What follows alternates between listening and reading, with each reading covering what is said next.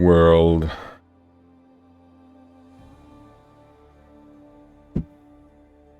Alright, acid and fire.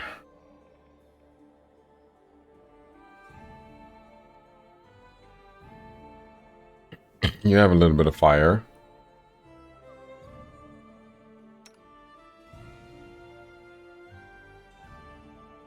Alright, what about you? Do you have fire?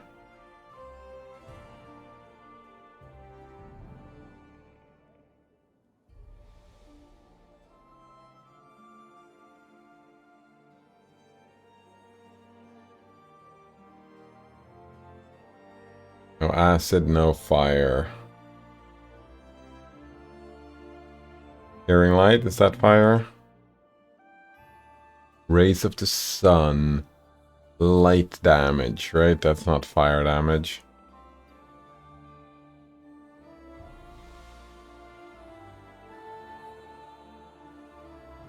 Could give you a torch.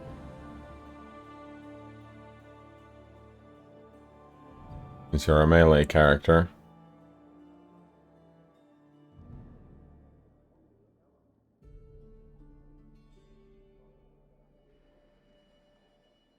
What about you? I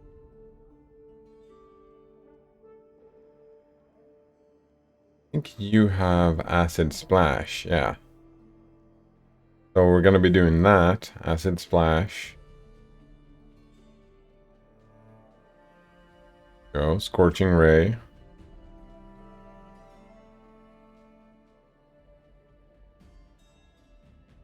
Right, molten orb.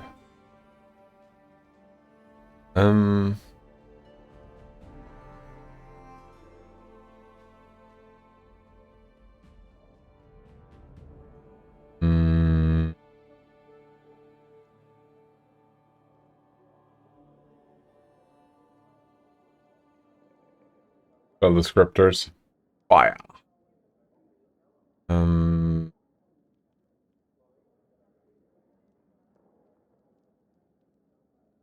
It depends, right? We don't know. I'm assuming scorching ray. Well, it said they can only be killed by. Yeah, so we want to have scorching ray to be the last. Probably take both scorching ray and oh right, no fireball, no leveling up. You don't have any fire, do you? Nope. Couldn't get any fire. You can't get any fire. You can. You have the same spells, right? Oh, burning hands.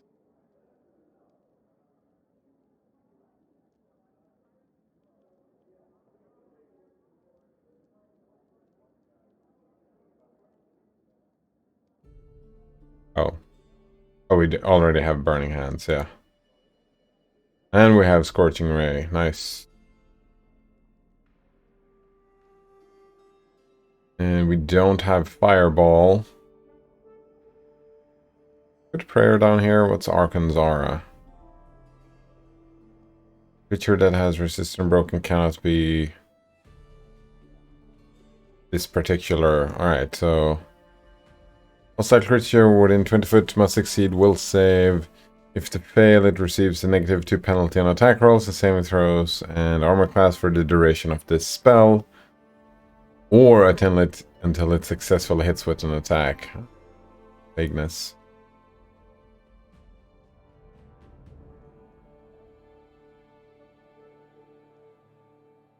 1 round per level.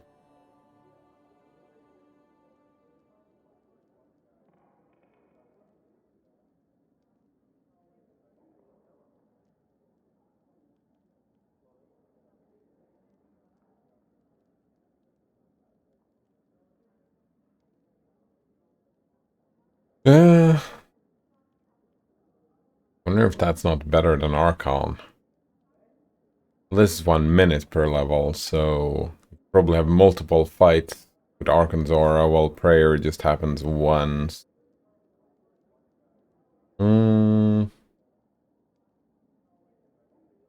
interesting though.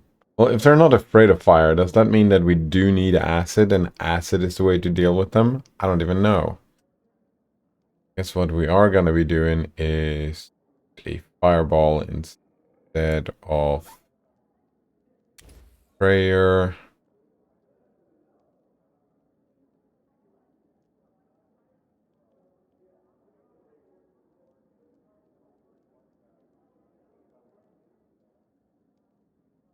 Prayer instead of either Archon or blind. Well, blindness is super useful though.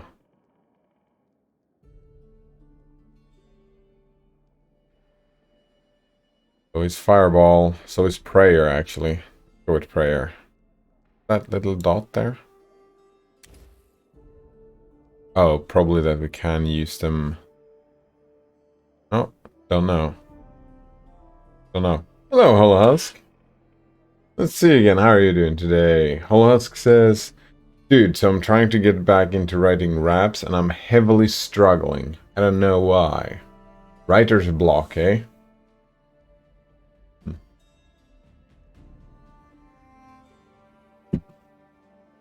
I have good one-liners, but can't find any transitions. Alright, so... what if you flip the script? Right? You have a list of good one-liners, and that's fucking great. Or, well... just...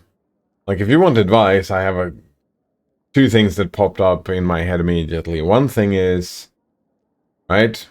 You're struggling connecting them, then maybe right now your mindset where you are is great for writing one-liners. So what you do is you make just a long fucking list of one-liners as a library for yourself, right? Stuff that you can bring in later, if you will, right? Just if you're just having kind of tension difficulties and just having a one-liner here, a one-liner there, a one-liner there, just write them all down. Just make a list. And then later, when you have a longer list, maybe you'll be better at finding transitions. So that's playing to your strengths right now, if that's what's happening. And if you feel like you have enough one-liners or don't want to do that and really want to make a full poem, a full rap, a full song, I don't even know. Well, then what you can do is... yeah, that's what I'm talking about, flipping the script there, where you instead... what's the theme of the song, right? What is it? What is the song that you're writing about? And go from there. Maybe? I don't even know. Mollusk says I came up with one recently. It goes as follows. Great doom like mad villainy, and with my ability make you question your rap god's divinity. Pretty nice. Mollusk says, well, it's a good song structure to have easy transitions into your heavy-hitting bars.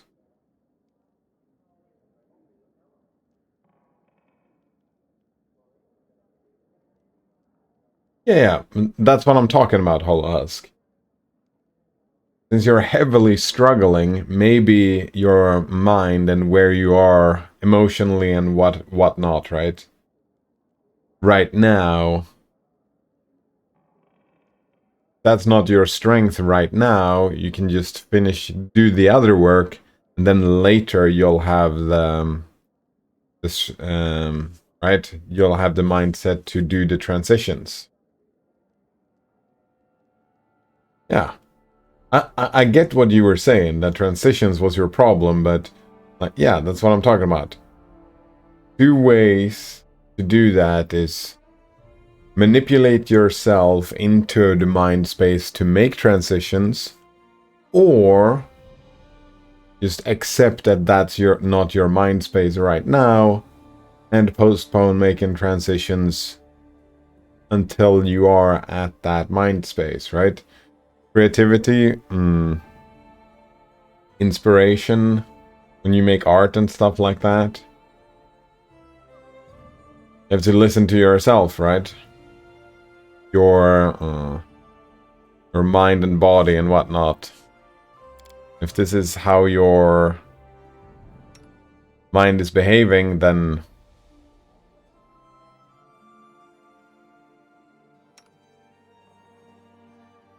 you understand? Yeah, it actually makes a lot of sense. Right, what the fuck do I know? I'm not a creative like that. I don't do art myself. I like watching art and whatnot, so it sounded good to me. Does it work? Does it not work? That's often what I do, though. Like, if there is something I feel like I can't deal with this right now, then I just won't. And I'll deal with it later. And you can always have more good one-liners, right? If you have an inspiration to do one-liners, I mean, you can always have more of them.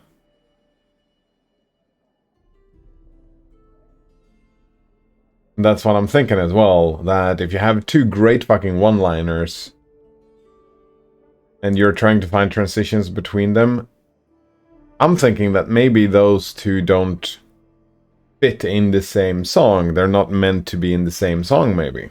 Yeah.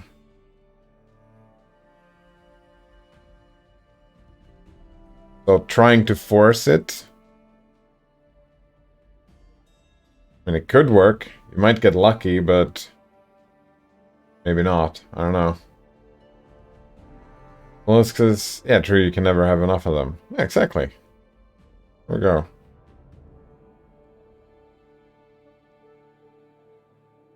So, yeah, I don't know much about writing this kind of stuff, but that's my take. So,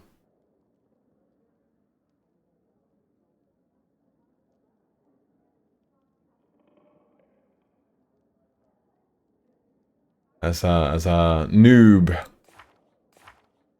I guess I do have. I shouldn't sell myself too short. I have a little bit understanding of how a mind can work, I suppose. But if it helps, that's great. Something to try out at least, Hollow Husk. And if it doesn't work out the way you want it to, then maybe try something else. Death Domain.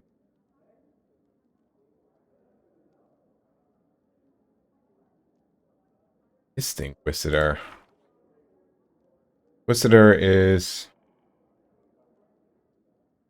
tends to move from place to place, chasing down enemies, researching emerging threats, as a result often travel with others. And you have a scythe that is just too fucking cool. Too cool. Walking around with a scythe. The coolest shit ever. Why is... oh, the armor is a breastplate? -4? Yeah, what is your gear?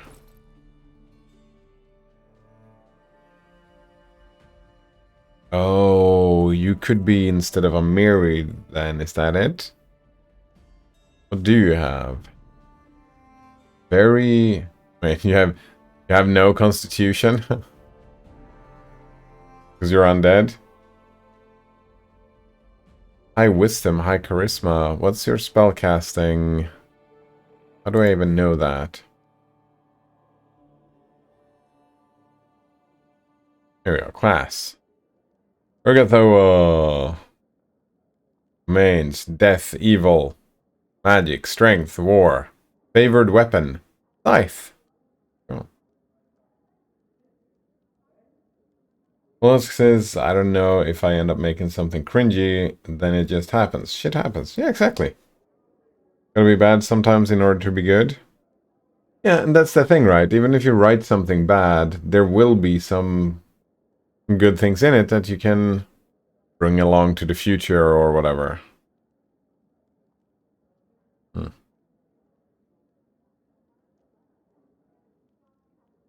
Gonna be fine. I think stressing and trying to force art is... I'm not saying that it's always gonna be a problem. I mean, stress can help you Many different situations. But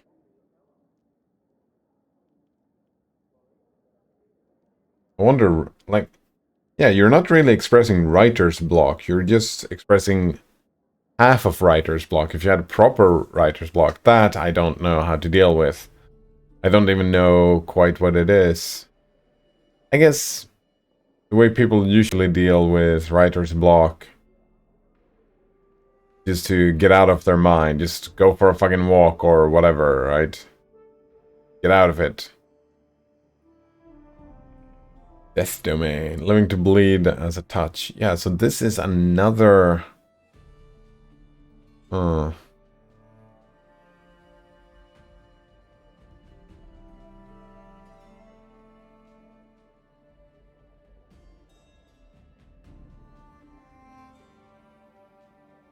Horizons. I lost my train of thought. Inquisitor can sometimes cast a number of orisons or zero-level spells. These spells are cast like any other spell, but they're not expended when cast and may be used again. Oh. We do a bunch of spell stuff. Right, so Bleeding Touch. Melee touch attack, you can cause a living creature to take 1d points of damage per round. This affects for a number of rounds equal to half your level in the class that gave you access to this domain. You can use this ability a number of times per day per your Wisdom modifier. So you are a Wisdom spellcaster. At 8th level, you heal damage instead of taking damage. Oh, from channeled negative energy. At 8th level, not before. Heal damage instead of taking from channeled negative energy.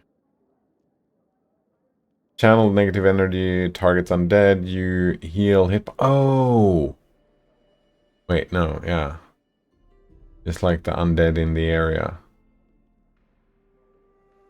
Oh, I see, I see. This is not if you're undead. If you're undead, then you instead do not take damage from positive energy. There we go. Which we are. We are undead. Judgment. Starting at first level, Inquisitor can pronounce judgment upon her foes as a swift action.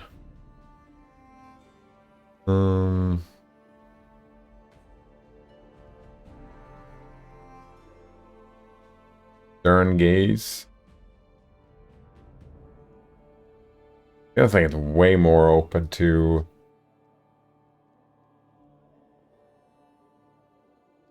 Yeah, solo tactics. That's what I was thinking.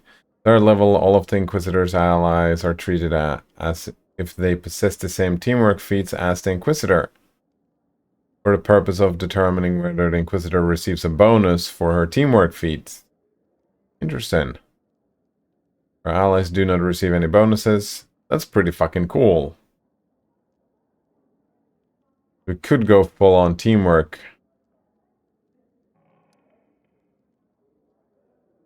Great team worker as well, because we do take all of the teamwork stats, and that can help people or just yourself. That seems pretty cool. Also seems like we are gonna be pretty focused on melee. Level up. We're gonna keep doing Inquisitor stuff. Yeah. Cunning initiative. More initiative. Very nice.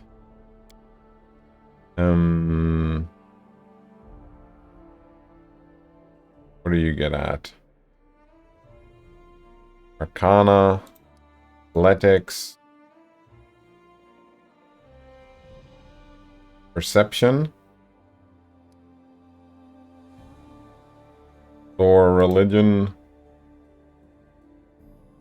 Persuasion, really? Sure. What we're going for. And here we do choose spells, actually. Level 1 spell. And we do have inflict light wounds already. That's, yeah.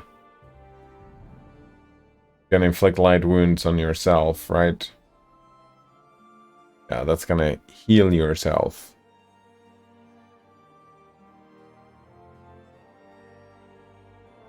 What about the death domain? Doesn't say anything about...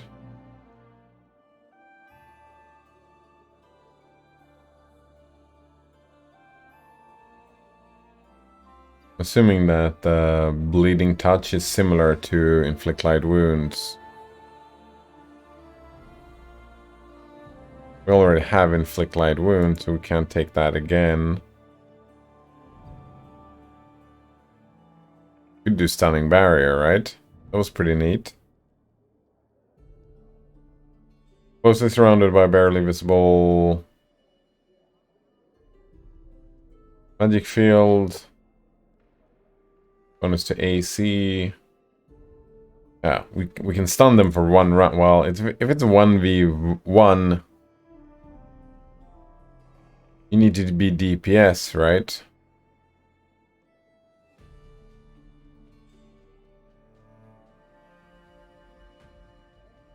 Well, we can pre-cast it, I suppose.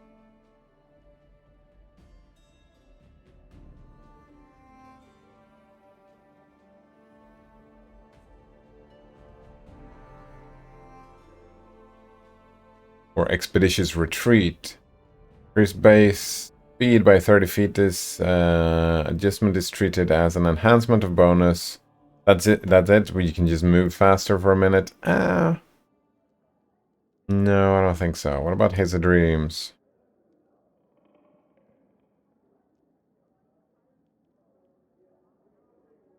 Maybe remove fear? No. Stunning Barrier is just for yourself, while Shield of Faith is for...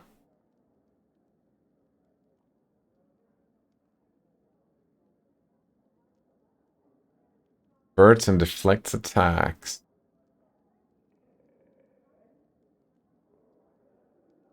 True Strike might what we want to go for. Oh, it's just one round.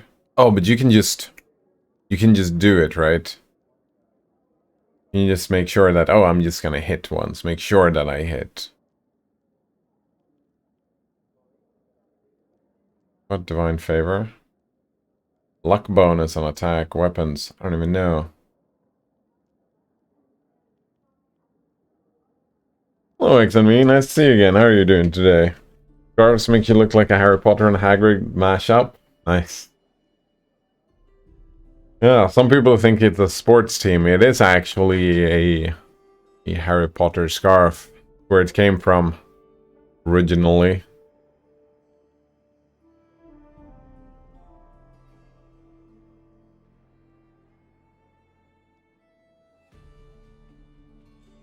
I, however, would not have been a terrible with names. Gryffindor, right? Yeah, that's not me. It would have been the other one. How many hours in now? Well, that's a bit unfair to ask, because I do a lot of reading on the side, right? Instead of actually playing the game. I have just started the kingdom. We're like 1 month into started the kingdom in this thing.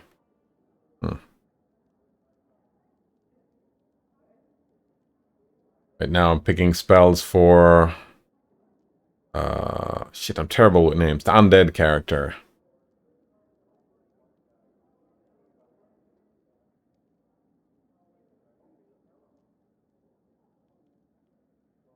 I mean, we could have cure on every... But it's only light wounds, right?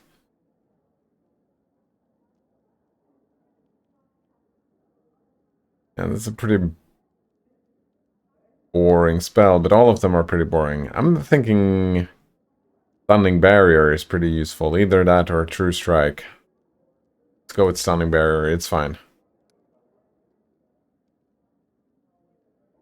Exemesis, I just binged Spiritfarer. Play that. Oh, yeah. That wasn't very long ago either. I played it just a few months ago. Pretty good game, yeah. Pretty good game. I like the... yeah. Some of the boat rides really hit home, didn't it? hearing up a bit from some of them.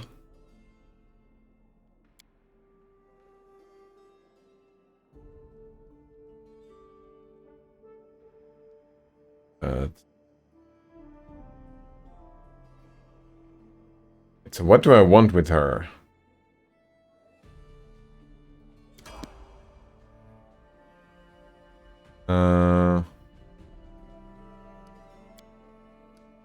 Alright, so let's pick this again. Like her weapon. This, right? And it's masterwork? What does that mean? Provide +1 enhancement bonus. So, but it's gonna be strength. Yeah. Yeah, strength. So we do want some strength and some wisdom. If anything, we want strength and wisdom. Her stats is pretty weird. Hmm.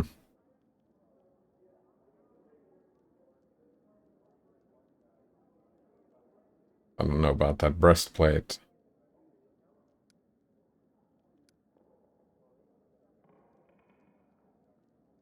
This is for the spell casting, strength is for the damage dealing. So I think we're getting strength. Yeah.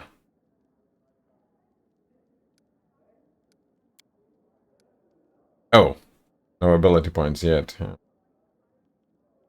To me, since I skipped most of the dialogue, I'm too ADHD, I guess. Probably also why I couldn't get far in Kingmaker. There you go. Wait. Did you enjoy Spiritfarer even though you skipped the dialogue? I mean, a lot of the dialogue you could skip, right? A lot of the dialogue was skippable. Like, you didn't have to pay attention to everything that was going on, but...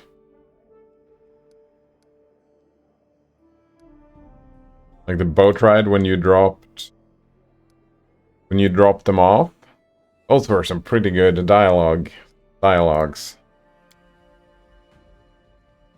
Was the game fun without the dialogue? Because, oh man, I kind of feel like the story was the main thing of the game. Maybe. Alright, weapon focus. Scythe. We decide... Scythe. Oh, and we do get to select a teamwork feat as well. Fantastic. Love to see that. So, allied spellcaster. Whenever you're adjacent to an ally.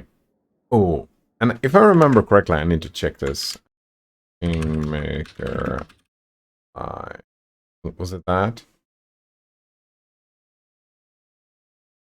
No. Teamwork. No. Yeah. Right, teamwork feats. Teamwork feats are that have a core requisite. An ally must also have the teamwork feat and fulfill its requirements.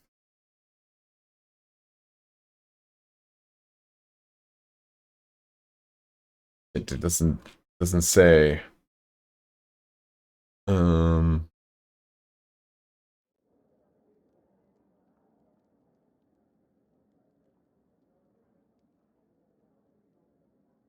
Adjacent, right? Look at this. This says feet nearby. That other one says adjacent.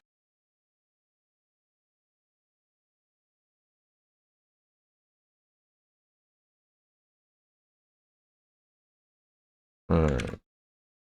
Adjacent. See what people say about that.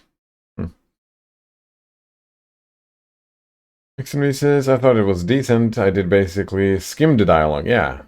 Well, skimming as fast as it would let me and still some time to read it. You know what? Yeah, I think...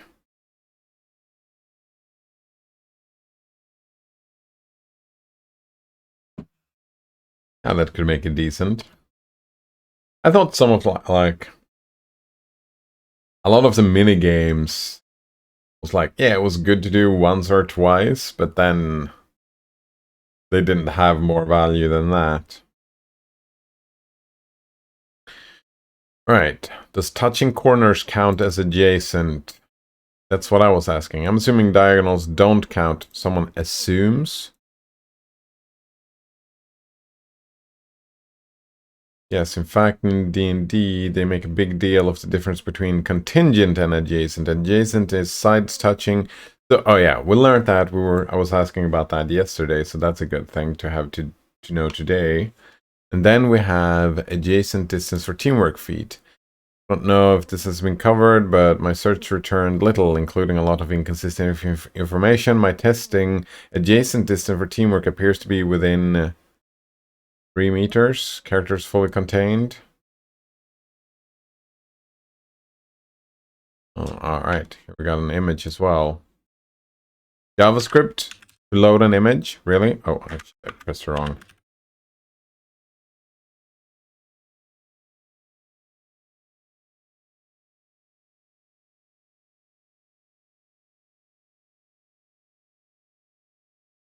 Adjacent is pretty damn adjacent then. Got much better.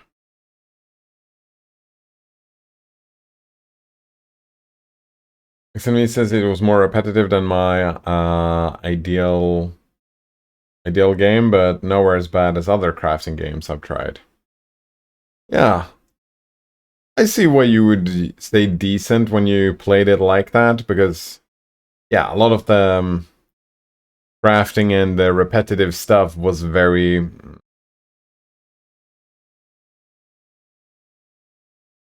Yeah, I didn't think that was the strength of the game. The strength of the game for me was the dialogue.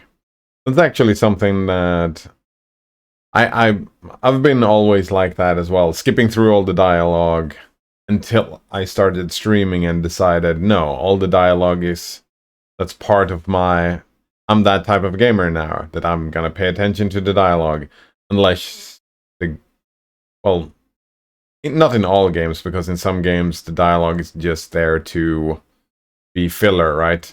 And I'm not gonna care. Like, I'm gonna play Diablo 3 soon enough, and I'm not gonna look into the story at all. I've looked into the story before, and it was pretty boring.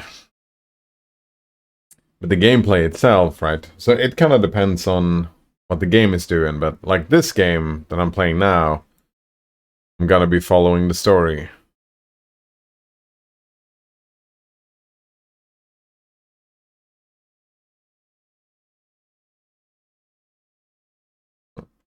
Someone says the same here.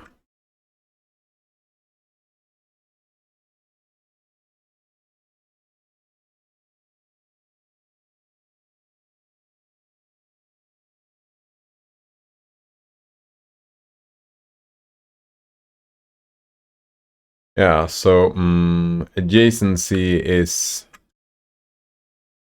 Yeah, that's super close. So you kind of need to attack the same target or be like very close to each other. Very close indeed.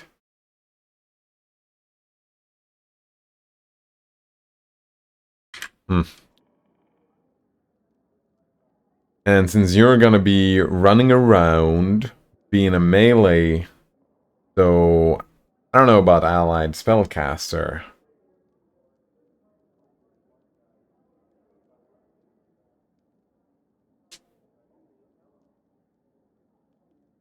Whenever you are adjacent to an ally who also has this feat, receive a +2 bonus on concentration checks and level checks made to overcome spell resistance. We have the back-to-back thing. +2 circumstance bonus to AC from opponents flanking you. Might not happen. Coordinated defense. Competence bonus to combat maneuver defense. I don't even know what combat maneuver is yet. Precise strike. Whenever you and ally have this feat, you deal extra damage. Oh fuck, someone else took a... Shit, I don't remember. I did take a defense thing for someone else, didn't I? Teamwork feat? Damn it. No. XNV says, Telltale games are the only dialogue-centric ones I can remember liking. There are a few RDR2 where the dialogue doesn't detract for me, but it's rare. RDR2? I don't know what that is. Terrible with names. I mean, I played Final Fantasy like 7 and 9 when I was a kid. The dialogue was fantastic. Oh, Red Dead Redemption. I haven't played those yet. Dialogue. Oh man, I played The Last of Us. Story in that game was fantastic. You didn't have to read anything though. Is that what we're talking about? No, in Red Dead Redemption you don't read either, right? It's actually voice acted, all of it. Now, for me, it all depends on what type of game it is. I like a good story, but I do like a good gameplay as well.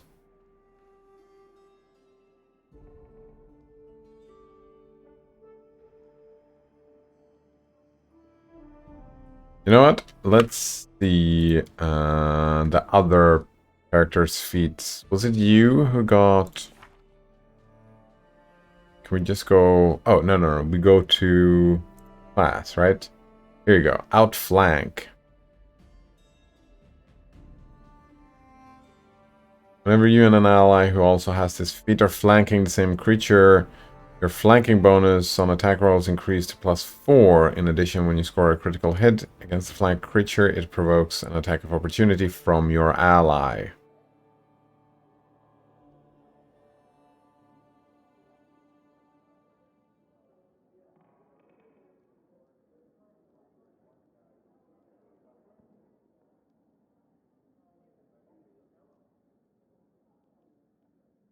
That's not very good. I don't know why I picked that. Nixon me says, yeah, I skip a lot of voice acting too. Very, very rarely is the story the appealing part for me. I've not played The Last of Us yet. I mean, you kind of don't have to. There's a TV show. You can just watch the TV show if the story is more appealing when you don't play the game. I feel like The Last of Us TV show did a pretty good job. There were a few things with that were just like, but overall, pretty damn good.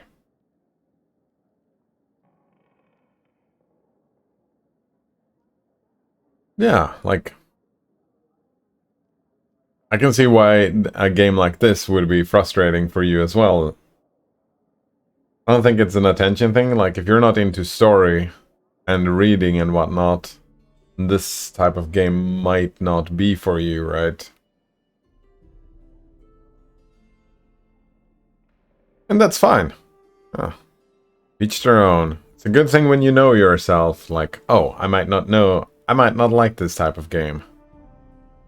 I'll just stay away from it.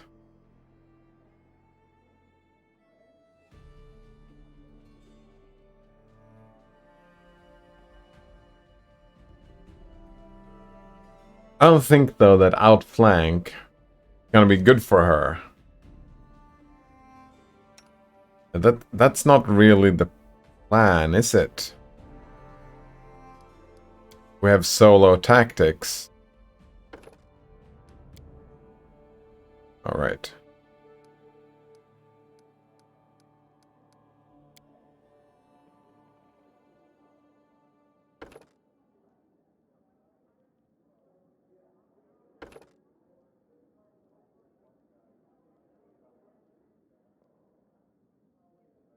Oh, it's not even here.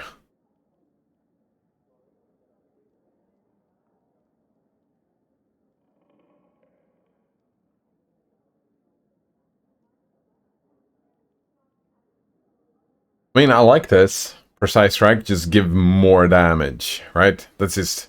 We get more damage on every hit. 1d6 more damage, that's fantastic. Do like the idea of... You know what? Let's go with that. Precise strike. Here you go. You just take some extra damage. Or what else do we have? When you're adjacent to one or more allies, you also have this feat gives +1 bonus to saving throws per such ally. You're not gonna have a shield.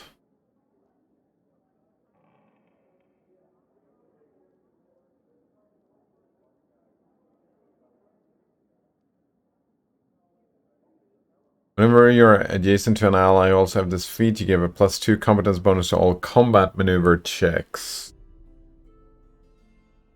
Gripping free. Oh, I see. Grapples and whatnot.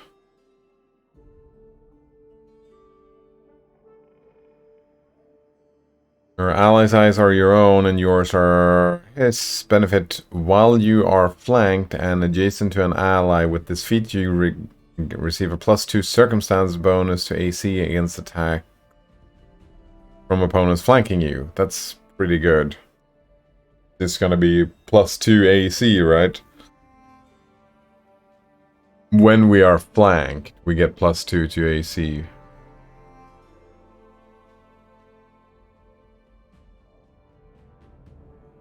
Either back-to-back or precise strike. No, we're going to be a damage dealer, so let's go with precise strike. It's fine.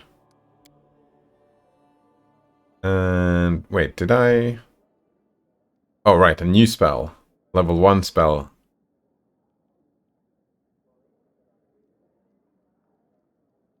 I'm thinking Bane or Shield of Faith.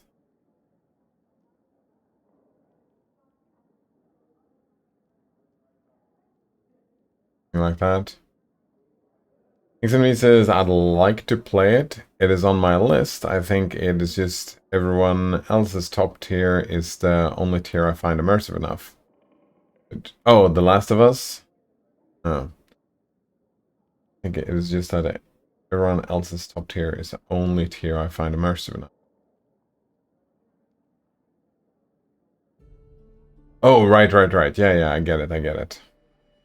Portal 2 was great voice acting, though, for example. And it was integrated in a way, right, where you didn't have... Well, it was so long ago I played that. I mean, in the beginning, and there were a few moments where you had cutscenes or whatever with just voice lines and voice acting, and that was great. But it didn't take away a lot from the actual gameplay. There wasn't a lot of just sitting around and waiting to play the game anymore, I don't think.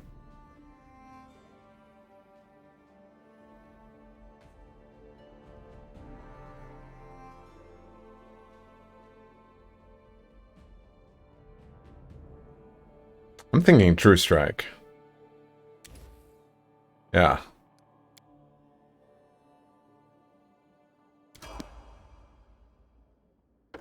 And another Inquisitor level. Oh, they recommend Wisdom rather than Strength. That's interesting.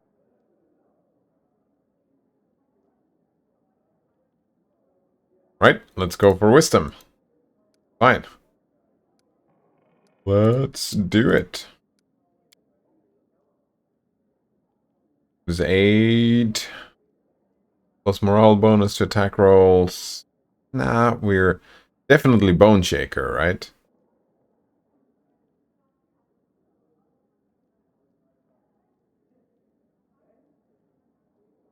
Or do we have Inflict Moderate Wounds? Yeah, that's a no-brainer. Inflict Moderate Wounds. Bone Shaker is more of a ranged spell, so I think we're going to inflict moderate wounds on ourselves and enemies, right?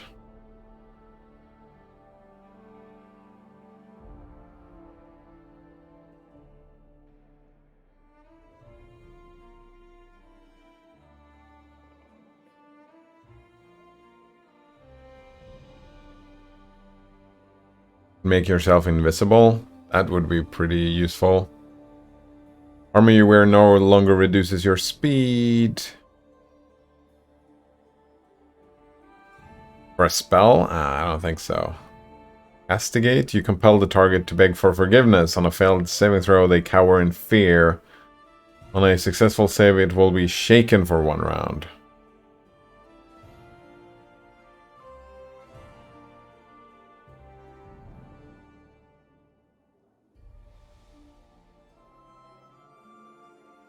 I don't know. Xenemy says, yeah, being forced to stop and listen probably aggravates my ADHD, but unlike many games, I wanted to hear everything the characters had to say. Very nice. Very nice. I think I lean towards a similar route as you do, that if the game is not specifically about the story, then I tend to want to just like, shut the fuck up and let me play the game, kinda. The invisibility could be useful.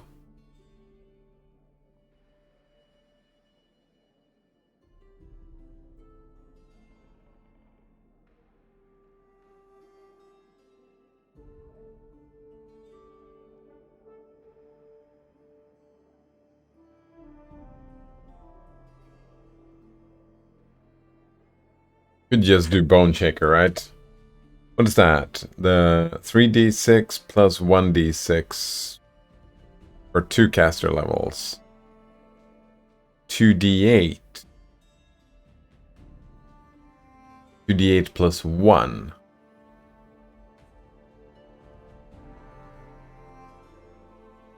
Saving throw is Fortitude half? 6 2d8. This one has plus 1, this doesn't have plus anything.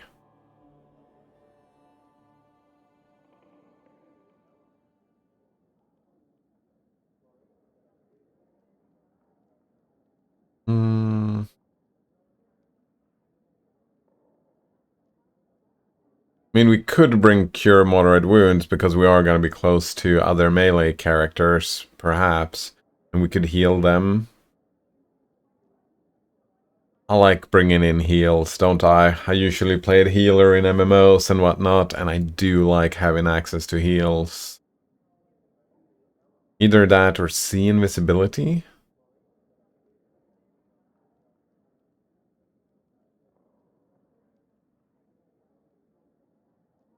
I don't know.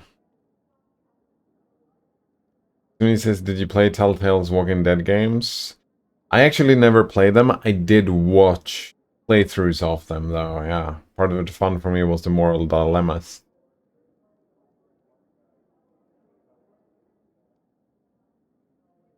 I actually think I've ended up in a situation where I, interestingly, don't like moral dilemmas in games because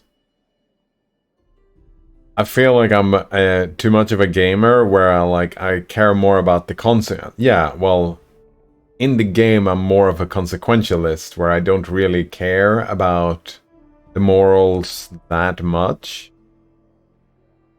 Well, no, I do care about morals, but I often get disappointed in how it plays out, right?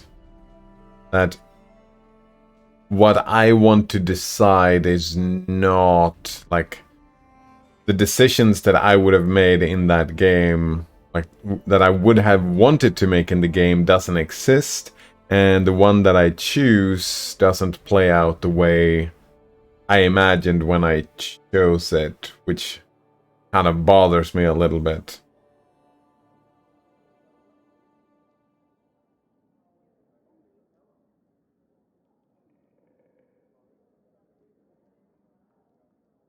Xmi says, exactly. I usually don't like them because they don't support Newman's decision-making. Yeah.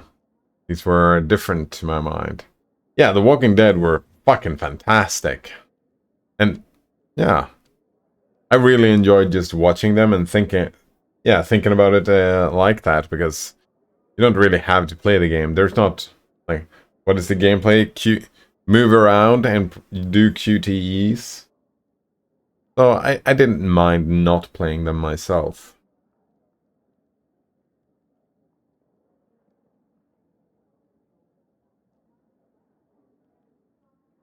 Oh, wait, look at Castigate here. On a failed save, they will cower in fear, which will just fuck them over, but if they succeed, they will still be shaken for a round. And then they need to make a new save every round, so it might be... Yeah, it might continue. So I think we're gonna go with Castigate here. Seems like the way to go.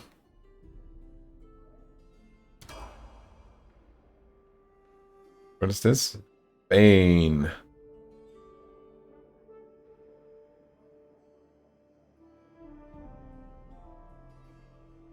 Sure, let's keep on going with the Inquisitor. XME says, like, I would like to think about exactly what I'd want to do without reading the options. Then I'd find an option that matched perfectly. Yeah, that's what I would want to do as well. However, there's also the thing about it's an action game, right? In real life, I mean, in the game you actually got more time to make a decision than you in real life, right? So that thing breaks immersion a little bit as well, I suppose. You do an action-y game, I don't even know. I don't even know. Alright, so we have toughness. Bunch of extra hit die. We get open focus scythe. Oh, wait. First, yeah. Oh, so we actually get to pick the teamwork feats as well.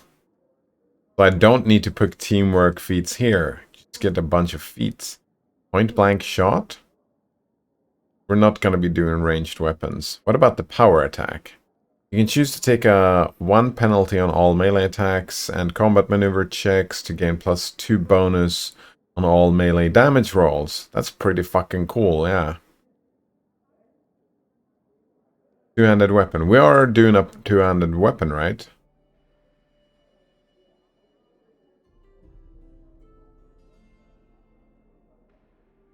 Either that or... Yeah, I kind of like the power attack here. Can we do cleave? Seems like no.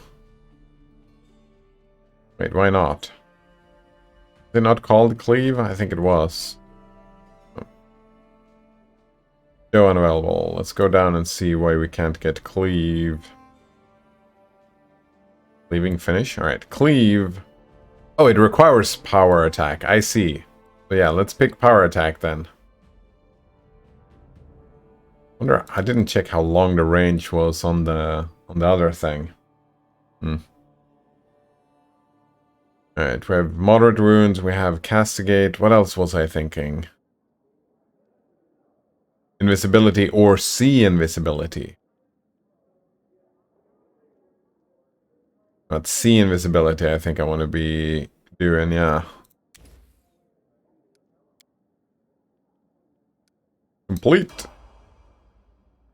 I'm curious, like the range of her weapon. Oh, it's just 2 feet still. To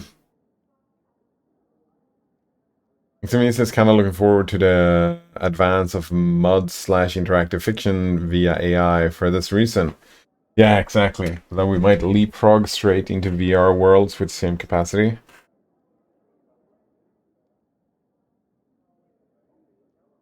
VR still haven't taken off, right?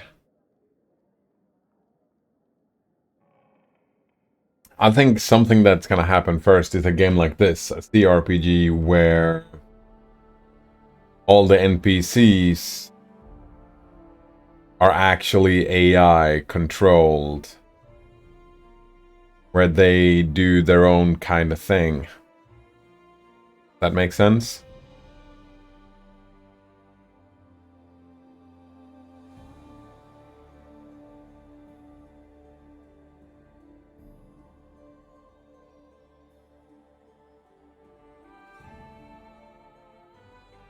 I don't even know why I'm leveling her up. I'm not gonna be bringing her. Guess that was just for fun. Wanted to know what her character was doing. Okay, so... He's super fucking cool. Yeah, undead, cool with a fucking scythe.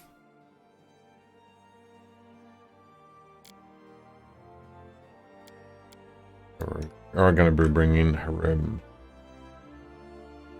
It means that VR has control and physics issues, yeah. With the right fit, it is amazing. I've never even tried it, but I would imagine, yeah. Some of the games look really fun.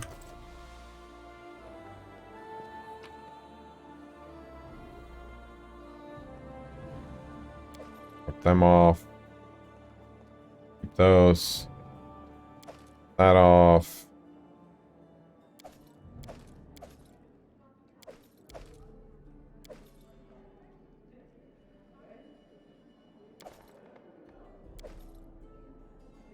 Silver earring. Sure. That.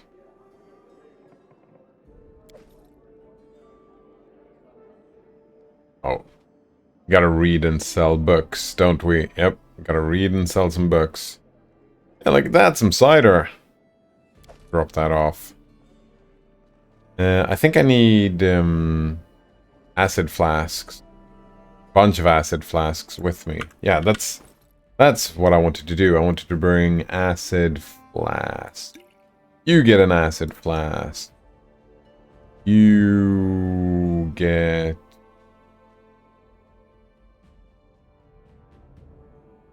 acid flask.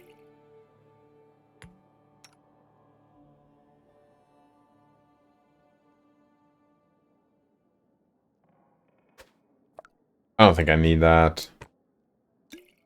So you get an acid flask. You get 2 acid flasks. And you have 1 acid flask and 1 fire. Hopefully that's gonna take us somewhere. What about you? Do you have an acid flask? No, you only have a healing flask. But you do... Oh!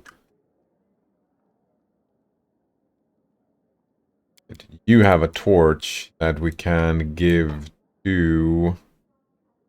Because Valerie is gonna stay behind this day, actually. That's gonna suck, but...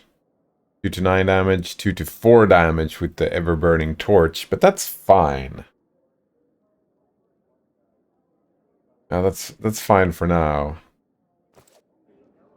We did have new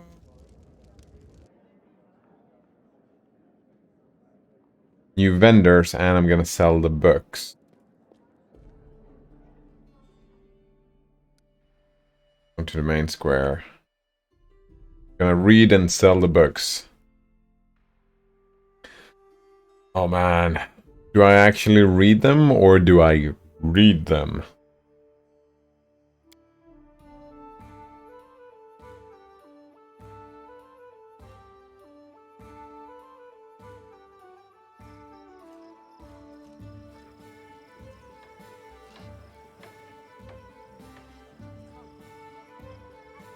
Wait, they said more vendors, but...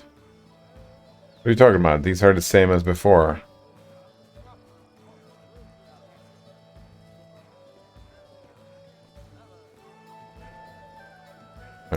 I don't quite understand.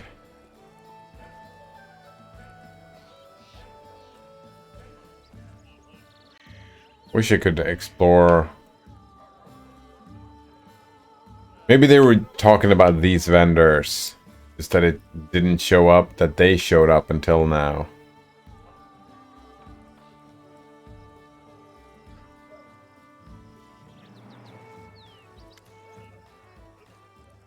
Show me what you've got. Wait, no. First we read books.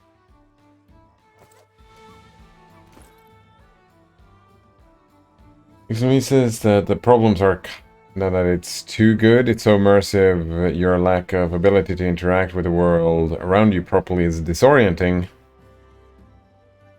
So to fit right, the games have to account for that. And then there's only so long I want to be physically standing and or wearing a headset. Indeed. More like, instead of spending hours and hours and playing games, there's a limited upper time, indeed. Play a little bit every day. But I'm looking forward. I am gonna get one of those VR headsets someday. Hopefully it won't get sick from it. Some people do, right? I hope not to. Alright, The Notes of a Traveling Priest, Ethuliac by Tyrion Dean. Imagine this, a girl whose name shall not disclose comes to town and immediately purchases the most expensive suburban... Wait, we've already read this book before. We got another copy of that book? Interesting. The Curse of the Ancient Iobara by Hastef Yume. Tell us, O teacher, why would a brave boy call us barbarian in the books you give us? The gods become angry with our homelands, my son. This land has devoured so many great empires as if as if it was unwilling to bear life. There are centuries old stuff. People say that Otib the Necromancer was to blame. But who knows, a great civilization has turned to dust. Brevoy shouldn't make fun to call your allies barbarians. Alright. That was some curse.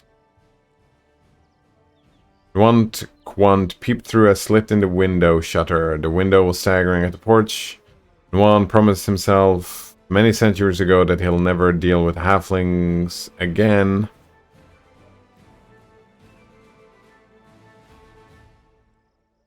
Someone, we shall need a doctor. Alright, that was some weird story. I don't even know. XNV says mine is partly broken, and if I'm going to move and start a new religion, I don't want to be buying new hardware.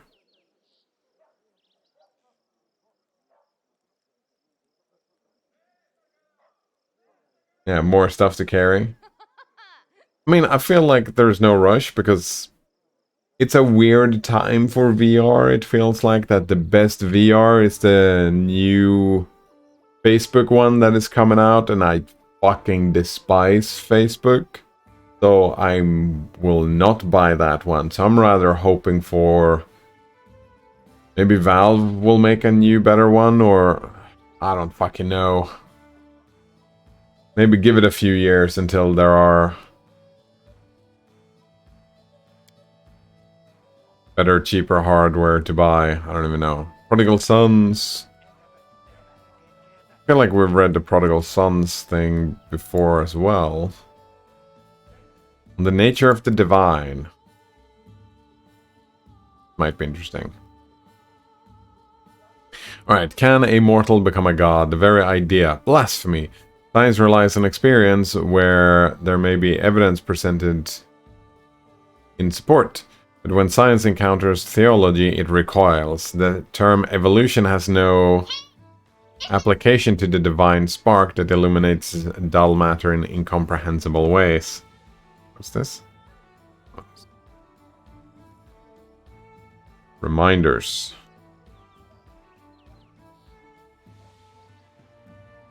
The foremost example is angels, to whom we owe the existence of our virtuous mortal souls, which brings us to a paradox. Immortal soul transforms into an immortal essence. There are many such breathtaking events which each promise a connection to the divine. Sunny Serenray is perfect proof of this. Starstone Trial desecrated divinity, turned it into a god's exam, where any trickster with a handful of spells can avoid some traps in a deadly maze, may rise to divinity. The nature of divinity, then, so sacred indeed.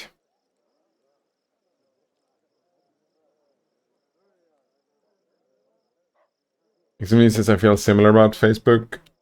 So they've been warming on me a bit with the releasing their expensive AI models. Pretty neat. But still their business model, right? The fucking worst.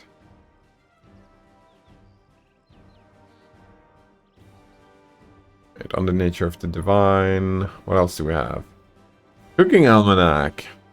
We're gonna read some, learn some news. Maybe. Chronicles of Blades. The history of Rosland is known for its many mysteries. One of them is the story of Baron Syrian the First. Syrian was a furious fighter, although not highly skilled. There were malicious rumors that he fled to Rosland. Do we care? No. I don't care about history in real life very much, so why would I care about... Actually, I do care more about the history in games like this, but... if the relevancy for my story isn't inherently immediate, let's just skip it, yeah.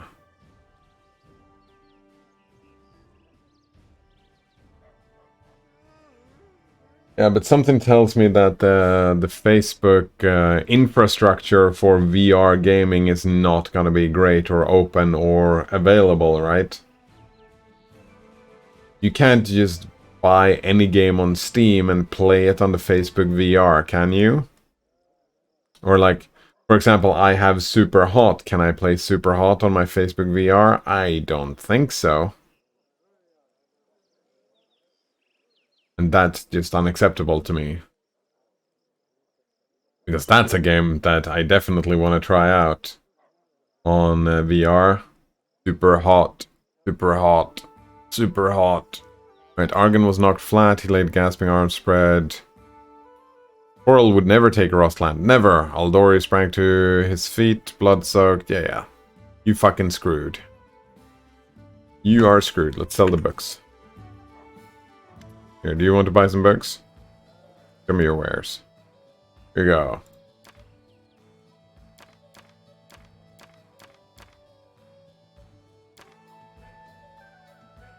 This Field of Faith. Create a shimmering magical field around the target that deflects. Attacks +2 deflection bonus to AC. Over 6 levels you have.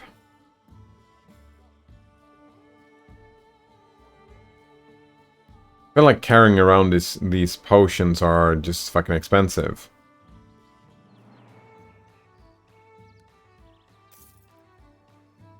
But let's go and drop them off. I don't want to be carrying too much stuff. Yeah, potions are heavy.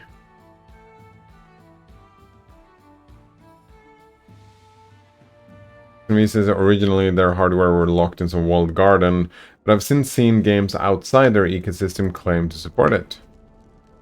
Nice.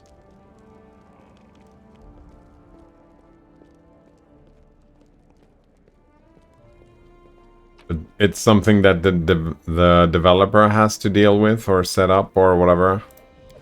Drop all of that. What about this Dwarven War Axe here? That's one-handed. Someone wants that for sure. Maybe even my dwarf. Oh, have some ale. We don't need to bring that. Potion of Vanish.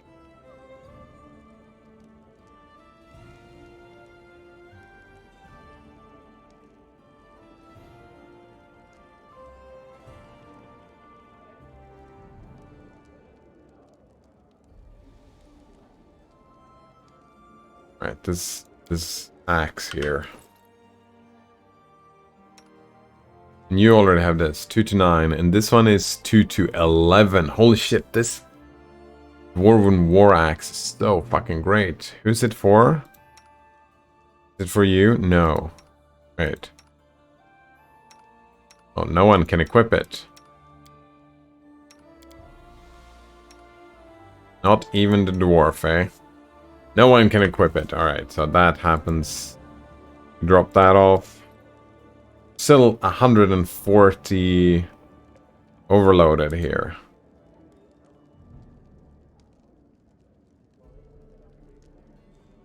Gonna bring a few Alchemist's Fire. What about the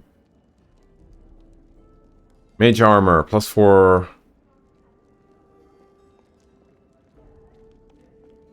You know what? Potion of Mage Armor is fucking great if we...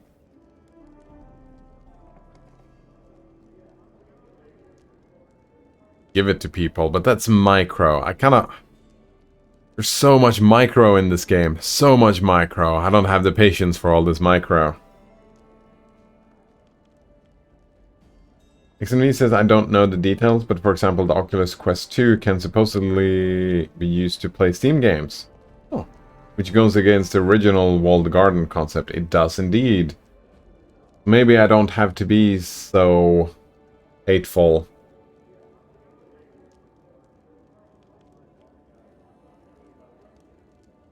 I mean, part of me hopes that Valve is gonna make another one, and just like with the Steam Deck, they're gonna make it... Oh, shit. They're gonna make it all open. Yeah. Like, oh, these are our things. We're gonna put Steam OS on it, which means it's gonna be running Linux, which means that people could make... Oh, wait. No, the Valve, it doesn't have an operating system like that. It's not standalone. You plug it into a computer. Is it the same with the Oculus Quest? You plug it into a computer? I don't remember.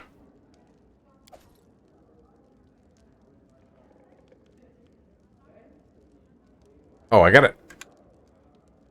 No, that's fine. Fine.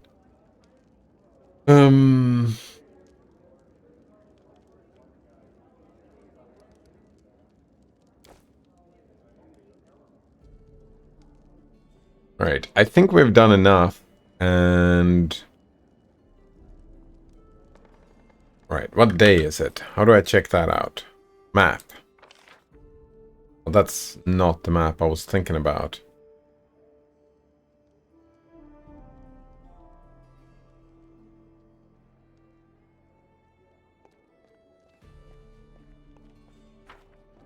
I'm assuming we can just manage Kingdom Affairs, because what we are going to be doing is we're going to pass time.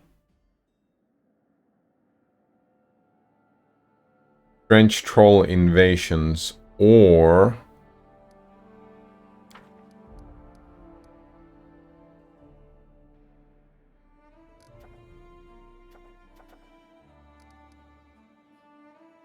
we can't do any projects.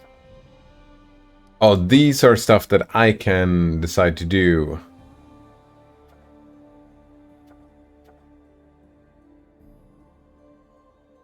Wait, haven't I already done this? Success. Wait.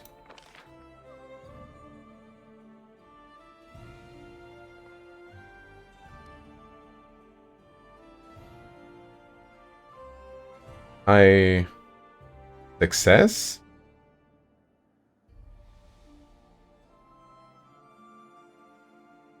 Wait, I thought I had to go there, but maybe I didn't. Maybe I sent... Weird. Traders have already set up their stalls and waiting for new customers. Opportunity. Wait, didn't I already...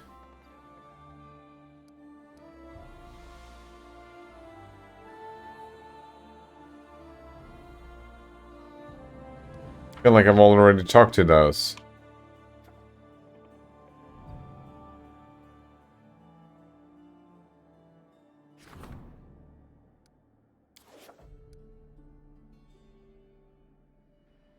Oh, it's the 29th, so we can't... We don't want to leave yet anyways, because you have to be here...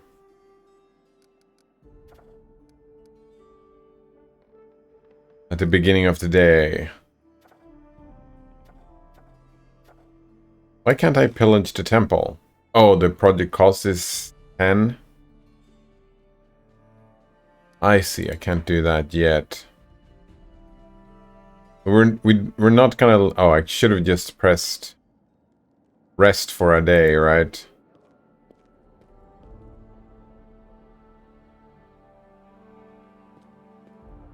It's useless in your country. What happens if you refuse to work? Refuse to work?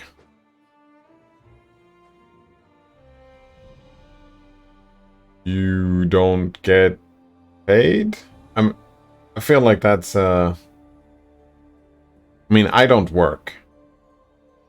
But there are many different paths you can take. If you just straight up sit down and refuse to work, well...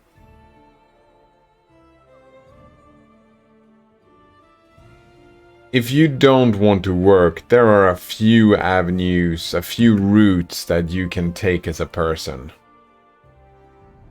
Where you do get money for food and shelter. But you have to deal with a lot of bureaucrats.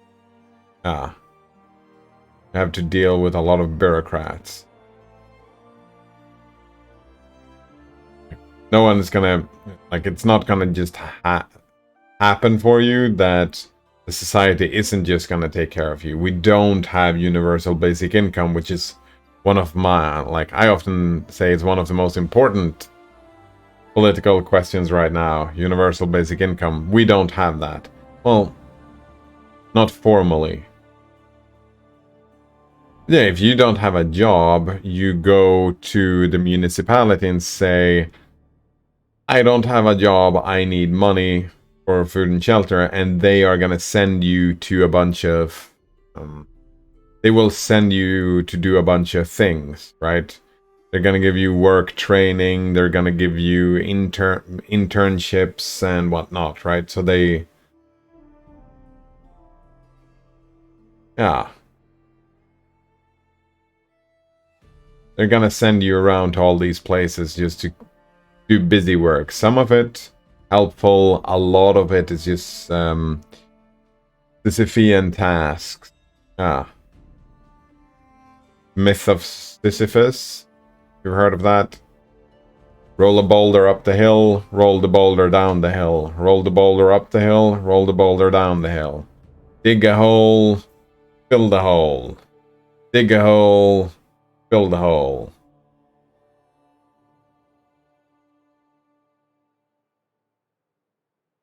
So bureaucratically, they are gonna give you stuff, and if you refuse, you just straight out refuse and say, just, I don't want to, well, then you're not gonna get any money. And I guess that's the thing, though. Refuse can mean many different things. If you're not capable, right, you have actual people that you communicate with, right?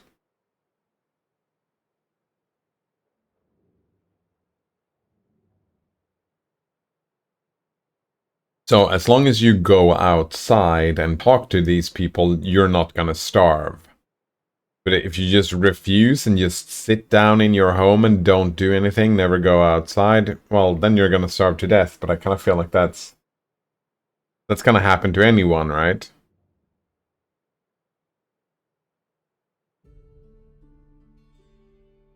And he says, so once you have no money and still refuse to work, do you end up homeless? No. But again, like, it's not the refuse thing. It depends on how you define that. But, like, if you go and tell them, I need this and that and this and that, housing will be provided for you.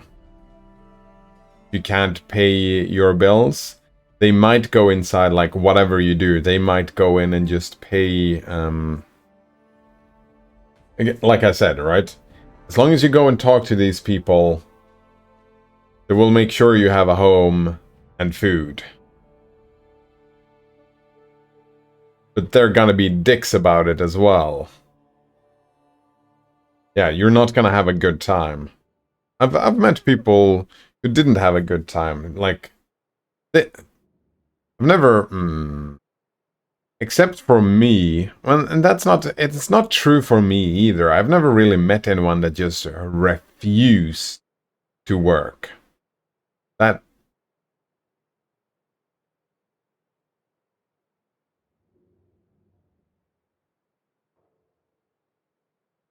mean, you can refuse these tasks of Sisyphus, but the thing is, the less you work with them, like, the more hostile you are with the people that are trying to get you up and running, right? They want you to be self-sufficient, and that is their goal. Right? When you go to the social workers and ask for help, their ultimate goal is to make you self-sufficient and not pay for your food and shelter. That's their goal, and they're gonna do whatever it takes to get you there. And if you are not cooperative with them, they are not going to be super cooperative with you, right? I've seen a lot of people who has problems cooperating with them because some of these things that they're doing is giving you Sisyphean tasks, and people get pissed off and like, I'm not fucking doing this, and they have a way worse time for it. Because there is a balance of how much money you have, right? They might not even, like, I think I've never talked to that, but I think I've heard of people, that might just be me making this up, but I think it is possible that you won't actually get any money yourself, but rather they pay your rent and they drop off food. So you don't actually get anything. You just get rent and food, and that's what you get.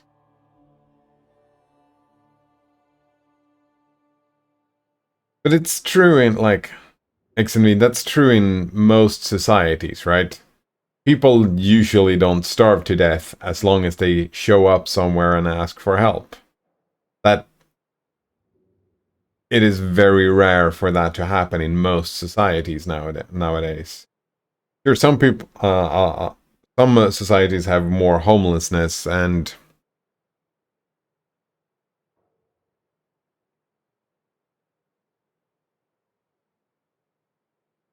we have some homeless people, but that's oftentimes they are immigrants who have not integrated. Well, not even immigrants. I know there are people who just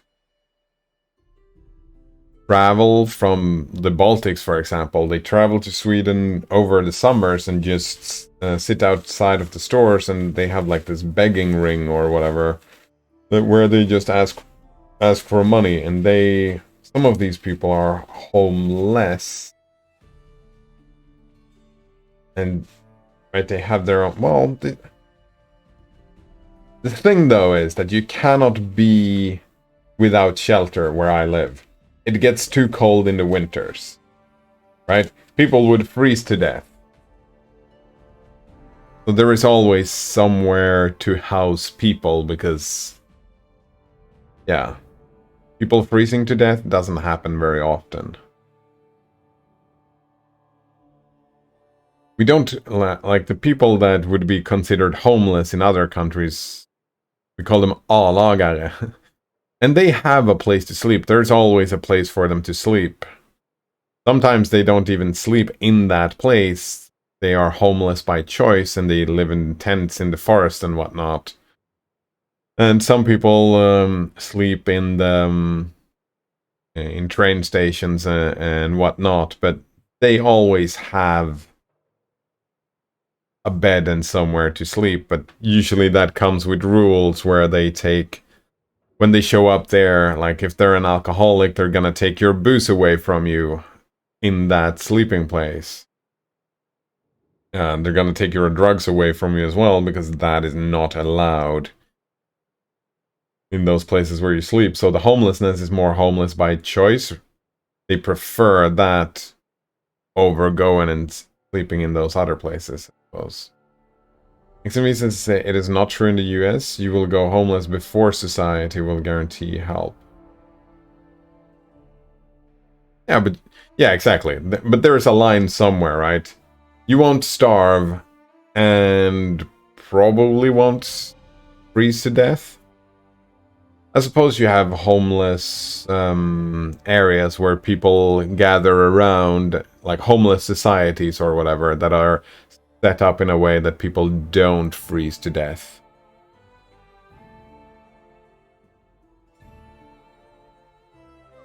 XMV says different states operate differently. Yeah, that makes sense, yeah. But you can literally die in the street if you don't follow stupid procedure. Yeah, oh, I mean, you could do that in Sweden as well. You could literally die in the street if you don't follow stupid procedure. That's what I was saying, right? But it's the same. If you just sit at home, never go out, and don't get any food for yourself, you are gonna starve to death. And there are efforts being made to find people. Like, if you have a person just lying around in the street, someone is gonna call the cops. The cops are gonna come and pick them up and send them to a social worker.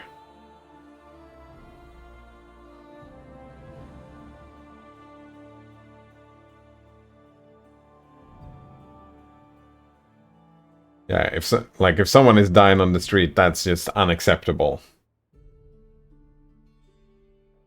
They would get picked up and sent somewhere. But that won't happen though. Like, if you have your own apartment, like, I would imagine it's pretty common for these people to drink themselves to death, for example.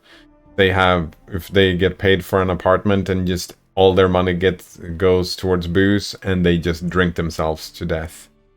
I would imagine that is probably common within that group of people that would be homeless, right? And that would be similar, like, you don't die in the street, you die in your own apartment. You die in your own home, in your own bed. So it's probably rarer that it happens here, because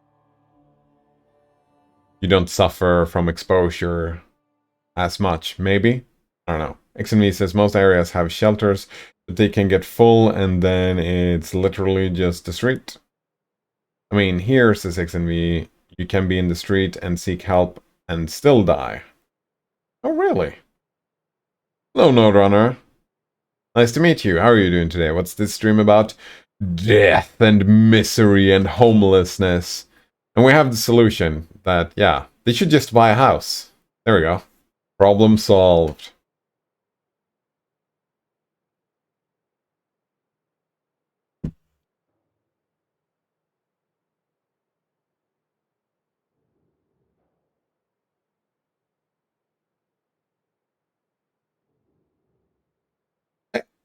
I've never heard of it, but it has probably happened here where I live, that people have. Usually, though, right, like I was saying, they drink themselves to death or they overdose themselves, right? Do enough drugs to kill themselves or drink enough booze. Like, yeah, exactly. Take too many drugs, and I include booze in that. And that's how they die. Even though that they seek help. I don't think people die from exposure. It probably happens here and there, but it's very rare. Examine says this is usually with mental illness. Yeah. Where someone seeks help but doesn't keep their appointments or attend training or whatever. Yeah. And that's the thing, right, X and me? If they are visible, X and V, where I live, if someone sees these people with mental illness and doesn't keep their appointments or attend training, like doesn't do this stuff, even though they seek help, as long as they are visible, someone is gonna be sent after them, right? So there is a balance there. I mean, there is an invisibility, like there is a group, a subgroup of the people you describe that would be kind of invisible, and those, yeah.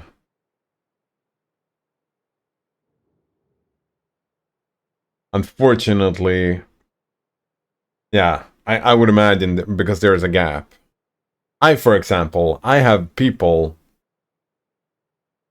that show up a couple of times every week just to check up on me and help me deal with stuff that I have difficulty dealing with. But that, you need to get to that point, and if you don't, you need to have a few appointments first before that decision is made. Like, you need to request it. There has to be a few appointments where some bureaucrat makes some evaluation and says yes or no to, we're gonna send people out to help you. And if you don't show up on those appointments, they're gonna just, well, luck of the draw, right? Maybe they'll hunt you down and like, we gotta have an appointment. Maybe they'll show up at your house and like, we're gonna have this appointment. Or they might just, oh, if they don't show up, then they didn't need the help, didn't they? I would imagine. I don't even know. Also, something to point out here is that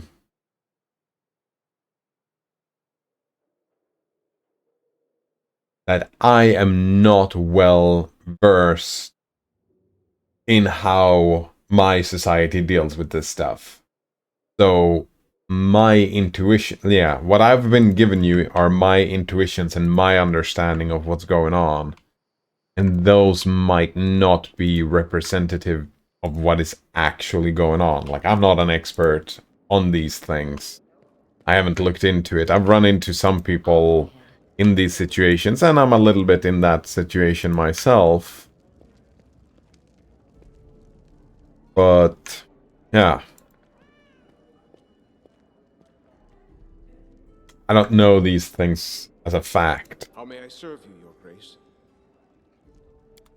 Like I said, intuitions. Not to, yeah, to be taken with a grain of salt.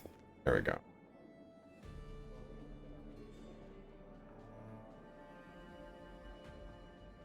He says, sounds like other European countries I have some familiarity with, which would make a lot of sense. Yeah. And I would imagine that Sweden has been very... we have a history of strong cultural history of solidarity. Also, it is fucking cold during the winters, right? So, I would imagine, right? That you said that different states operate differently. I would imagine that there is less homelessness in the northern US states compared to the southern. I would just assume, because, well, in the north, people would just freeze to death if they were homeless, and that's just not gonna fly, right? That's just not gonna fly if you have a bunch of people freezing to death during the winters. I would imagine that would make sense to me. That would be my intuition as well.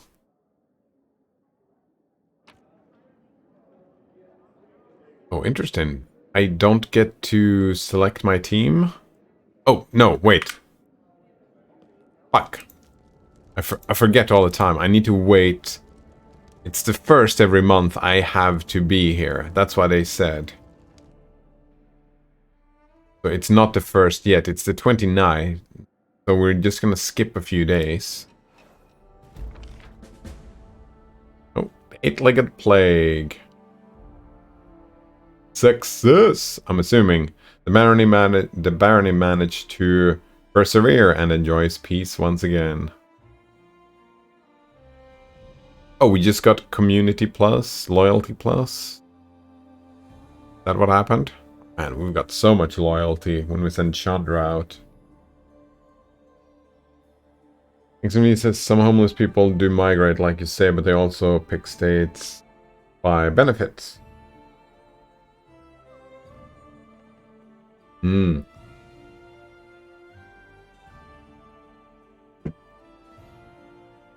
That's something that always bothers me. That when you're in a situation where you can't take care of yourself so that you become a homeless, then you need to have an understanding of bureaucracy and what state has what benefit. You need to do all this research and understand these systems. Which is just like, there are a lot of people who don't. They won't understand these systems and how to navigate those systems. Such a catch-22, it fucking sucks, but yeah. So depending on... Okay, if you're homeless but you do have enough grit, I don't even know, to move around, then maybe you'll move north because there are more houses there, or you move south because exposure won't kill you. And then you pick by benefit. Xenme says, I can take care of myself, but this country is so corrupt that I'm actually interested in finding ways to help people boycott it. Oh man, we had an interesting conversation about that the other day when we were talking about anarchism. And how...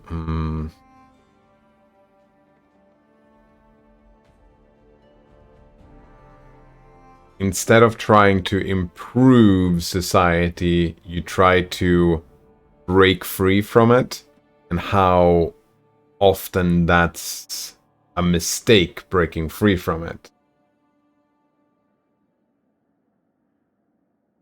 You're necessarily creating hostility. Yeah, you're fostering hostility like that. Society's not gonna like what you're doing, and you don't like what society's doing, so you're creating a...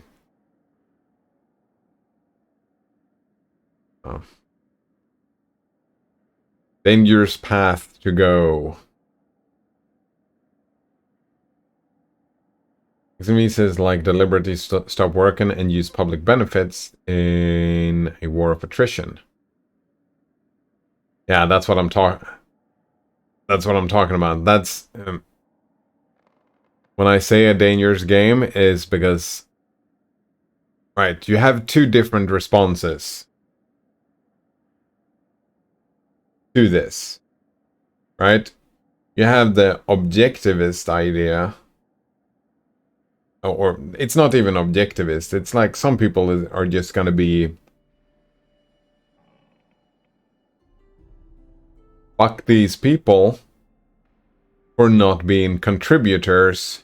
Let them fucking starve. And... right, when you do a war of attrition... you're gonna get an increase in that attitude. Right, that is definitely gonna happen. Hello, Coleman. Let's see you again. How are you doing today? So in a war of attrition like that, like, if you manage to do it big or something like that, yeah. Well, now you got a kingdom or something? Took long enough, right? Took long enough indeed, Coleman. Like, almost 2 weeks. I mean, I haven't been playing the game much. Mostly talking about interesting topics. Like, right now, Coleman, we're talking about waging war on society through the means of manipulating benefits and charity.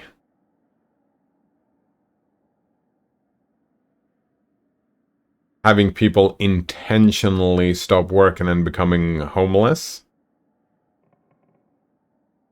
Coleman says, manipulate the system, legalize nuclear bombs, all that good stuff. Exactly.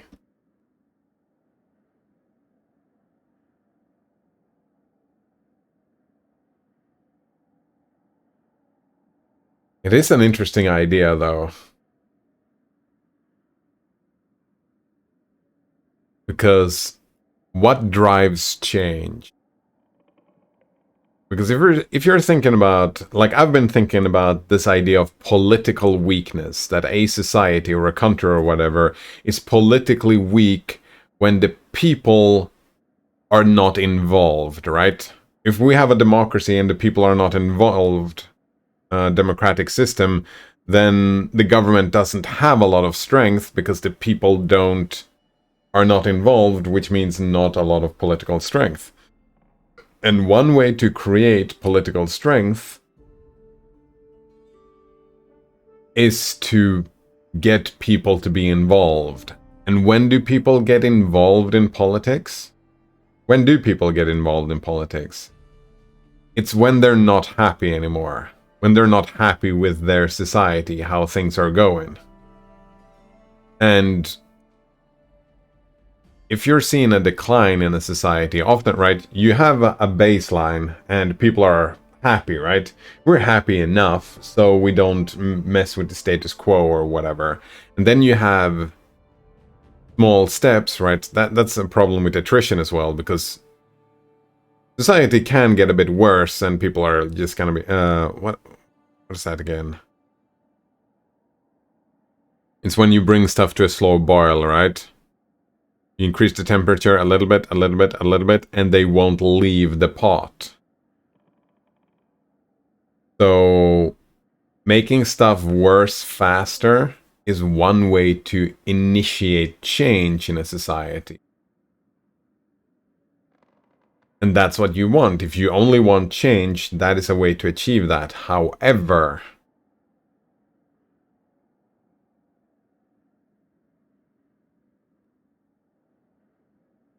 the change that is gonna happen might not be the change that you want to see, right? Change might not go in the direction that you were hoping for when you waged this war. Because maybe society and the people will start looking at you as the enemy rather than the government as the enemy. Right? In a war, people pick sides. And people might, like, enough people might not pick your side. I guess wars are always dangerous, and thinking binary like that is always dangerous because you do create a binary, and you do create hostility. Interesting.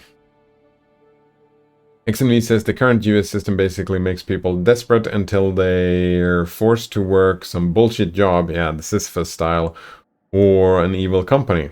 Yeah, like most companies, right? However, it may be possible to make it comfortable with cooperation. Like comfortable homeless shelter for people who are willing to use their public benefit to expand the shelter. Yeah, exactly. And you could use... like you were talking about, XNV, you could use this to grow food that is specifically for your... right? It's a war where the weapons are just not engaging, like splitting off from society, right? So you would maybe grow your own food for the homeless group, right? You're kind of creating your own institution outside of the official institution.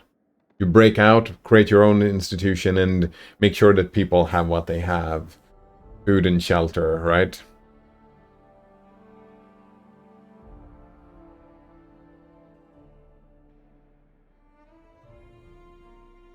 By still then... so it's not really... yeah, your own institution, and your own institution is built in a way to get people to get access to benefits. So you actually grab resources from the government, the official institutions, and bring them into your own unofficial institution. Again, also another danger with that is that this is not going to go unnoticed. And they would, well, if you can take care of yourself, you don't need the benefits anymore, right? Oh, if you can create comfortable homeless shelters, then you don't need the benefits. You don't need the money anymore. That's how you ended up in that situation in the first place, right, XNV? That... yeah. Budget issue. It's a resource issue, right? How much resources do you want to spend on these homeless shelters? Nodon says, yeah, why do people have to live in tents? We could have a stable group home for the homeless using their own welfare benefits to make it comfortable for them and everyone else who wants to cooperate. Yeah, that's what makes way more sense. Then if people who want to do drugs, they can just live in a group home and have medically supervised injection sites instead of living in the streets and doing it themselves. This humanizes the people, gets them involved in society and the system. Yeah, that would be my preference, Node Runner. Like I said, not everybody agrees with that. Right? Some people will be of the opinion, well, if they don't work, why the fuck should they have a home? I work to have my home. Why should they work? Why should they get a home without working? Why should they be lazy ass and just do drugs all day when I don't do that? I take care of myself. Fuck these people. Put them on the street, right? There's a lot of people who has that type of attitude, and that's why we end up in this kind of back and forth between these attitudes regarding homelessness and drug use and mental illness and all this stuff.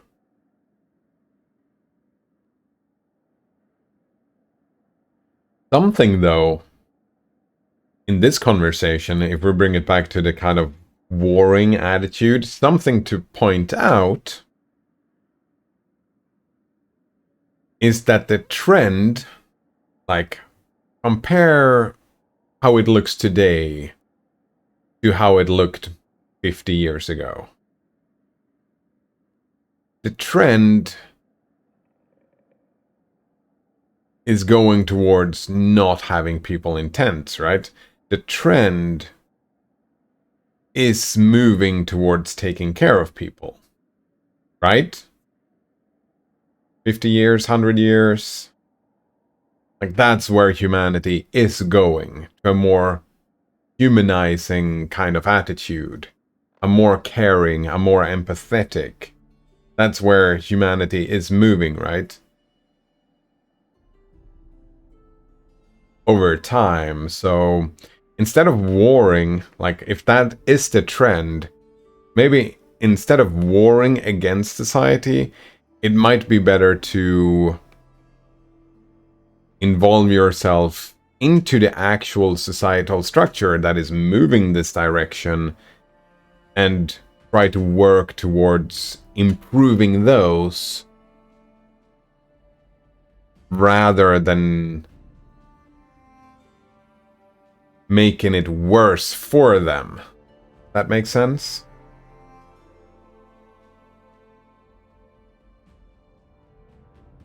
I feel like I'm always more impressed with people who are trying to build things rather than tear things down. Examine says there is no reason in the US at all, it's just evil and corrupt. That's just not true. Corrupt, yeah, but evil doesn't exist, right? Sure, a lot of corruption exists, but it's not like...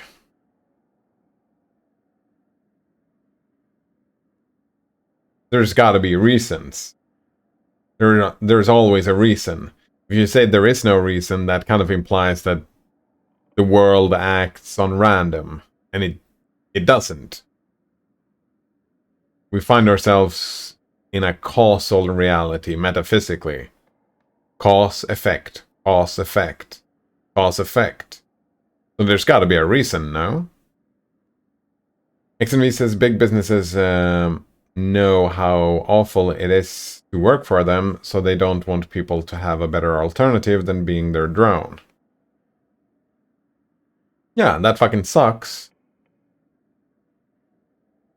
But it's still better than, like... It's still better than what it was 100 years ago, XNV, right? It's still better than it was 100 years ago.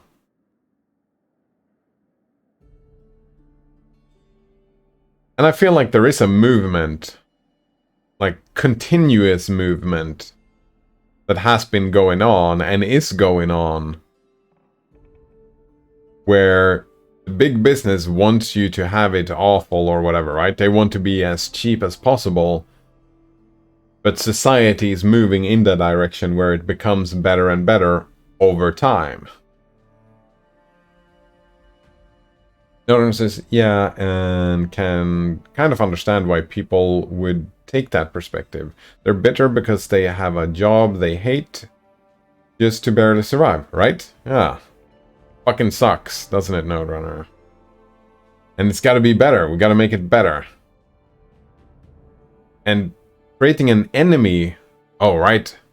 The people that you point out, Node Runner, making an enemy of those people might be a mistake instead of bringing them in and being positive and like, let's work together to make something better rather than fight you, because that is a potential ally, right? Yeah. Because they're bitter about the same thing, really, aren't they? He says, I'd agree with you on helping people moving in the right direction, except all major institutions in the US are corrupt, every single one. Yeah, because people are corrupt. Just like if you create an institution, X and V, that works in this direction, you're all also going to have a corrupt institution. That's just how people work. So one way to do this is to help these institutions become less corrupt. That's another thing, a good thing to work on, right? How do we make these institutions less corrupt? Let's do it. Let's work towards it. XNV says, I do not think it is better than it was 100 years ago for many people. Really? Really? How long ago was slavery abolished? Was that more than 100 years ago?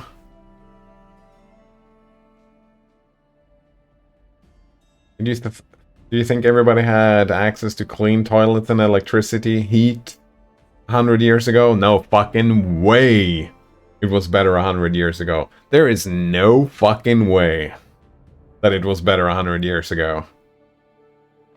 XME says, you may not realize this in your country, but this is why a lot of people choose homelessness, drugs, crime, etc. in the US. Yeah, because, I mean, it's the same where I live. Shit's rough, but oh man. Oh man. Quality of life metrics, most of them are going up. I remember someone saying that, you know why so many people are depressed nowadays? Because they have enough time to sit and think about their own situation. It's not a struggle for survival anymore. Since it's not a struggle for survival, that's when you actually reflect on your own situation and you figure out how bad, right? How bad it feels. And you have the opportunity to do drugs. There is enough food. Like, you're not starving to death. Which might have been the thing 100 years ago, right? There were no benefits 100 years ago. It was more dependent, it was completely dependent on the local... Yeah, there was no government support. Sure, there might have been local support, but that's the luck of the draw, right?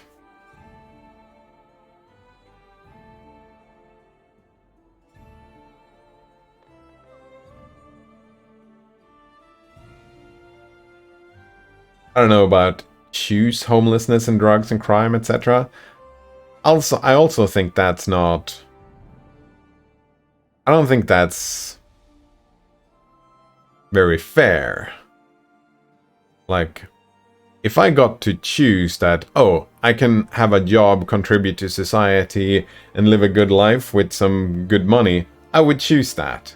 Like, I didn't choose to be the way that I are. I didn't choose to become a drug addict when I was an addict. Well, am I still an addict? It's difficult to tell, right? I didn't choose to become an addict, right? It's something that kind of happened.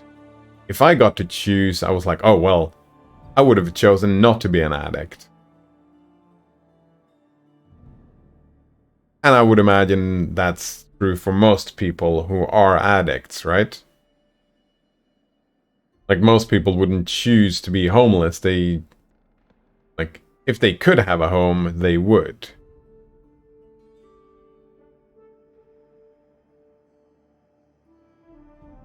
He says my life is great compared to what it would have been 100 years ago on average.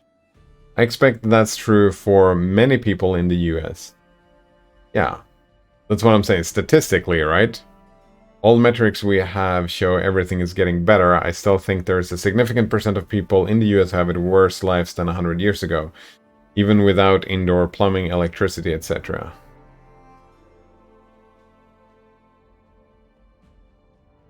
Oh, right.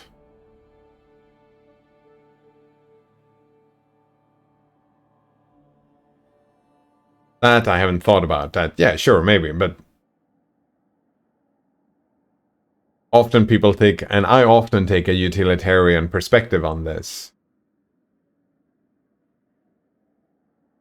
Yeah, there is a few people that may have it worse.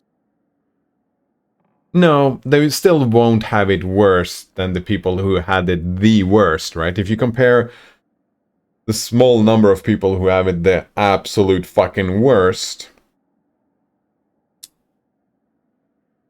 right now and the people who have it absolute fucking worst back then, I would still say that the people back then had it worse, right? Well, maybe not, X and V. Maybe not, because the people who have it the absolute worst today, they would probably be dead 100 years ago. Yeah, they wouldn't be fucking alive, therefore they don't have it worse. So, yeah.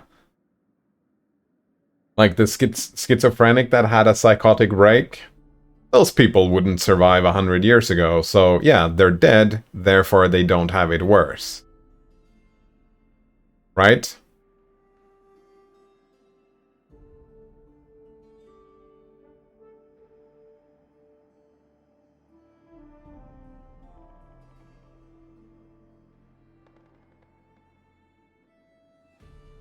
Even without indoor plumbing, electricity, etc. So I'm not convinced.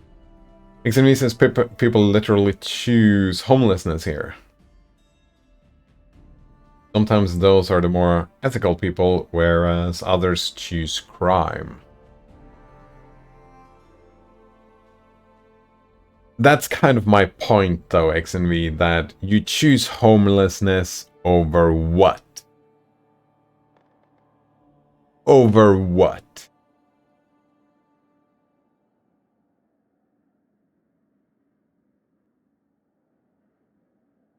Yeah. Like, if you lived in Sweden, you would never choose homelessness, because choosing homelessness is choosing death. And if you're choosing death, you might as well just... Right? There are better ways to die than to freeze to death.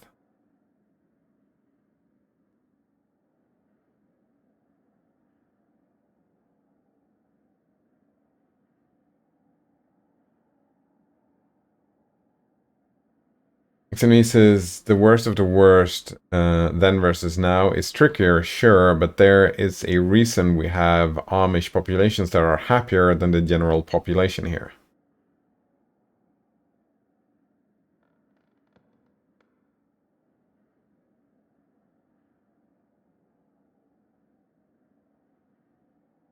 Yeah, and I mean, there's a reason why... What was it called? James Jonestown? Those people were happier than the general population. Because they had a strong community. Yeah.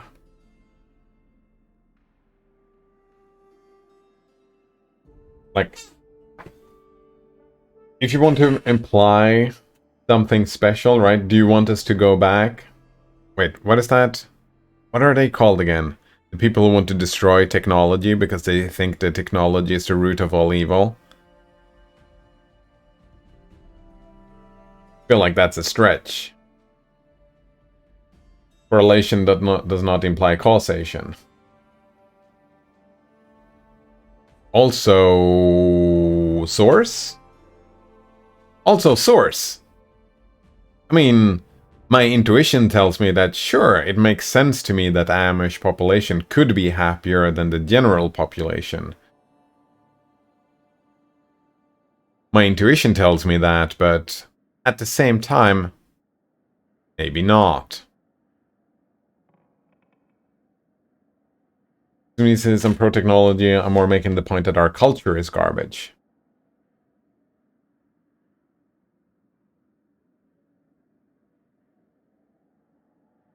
But if it's better today than it was 100 years ago, which you kind of said, right? All metrics we have show that everything is getting better on average, right? Everything is getting better on average.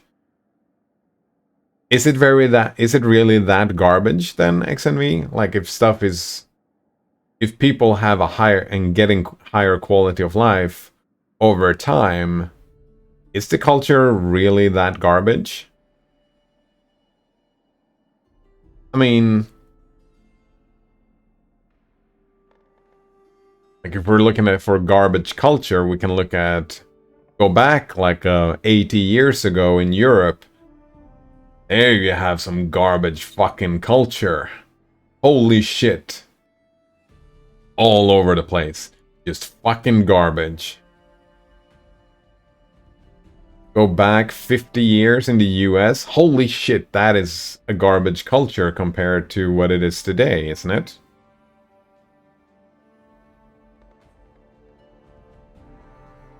Don't get me wrong, I'm not saying that the culture, US culture today is the greatest or whatever, but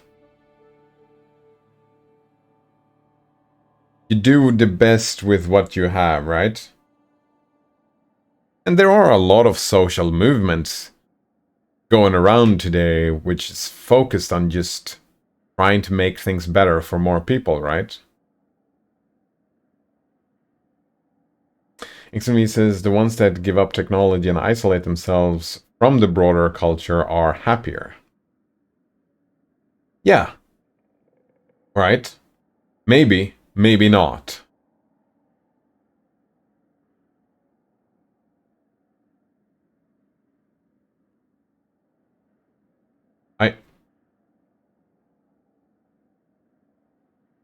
I understand that it is easier to make 100 people happy than 100 million people happy, right? When you have an organization or a social structure of 100 million people, it's gonna be difficult to organize that to make everybody happy, right? You immediately run into about what the fuck are we gonna do with this? This is just so fucking problematic to deal with.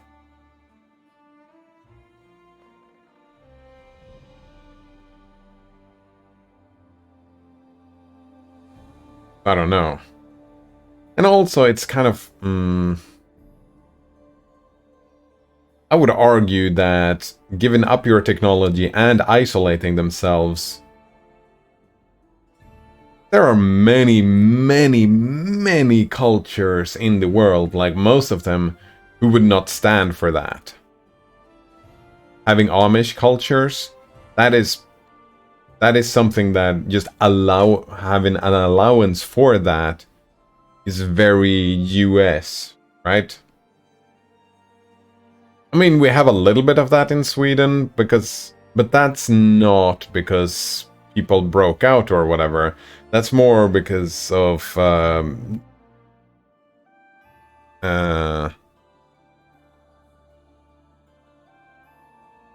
yeah, that's more like the Native Americans that we have the native Swedes, Sami or whatever.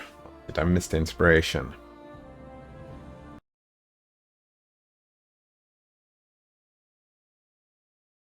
Never stop being exceptional.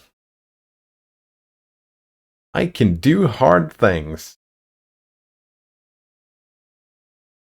Is that exceptional? Standing on a log in a... That's pretty exceptional, isn't it? Maybe, I suppose. Some inspiration, I suppose. Examine says, what I'm trying to connect is that we have the ability to give every single person a better life. Not only don't we do that, our culture is one that deliberately chooses not to.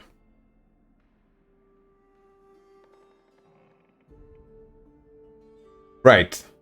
And I feel like that's the mistake. I see a lot of people do that, right?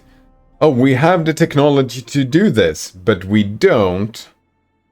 And then they kind of draw the solution that, oh, this looks super easy to me. It's not. I would say you don't have the ability to give every single person a better life. Because if you did have the ability, you would. There is this general idea that people bring into, and they just think that politics is easy.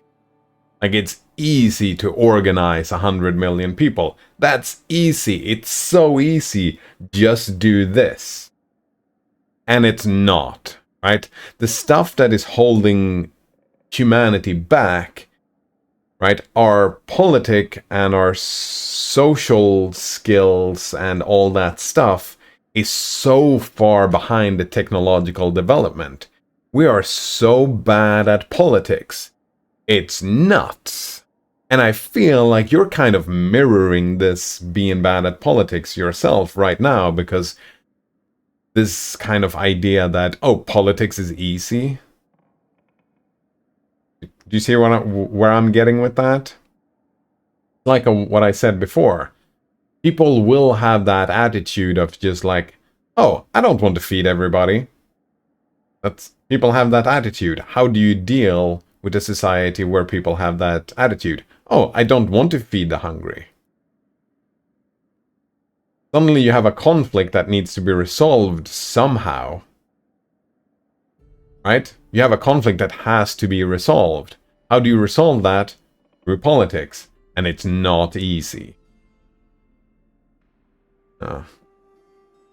Exonme says, and unlike Europe, we'd rather drive people like cattle towards productivity against their own will than work with them to find something that suits their individual utility. Oh, I live in Sweden, which is probably one of the most working together with people, one of the most countries like that in Sweden. And we do that as well, right? Yeah, we cattle people towards productivity. Definitely cattling people towards driving people towards productivity. That happens here as well. Yeah. And he says you have to conform or you're fucked. Similar to what we do here. Fully disagree. I'm prevented from doing it. Thus the need for the religion idea. I'm actually prevented from doing it. There are literally people here who are arrested for giving food to the homeless people. Yeah, that fucking sucks. Yeah, it fucking sucks.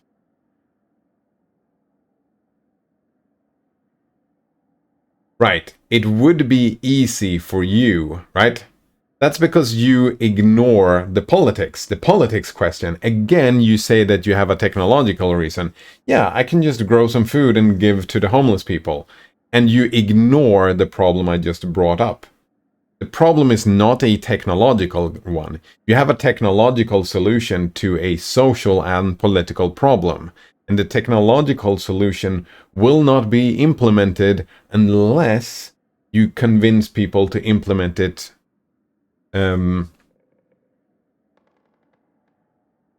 politically.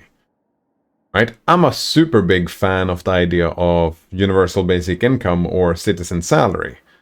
And the problem is not technologically or like to implement it. It would be super easy. I mean, we already have a taxation system. We just use the taxation system, take some of the money and just pay everybody a certain amount every month.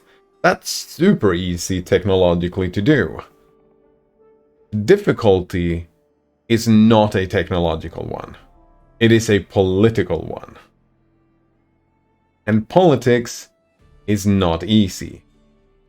And an example of why politics is not easy is that politics is so difficult that you end up with a situation where it's illegal to give homeless people food because politics are so fucking difficult, where you just end up in this situation because, like I said half an hour ago, we suck at politics. We don't have political strength.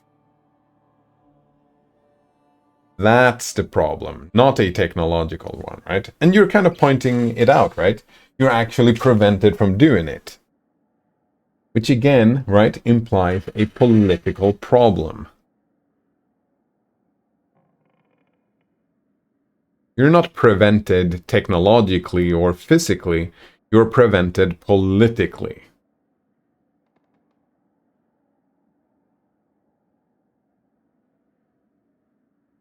That's why I kind of liked exploring the idea of waging war through the benefit thing, I ended up on the side where, good luck, I hope you succeed, but I'm worried that it's going to cause more problems than actual help because of the generation of hostility, right? But I don't know, because politics are hard and it's difficult to predict how people are going to react to that thing. Yeah. Colgitinotab says, speaking of millions of people, India is catching up to China in population. Might beat them in 2030. Oh, fucking like rabbits, eh? Then. XNV says, what you're calling a political problem, I'm calling a cultural problem. I would say the two are... both are the same. Yeah, culture, political...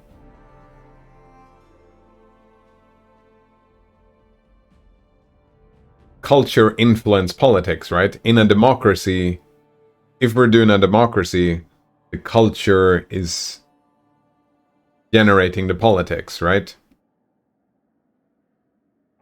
And it has an attitude towards the politics as well.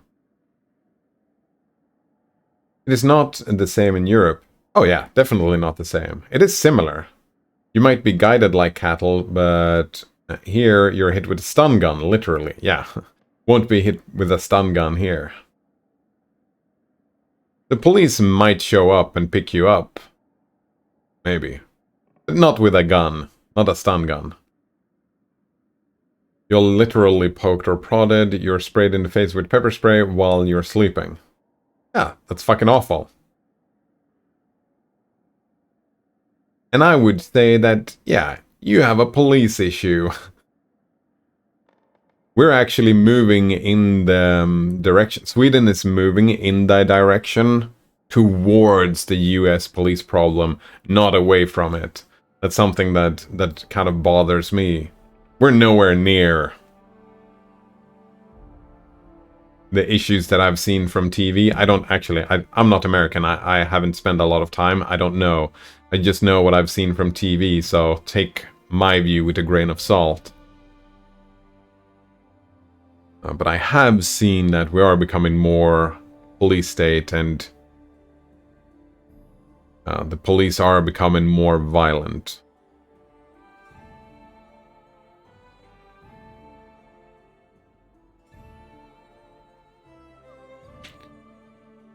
XMV says that's the culture, it's not just police.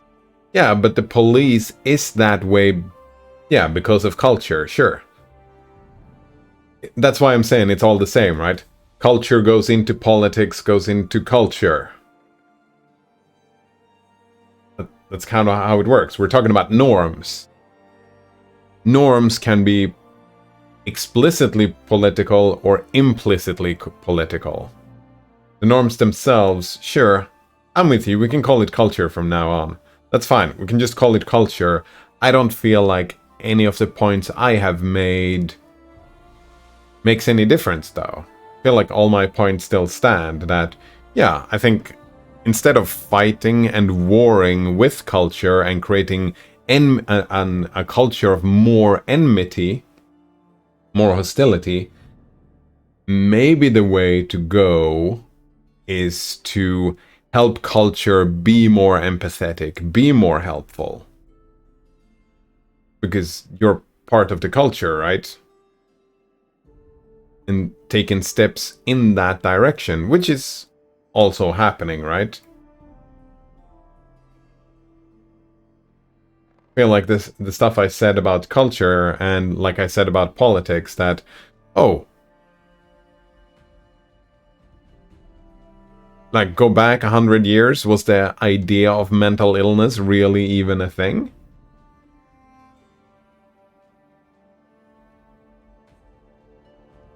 Did the culture accept people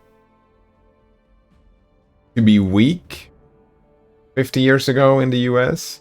Was that an okay thing to be? Weak?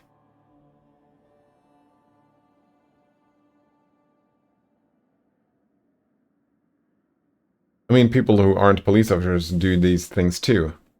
Oh, that would be illegal in Sweden, yeah. Using the, what was it called? The stun gun, yeah. That's illegal. Because we have a different culture around weapons. We have a different culture around weapons. We make them illegal. Which, I'm not saying that that is better or worse. But yeah, like a social worker do not carry a stun gun. They would not be allowed to carry a stun gun. And it's illegal because of the culture. Culture is that... Oh, and the culture is as well, you don't walk around with a gun. Well, the police do. They carry guns. I think always? Do they always carry guns? I don't even know. I haven't seen lots of cops. XMV says, if you have a suggestion for how to influence culture, fine, but things don't seem to change much until money is at stake. Yeah, that's why I was so interested, XNV, in your idea of waging war. Because waging war instigates change, right? Like, creating more problems, well, not war as in shooting people, but war as in, if you create more social problems, people are gonna have to react, and that will change culture over time. How to be more positive, a positive change in culture. I would say the stuff that you wanted to do, right? You seem to care a lot about the homeless and the people at the very bottom of society, right? You want to lift them up, XNV. I feel like that's something that you care a lot about. And you want to influence, like we're talking about influencing culture, to care about people who might not have it easy. So, how do we influence culture like that? Well, you have the... you can follow the methodology of the charities, right? The charity kind of have that down to a T. You've probably seen a bunch of charity commercials, like I have. They're fucking everywhere. And how to manipulate people into feeling sorry for other people. That's one way of doing it. Another, even better way, it's similar to what you were thinking about already, right? Actually, just doing the exact thing that you were thinking about, but instead of with an hostile approach, it's more a lead by example approach. Document what you're doing, show it off, and be an inspiration for others to help and be friendlier. Talk to people, like these people who just look at the homeless and say it's their own fault. Have conversations with those people. Treat them as allies, potential future allies. Bring them into your point of view.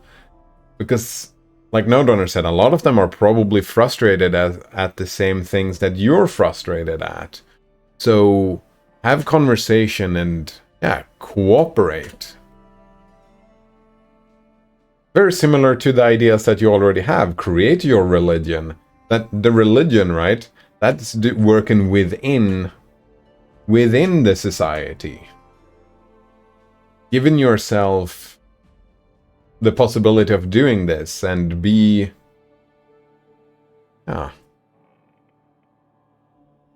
lead by example. Just help people. Maybe? I don't even know. Fulgitino Tab says, I think it is more that the Chinese people are reproducing not much than India are reproducing like rabbits. Oh, I thought the Chinese, I mean, they had back in the day, they had the one-child policy, right? So I would imagine that, oh, that has probably left some marks than people having less children because of the one-child policy, right? That they maybe had a bunch of children, then they did the one-child policy, and now it's kind of balancing out, and it's not going up again to even where India was before. And me says, war of attrition, starve the beast, drain its resources until it stops misbehaving. Yeah, that's the thing. It worries me that by behaving like that, you're kind of the people who have this idea, the objectivist idea that, oh, these people are just feeders, they're just leechers, they're not providing anything to society. These people are they're just there to drain and eat the food that I work to provide. When you do that war, you're proving them right, and you're maybe strengthening that culture rather than weakening it. Either way, you're creating more hostility and people getting more stuck in their way. And I mean, if you want to change culture, there are already a lot of people that agrees with you, right? There are already, XME, a lot of people who agrees with you that want to help and lift people up. There's a lot of people like that. A lot of them. Charities are corrupt here. Yeah, but it's like comparing a cigarette company and a charity company. Like I said, they're all corrupt. Wherever you end up. There's still a difference, right? He says they're for-profit enterprises, except all the money goes to the employees instead of investors. Right, that's not what I was talking about. What I was talking about is, how do you manipulate people? I was talking about the fucking ads. I fucking hate ads. Not about the charity company structure. I was talking about how to manipulate people and culture. You know, when you see a young child just standing in some desolate area, tear dripping down from their eyes, right? That was what I was talking about, not the actual charitable organization or whatever. I was talking about how to influence culture. Olgitinotab says China and India both used to reproduce quite heavily, but fertility rates have been in decline. In China, it was more abrupt when they took the one-child policy. In India, it slowed later and not quite as drastically, even without such policies. Olgitinotab says that people now in reproducing age are from one-child generation. Like how China's fertility rates, as its bottom was still 1.61, one-child policy surely was working and nobody was having more than one child. Yeah, 1.61. They only had the one child, indeed. Notice says that every government in the world tries to control fertility, some more than others.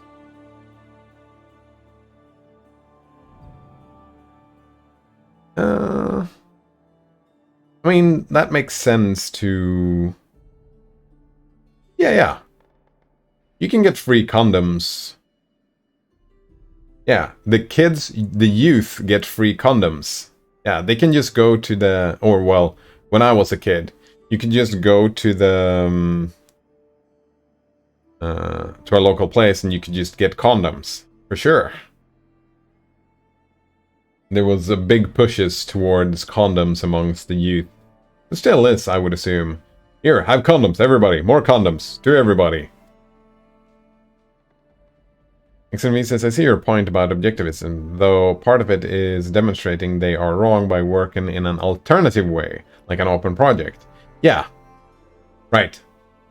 That's the leading by example I was talking about. And leading by example, do you think that the best example is to name it a war of attrition? Is that the open project you want to build? One that just tries to make society worse as its goal? I feel like that's just trying to tear something down, and I don't know. I see a bunch of problems with it. I'm not saying that it's all doomed. I'm just saying that it's dangerous. And like I say, I'm usually more impressed by people trying to build something rather than tear something down. Because looking at something saying, oh, that is trash, it's way more easier than try to actually build something yourself, right? What I was talking about. Politics are difficult. It's difficult to do politics. It's easy for someone who doesn't work with this stuff just to look at them and point out that, oh, look at these politicians, how trash they are.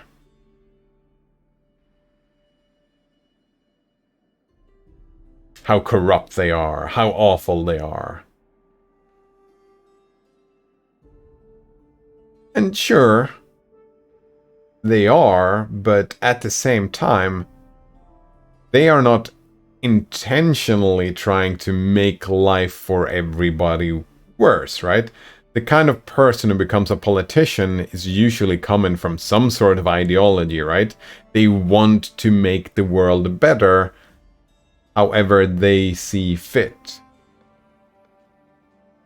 Right? The objectivists, they want to make the world better from their point of view. They're not trying to make the world worse from their point of view.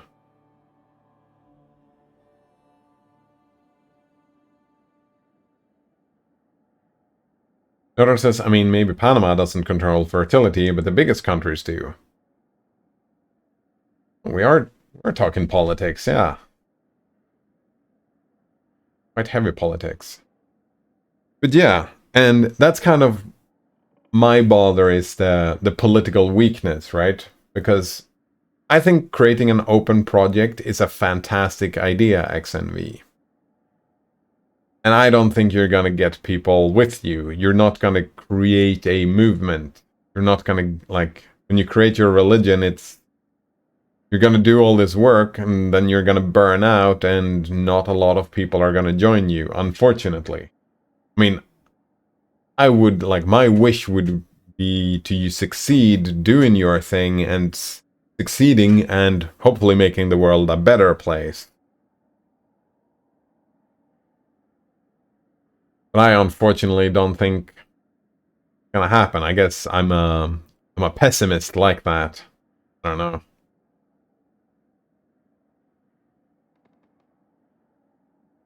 That's an interesting statement, though, because I've never thought about that. Like, sure, I've heard the one-child policy. I've heard about that and people using it as a scare tactic or whatever. But yeah,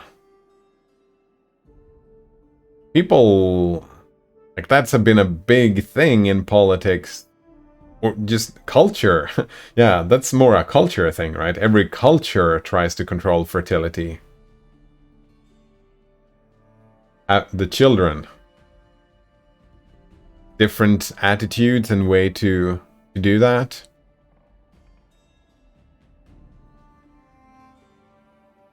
That's a pretty big thing.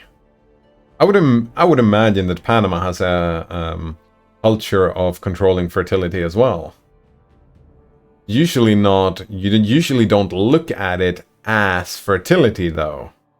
It's usually about controlling sex. But at the end of the day, why do we control sex? Well, because of the children. Because of the fertility.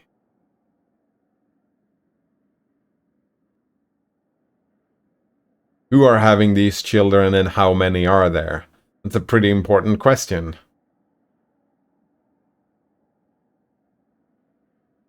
Suppose. Well, Type says, I've recently met some moral objectivists who are not so obnoxious. I mean, they're just people. I think you're stronger than me, Tap. Something tells me that I would probably find them obnoxious. Yeah. Maybe you're a kinder person than me, Tap. More open, friendly.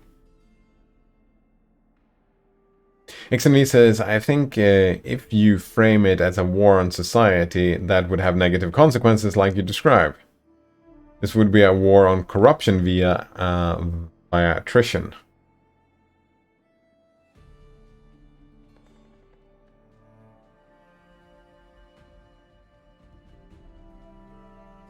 All right.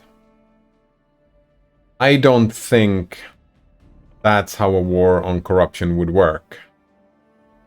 Like, every single being is corrupt, right? We have a structure as well that lifts up people who are extra corrupt. We lift them up and put them in positions of a lot of power.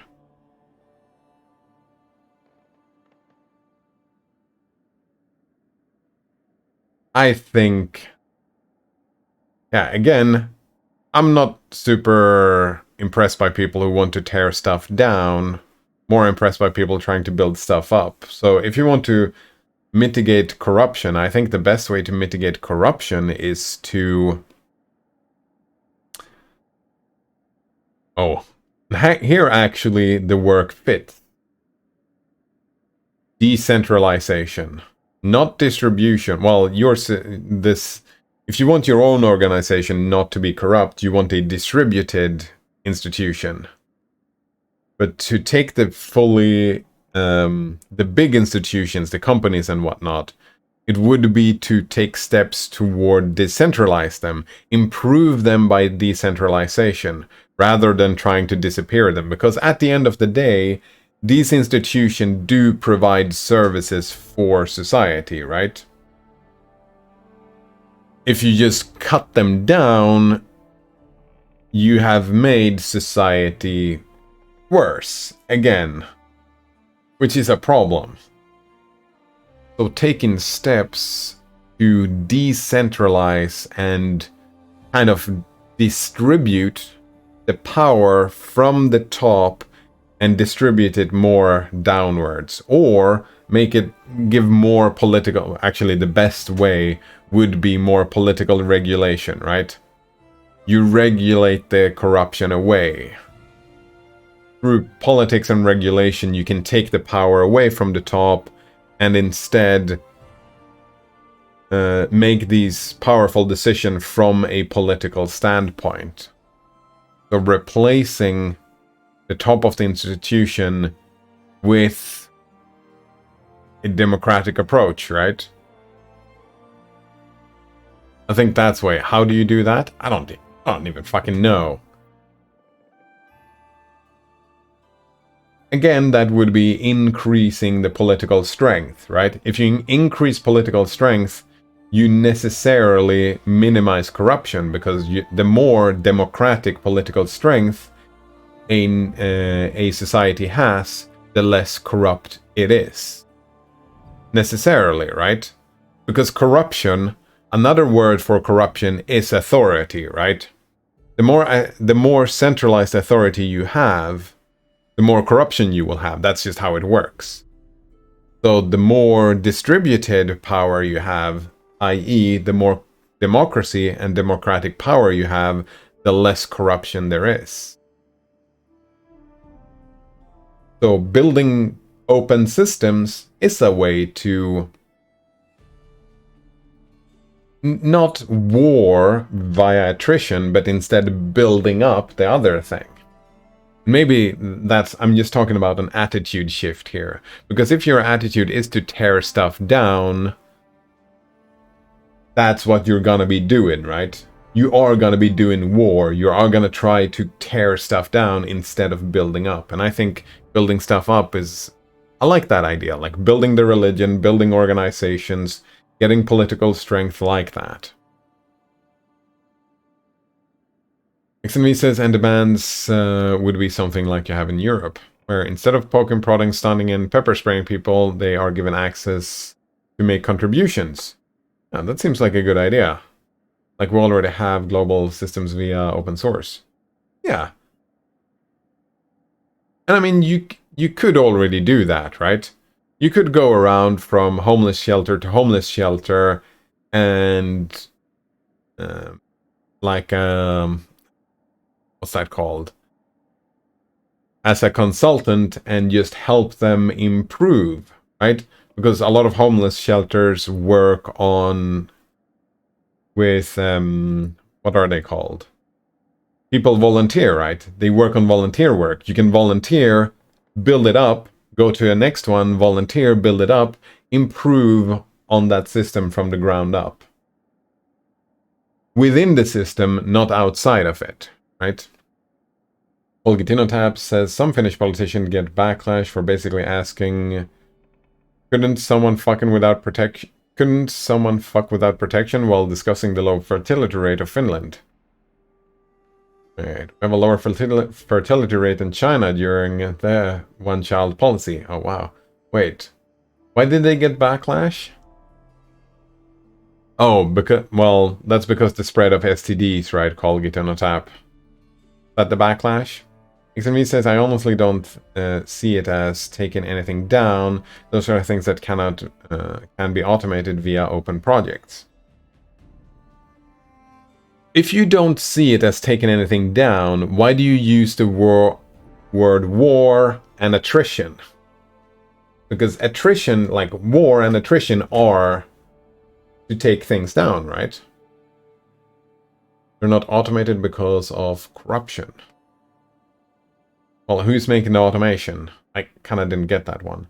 Well, Tab says, if it wasn't for immigration, Finland's population would be in decline. Would you look at that? Time to have more children, eh?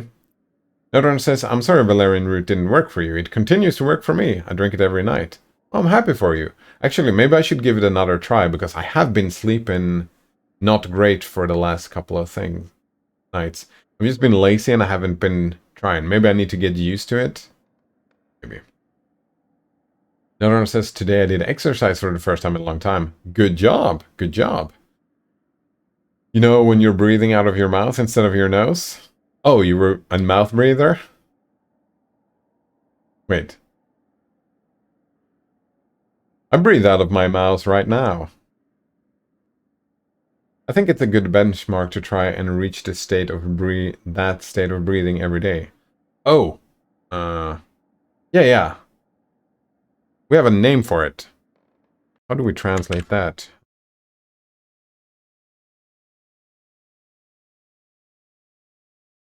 No, that's not it. Did I misspell? Oh, yeah.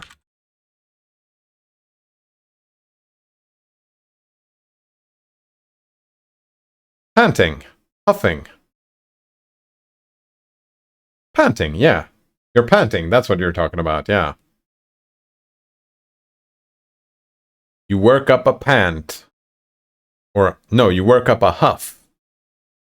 You work up a wheeze? No, wheeze doesn't work. Oh man, neither of these are great translations. Huh. Neuron says, and then your stamina would build up and you could do more without breathing hard. There we go, breathing hard. I think it's called being in shape. Going outside. Yeah, it's fucking awful. I've tried it. Pretty awful. And what makes it worse, Nodrunner, is that the more in shape you get, the more work you have to do to build up a pant or breathe hard, right? Which means you have to do more and more and more and more, which means the more work you do, the more work you have to do, which is even worse, right? It makes it worse. Oh. XNV says that homeless shelters are themselves corrupt. They let you volunteer if they think it might increase the odds of you making a donation. If you try to automate away your volunteer job, they stop you. I've tried this. Right. That's because you are not very patient, XNV, right? If they build on volunteers, you have to start... Like, you can't just come in to an organization and be on the bottom and just make changes. That's not how it works, right? That wouldn't work in any organization. Coming in as a newbie and just dictating stuff that is gonna happen? No. First, you go in there, you establish yourself, right? Then you take baby steps without ruffling any feathers, right? So I feel like that's more about your methodology being terrible rather than like, sure, you're gonna blame them and tell them they were being corrupt when your methodology was probably not very good, right? Because you came in like a wrecking ball and people were just like, we don't want anything to do with this, right?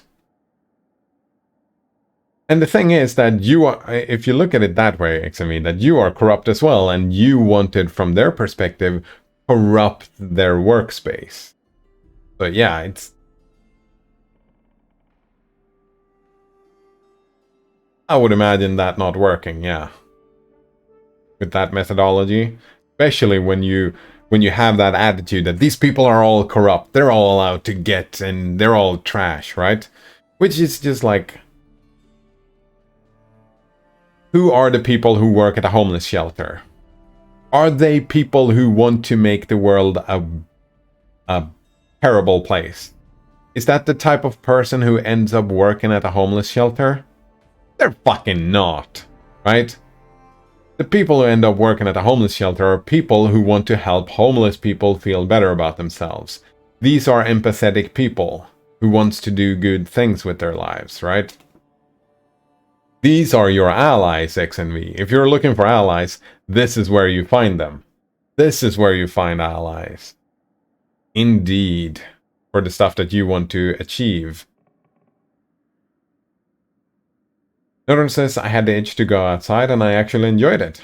I had to take action before it faded. Sorry for the wall of text. No need to apologize. I'm happy for you. Good job, Noterunner.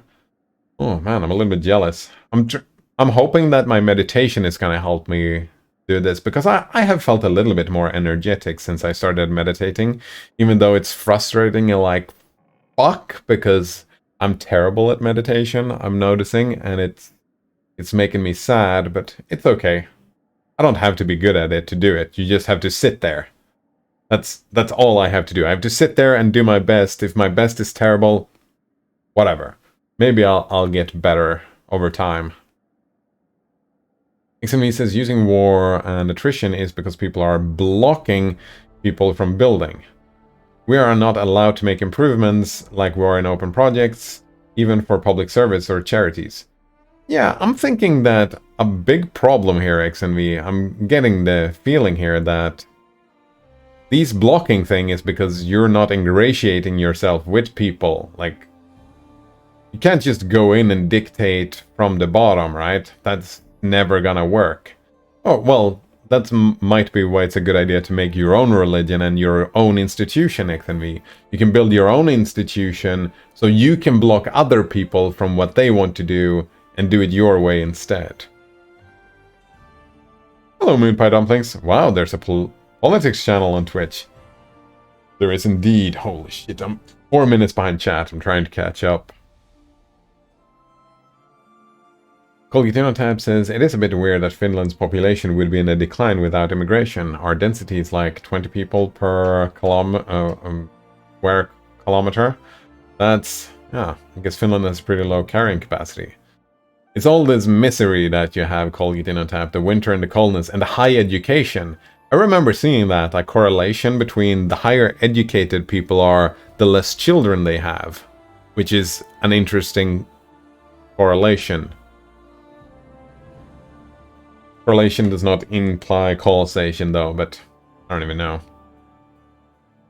Moonpie Dumpling says, anyway, I've been searching for live migration of KVM virtual machines and containers, either LXC or OpenVC, Docker/Podman, Kubernetes, direct terminal access for tinkering, storage clusters, and more. Oh man, I knew some of those words. Yeah, a few of those. Neuron says another new activity is buying plants. Yeah, I bought plants today. What is wrong with me? That sounds fucking great, Noderunner. Good job. I actually started growing some potatoes the other week, yeah. I have some, like a bucket of potatoes that I'm growing outside. I think I'm gonna make another bucket of potatoes. What's wrong with me? Being all healthy and the like? I'm super happy to hear that, Noderunner, yeah. XNV says, come in as a newbie and make changes. It's exactly how open projects work. Not necessarily. We're back to the conversation about the bazaar and the cathedral. Yeah, we're back to the bazaar and the cathedral. You, XNV, as an open project, cannot come into the Linux kernel and change it so that the my Linux kernel changes. You cannot dictate how Linus Torvalds is going to do his job, right?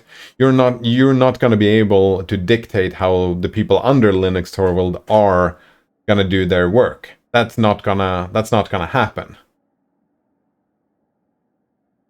So it's not exactly how open projects work. And also, there's a big difference. If you come into an open project, that project is already open. When you join a homeless shelter, that is not an open project. If you treat it like an open project, then you are doomed to fucking fail, which is, I would argue, that is why you failed, not because it's corrupt.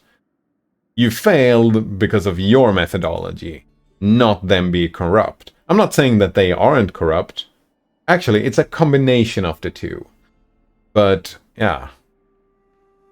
What is most important, to achieve the changes you want to see in society, or your methodology? That's why, again, ideology is always in the abstract, right? When we actually do actual work in the real world, we have to adapt to the situations we find ourselves in. There we go. Minpa Dumpling says post entire organization structure and procedures on GitHub, lol, and let people do pull requests. Yeah. XMV says, and no, it's not just a me thing. Other people made the same attempt, including wearing a tie and giving presentation, and the offer to automate the intake process was ignored. Well, that's a different aspect, yeah, coming in there as a thing. And, oh man. Talk about trying a technological issue and ignoring the politics. You're doing it again, right? I'm gonna show up here. Look at my technological presentation and how you can do everything so much better. And ignoring the local politics of the organization. Right? Rhetorics is 3 different parts. All right, let's do a thing here. Rhetoric. Do we have the 3 scope? Do we have the 3 bases of rhetorics? Oh shit, do we have? All right, let's just search. Ah, here we go. The 3 legs of rhetorics. Here we have them. Logos, pathos, and ethos, right? These are the things that you need to convince an audience of something. And I would imagine that a lot of tech people and engineers and software engineers and whatever, automation people, they go in with logos. What do we call logos? That's the word and the thought. Which means you have an idea and you put that idea into words so that someone else understands the idea. That's 1/3 of rhetorics. And if you only go in with logos,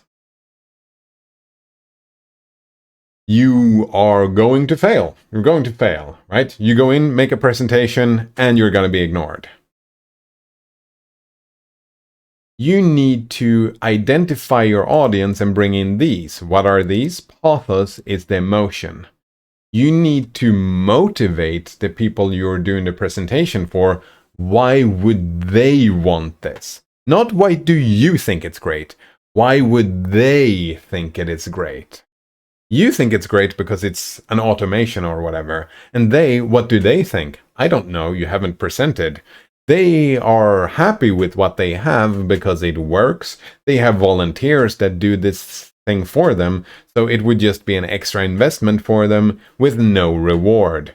Maybe, I don't know. That's just an example of how they might feel about it. You have to identify their feelings and you need to trigger like real emotions, how it can feel great for them to do this automation. So you need to identify your audience and know these people and actually help them. Not you, them, the actual people who's working there. And the last one is authority. And that's the kind of the one that I was hinting at before with you being a newbie. Like, what gives you the authority? If you're just a person that shows up for the first time with a tie and whatever, sure, the tie is a nice touch and whatnot, but who the fuck are you? What the fuck do you want to do? This all seems like whatever. I don't trust you, right?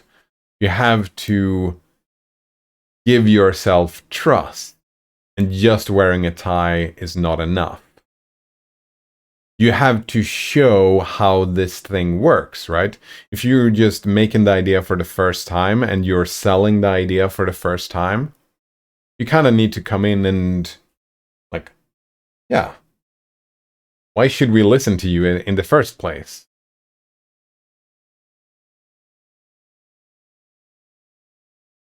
Yeah. And if you go in with just logos and then you say, oh, they didn't listen to me, therefore they are corrupt, that's...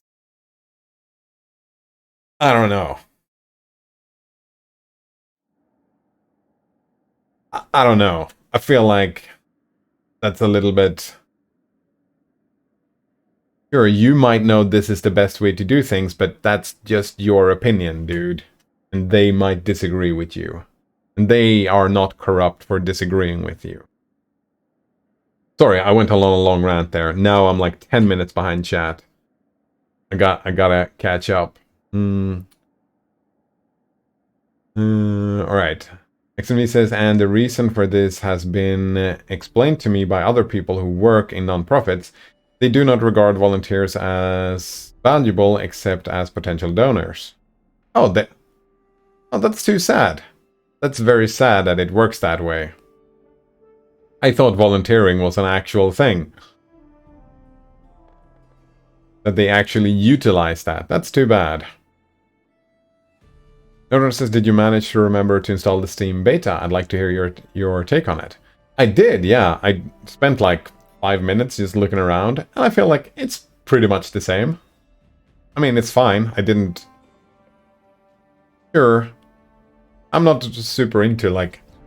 Sure, there were some aesthetical differences. Didn't really make much difference to me.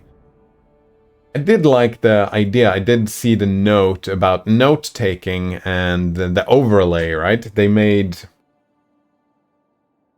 changes to the overlay. I haven't tried that out yet. And I think I have it off automatically. Yeah, I have it off automatically. So I remember just being bothered by the overlay and feeling that's just bloat. I don't want to keep that running. But maybe I should try it out someday, especially now with the note-taking and whatnot. It seems like it could maybe be a nice tool to use. I don't know. I haven't tried that out. But for my use case, how I use Steam, not much changed. I mean, it looked fine to me. XMV says, yes, that's coming as a newbie. Right. Yes, that's quite how it should be. There shouldn't be a ton of secrets in charities. Yeah, and that's your opinion, dude, XMV. And of course, if they are corrupt, they are not going to share your opinion, and whatever you come at them with from that opinion is just not going to fly, right? You're not going to convince them of anything. If you just come in and dictate how they should do their job, and they're like, well, just fucking no, piss off, you're bothering us. XME says, especially because if they do a good job, we should want to replicate their success elsewhere. Yeah, but first, you need to... Maybe you should open your own homeless shelter, XMV, and be your own boss. Because then you can lead by example, right? You can lead by example. Open your own homeless shelter, do the thing, prove that it can be done, and then kind of go from there. XMV says, and if they do a bad job, the public wants to help them improve, as we do in open projects. Right, and there I think, again, I'm bringing up the political weakness thing. The public doesn't fucking care. Yeah. Good job, bad job, doesn't fucking matter to me. The public. That's it? Question to answer for you, I guess. XMV says, there's no need to imagine me as an oblivious person who doesn't understand that homeless shelters aren't open projects, but you're kind of sounding like that. If there is a shelter who's struggling and calling for volunteers because they need help writing things on a piece of paper and later entering into a database, all the while homeless people of varying mental stability stand in line, something is up if you have professional expertise from multiple people offer time and equipment to solve the problem and they ignore you. Yeah. The same people they've trusted to do the process manually. They're fucking corrupt, sorry. Oh yeah. And like I've been saying, XNV, I'm not arguing that they are not corrupt. What I'm arguing is that your methodology is terrible. Yeah. And you should agree with me that your methodology was terrible because it failed. When it failed, well, terrible, that's rude of me, I'm sorry. You tried a methodology, it didn't work. I'm highlighting maybe you should try a different approach. If you try and fail, what is that quote? First you try and fail, then you try and try again. The reality you find yourself is that they are fucking corrupt. Where do you go from there? You quit? Is that it? Is that your solution? I quit, it's all on them. I did my duty, and that's fine. It's completely fine. If you want to quit, that's completely fine. Like, I'm not forcing you to do this stuff. I'm just saying that people are adverse to change. I can add that as well, right? People are adverse to change. And also, to be fair, they were in a problem. They asked for volunteers to do a piece of work. You did that work. Their problem was solved through volunteers. So your statement that they only care about volunteers as donors kind of falls flat with this anecdote that you just gave us, right? With that anecdote, you showed us an example of a homeless shelter that did not use volunteers only as a prospect for potential donors. Right? And yeah, to be clear, I'm not saying they're not corrupt. I would assume they are, yeah. Like most organizations are. Because people are corrupt. That's part of being a human being. However, they can still be your allies, XNV. Like, a person who runs a homeless shelter or a person who runs a cigarette company making cigarettes, who do you think is more likely to be an ally in the goals that you want to achieve? Like, definitely the person who works in a homeless shelter. Right? Definitely that person. Even with their corruption.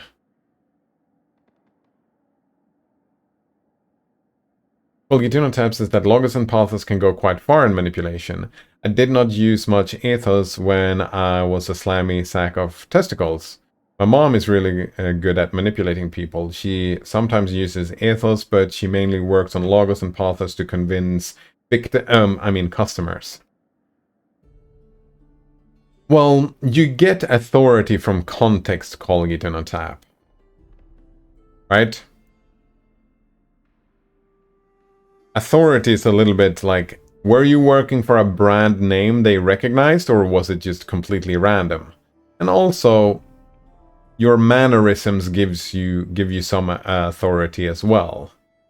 Pathos is more eliciting emotions, like telling anecdotes and getting them to feel things, right? But there is a lot of stuff that goes into ethos as well that is maybe more subtle than straightforward, if that makes sense.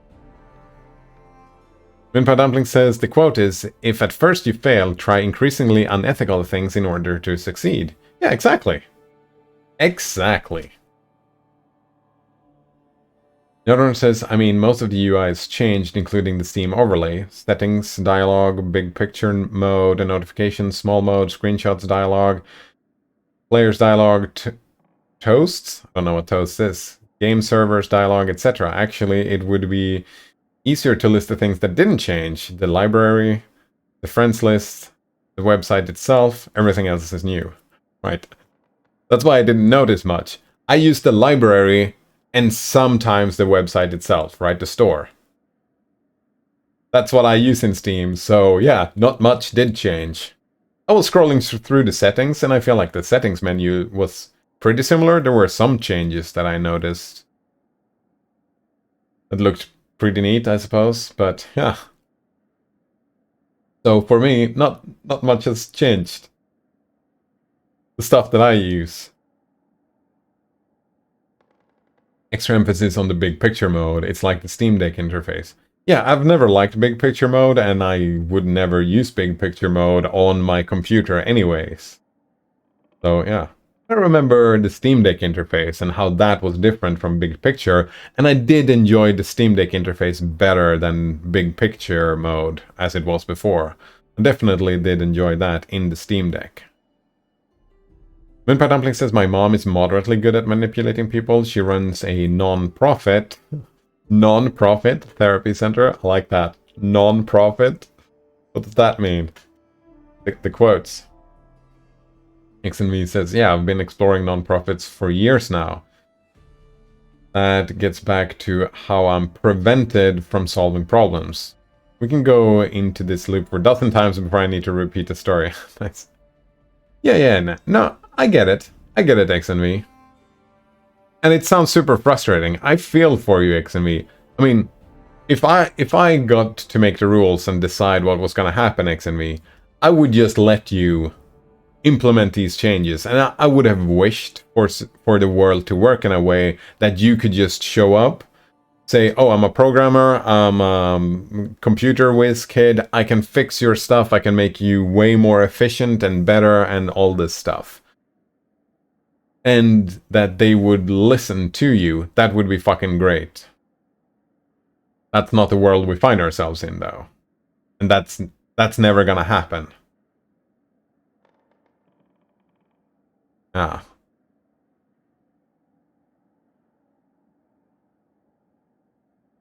Yeah. Unfortunately, that's not... I'm curious, when you say exploring non-profits for years now, like, I don't know, like, I've been making some assumptions, and it seems like my assumptions is not fair to what was actually going on.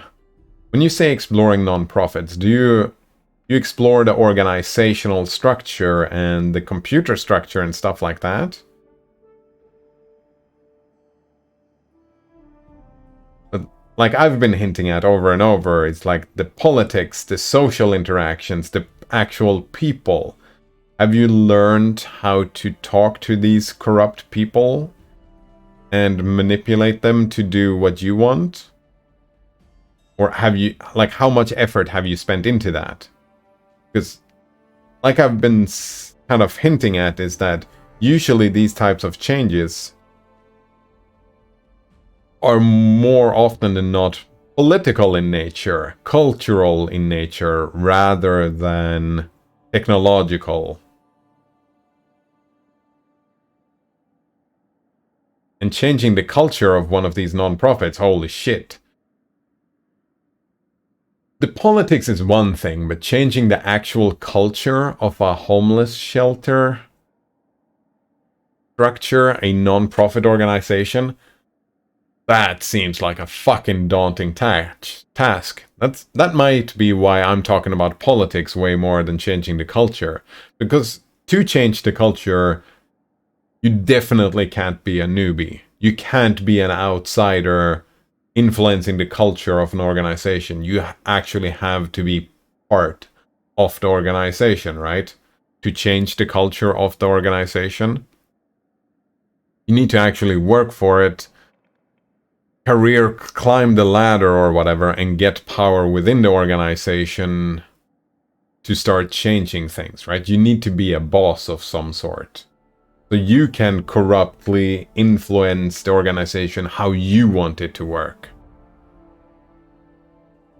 Right?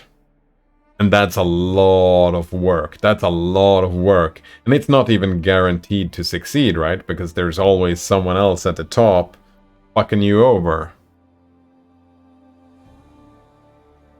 However, the politics you could influence from the outside. Or, well, if you could influence the people at the top that makes the rules, you could do that as an outsider as well, but it would also be a lot of social work, right? Mentalism, manipulating people. And, oh man, I'm gonna be a bit prejudiced here. Oh man, I'm such an asshole. I would say most people who are excelling at coding, I think there's a strong correlation with people who are great at coding and maybe not very good at social interactions.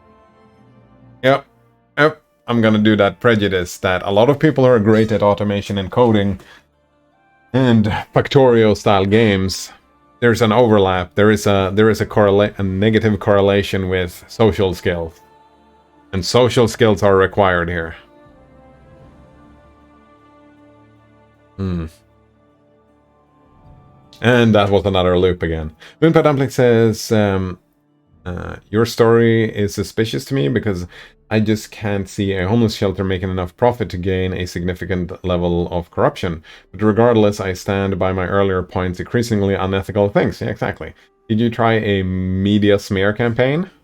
Oh man, that's a big fucking step, Moonpie Dumplings, but that's something to try as well, yeah. Everybody is corrupt though, Moonpie Dumplings, right? And, well, everything to a more or lesser degree, because we as people are corrupt. We have our own opinions and ideas of how things are supposed to be done, and if we're in the position of power, we're gonna implement our attitude, right? And that's corruption in a nutshell. That's why authority comes with corruption necessarily. Yeah. XMVs literally had a non-profit that was about teaching people to code. I offered to teach. They said, great, but we need a space and food, and for that we need to charge money, yada yada. I went and I found a free space and free food service, so we didn't have to charge. They got mad at me. Why? They were basically a franchise that was trying to gain a return on investment, and I was ruining their scheme by getting everything for free. Oh yeah. What douchebags, eh? What douchebags. And, back to rhetorics. You did not convince them of what was good for them. You didn't consider the people you were actually trying to convince. To be fair, these were assholes and they were kind of lying to you. Which fucking sucks. Fucking liars. Like I've been saying, I'm not saying they aren't corrupt. I'm not saying that. Fuck, that was a double negative. I'm saying, sure, they are corrupt.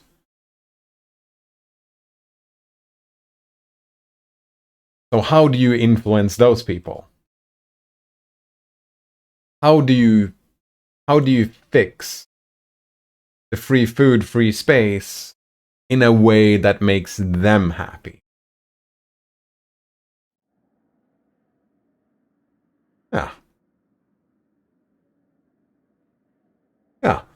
You were ruining their day. Yeah. You were ruining their scheme. You weren't helpful at all, right? Of course they're not gonna let you implement the stuff. I feel like I'm very similar to that.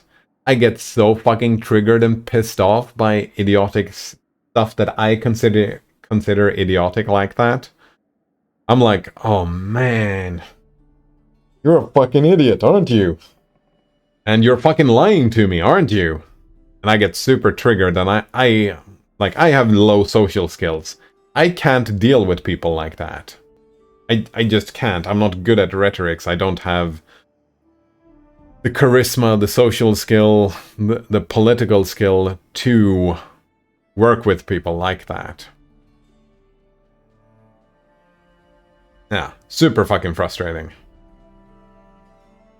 Another says that the Steam overlay now has a tabbed web browser which can be pinned over your screen so you can read guides, watch videos, and do whatever while gaming.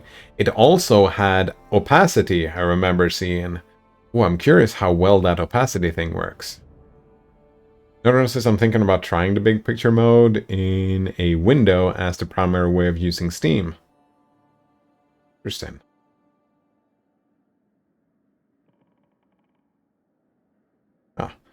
The thing is, though, that's why my notes are pretty boring, Node Runner, because I don't actually use Steam a lot. Like, I don't use it for stuff. It's there to launch my game. That's why I've been thinking about the Steam CMD and Goldberg emulator and that stuff, because I only want you to launch my game, pretty much. And maybe buy some games. Browse the Steam store, but I can do that in my browser as well. Yeah, I suppose. I'm not much of a tinkerer. I do enjoy it, but just to some extent. XNV says there are corrupt motives behind profit, like politics, where homeless people become pawns. Yep. By explore, I mean I've looked worldwide for organization worth helping, and upon finding difficulty trying to figure out why, all the way down to neurotransmitters and neural pathways.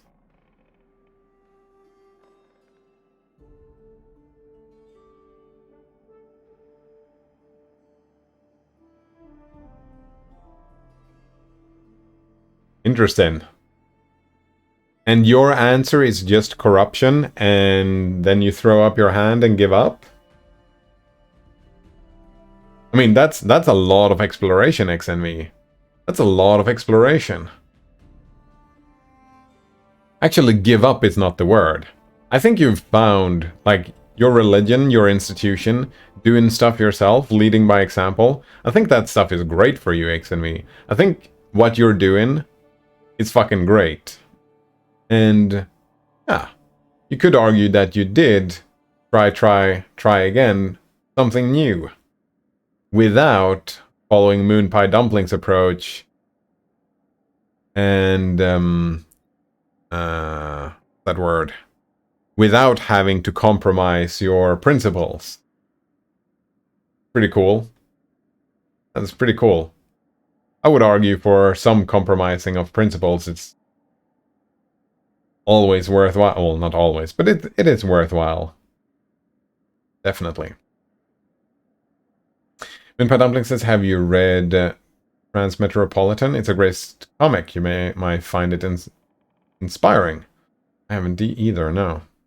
It says on social skills, I think you can accuse me of refusing to go with the grain, but that's because it's clear to me that people doing this is why things are broken to begin with.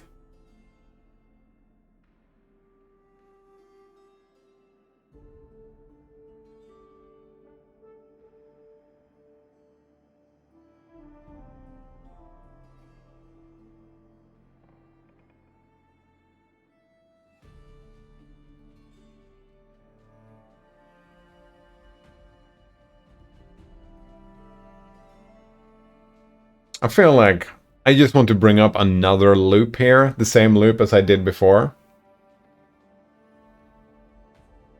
And just say that things aren't broken. Well, yes, things are broken, but again, the homeless shelters that exist today are way better than the homeless shelter that existed 100 years ago.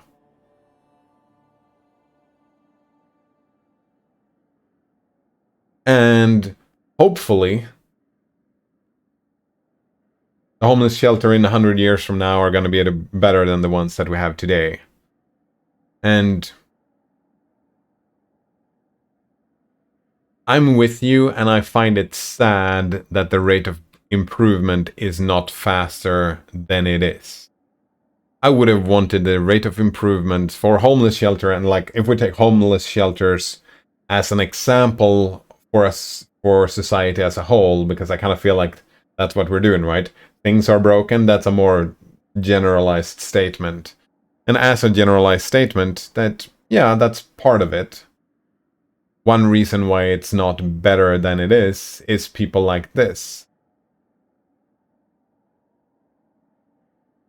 But like I said before, that yeah, these people are corrupt and you're messing with their profit margin and whatnot, but still, these people are running a homeless shelter. They are teaching people how to code. Right? That's their vocation. That's what they do with their corrupt lives. They're not selling cigarettes. They're not getting people hooked on heroin, right?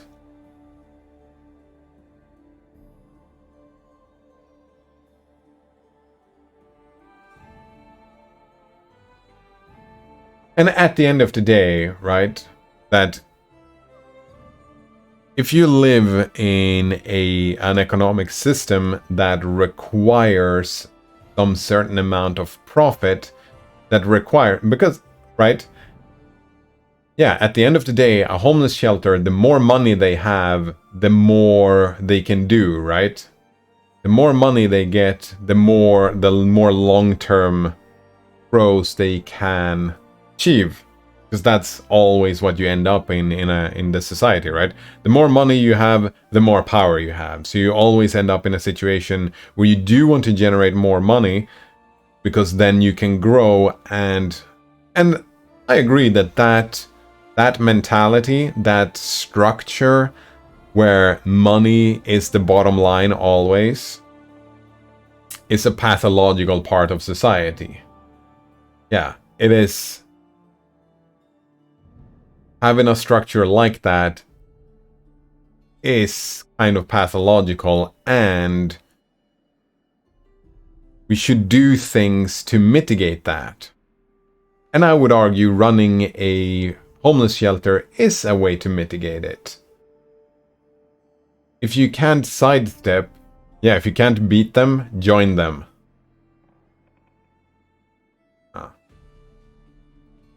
Can't beat them, join them. Or, like you're doing, right, XNV? And again, this is not me telling you that you should go back and join them. I think that your path that you're on now probably suits you way more than the previous path that you were on, right? Because your personality does not include going with the grain. And you changing and spending all this effort to trying to be something that you're not would probably be a mistake. So it's better to, yeah, create your own institution, organization, and do stuff your own way. And then have people under you that will just go with your grain. Yeah, I think that's great. Moonpie Dumpling says, based on what you're saying, it is clear that you recognize that these systems are flawed, but also resistant to change. Yeah. Yeah, that checks out. You seem to advocate for the creation of a new system, yet you seem to simply banging your head against the wall. No. That we've talked about that system a lot before. We just haven't talked about it today, Moonpie Dumplings. That's where XNV is right now in their life. They are creating a new system. So Moonpie Dumpling says, to continue, yet you seem to simply be banging your head against the wall, trying to change these things from the inside. No, I feel like it was rather trying to change these things from the outside, Moonpie Dumplings. That was my interpretation, at least. In my opinion, if you want to change these systems from the inside, you need to do it the way everybody else does, fighting dirty. Otherwise, you should step outside, as Slider recommends, create a new system. Yeah, and I think some people can go in, fight dirty, And some people are just not up for that kind of thing. I'm not up for that kind of thing, for example. I wouldn't do this myself. I would not be up for fighting dirty myself. I would recommend other people doing it, but I wouldn't. That's just not my personality. That would be problematic for me. XMV says it's not from the inside. It's war of attrition. Yeah, exactly. From the outside. The notion would be the fighting dirty style, though by being open and explicit about it. Hey, everybody, here's how you can live a comfortable life, doing good, and drain resources from the corrupt system at the same time. Yeah.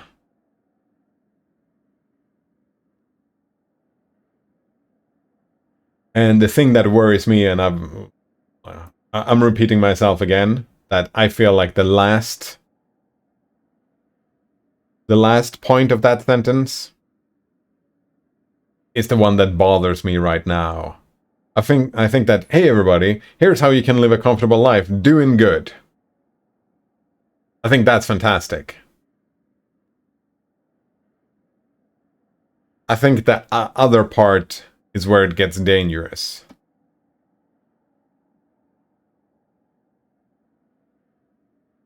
Wimpa Dumpling says it was from the inside though? No, it was from the outside, right? A noob is not from the inside. You have to actually get a job, right?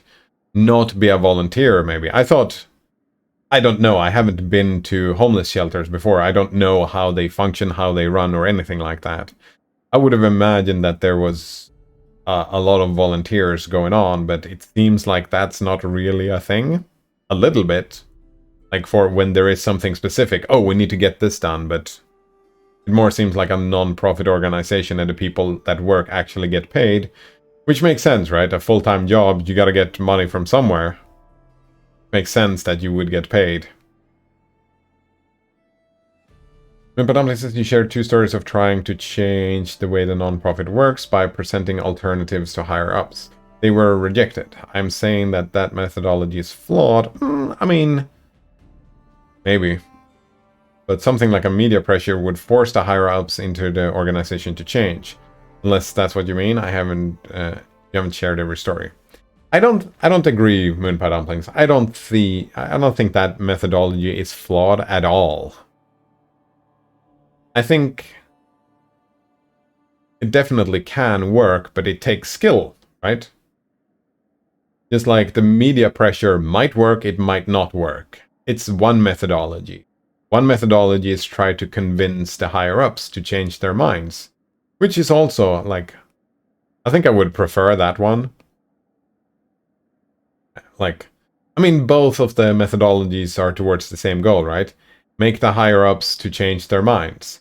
And I feel like if you manage to actually convince them, if you manage to persuade them that they actually change their own minds on how they approach their job, like, if you manage to have that conversation, that is way superior than forcing by media pressure, because then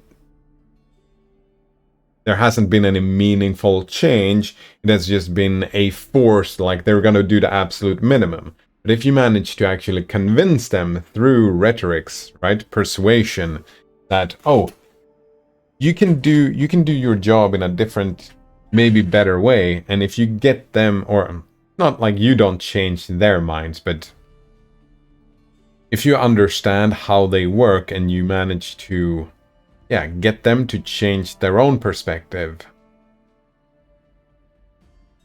that would be far superior.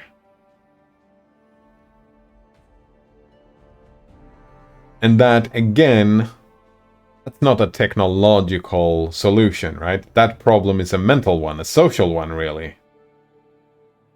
Social, political, cultural problem. Which is what XNV has been saying, right? It's a cultural problem. Which I think we're in agreement with. Yeah, that it is a cultural problem. XMV says, in all cases, I've been a volunteer. The insiders are paid or otherwise control the organization. Yeah, exactly. I mean, you can do it as an you can become an insider volunteer, right? Like if they have open volunteer work, it is possible, right? If you volunteer at a place for a year, then you're going to be an insider because if you get to know and actually work with and start manipulating the people above you, right? That's one way of doing it. Moonpie Dumpling says technology is a useful tool to solve this problem. An anonymous blog could let you act as a whistleblower. Yeah, and that's always technology, right? Technology is a very useful tool to do a lot of stuff.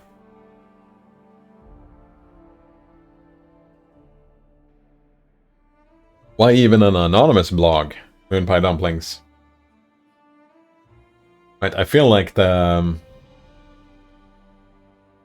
going with that story was a pretty good one, right? With the learning code. Oh, I fixed free food in a free space where we could teach learning code, and they said no because of this. You don't even have to be anonymous. You can just be the source, right?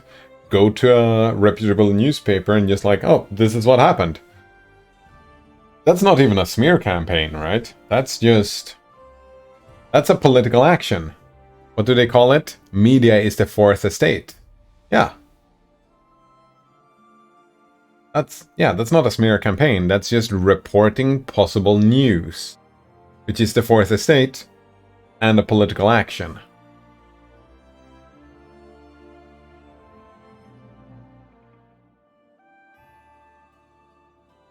I would say it's a political action to try and convince people to change their ways as well. That's also a political action. Aren't they? In a democracy, you are involved and trying to change how things are done. That is a political action. Or a cult, well... Yeah, that's like, if we're talking specific examples, and those over time, if you manage to succeed to engage political change, I feel like there's an intertwining thing between culture and politics there. Especially if the changing your mind kind of thing.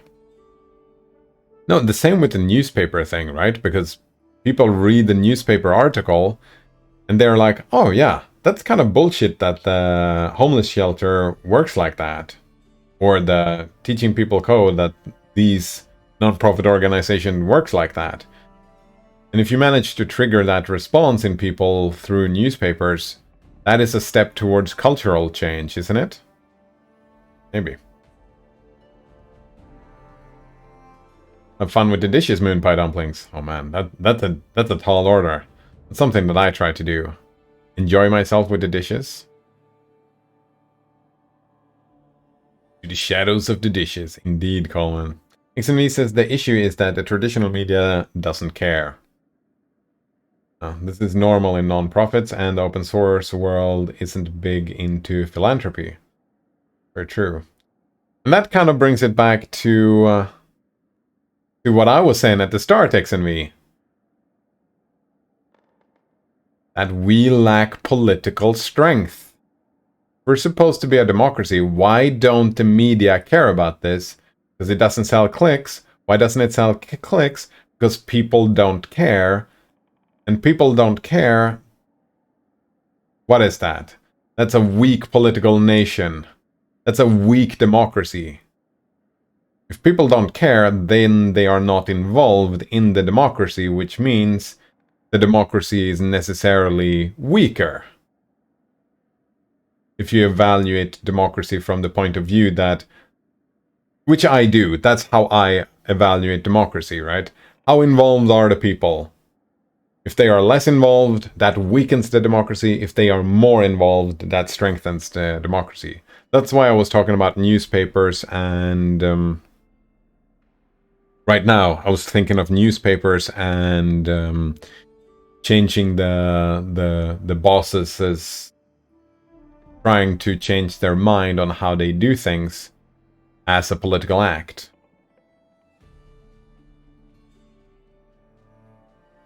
Unfortunately, right, it puts an extra step, because we're in agreement, of course, because we like computers and Linux and open source projects and stuff like that.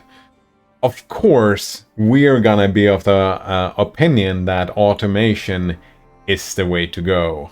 That's, oh man, more automation, that's what we want to see in society.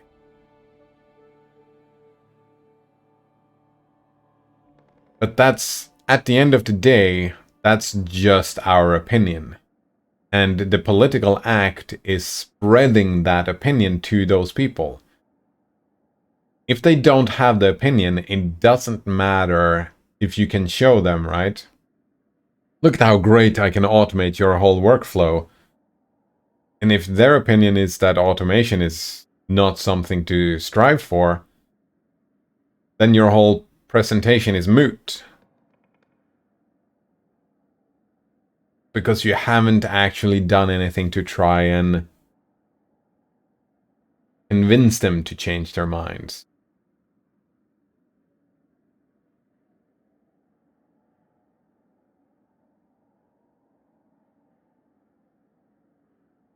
So yeah, like you were saying, what was that quote again? Yeah, but that's because it's clear to me that people doing this is why things are broken to begin with. Right? Isn't that part of the problem that is to be solved then? You have identified the problem. Kind of. I haven't identified that problem, but I don't fucking have a solution. I think, however, like, we're going where I want to go. We're going towards more political involvement. I'm pretty convinced of that. I just wish it was way, way, way faster than it is. That's the wide idea of the attrition idea as a potential way to speed up is intriguing. Very intriguing. Open source projects, also very intriguing. I kind of feel like I feel inspired, but I don't have the energy to do this type of work. I kind of wish that I had the energy to do this type of work.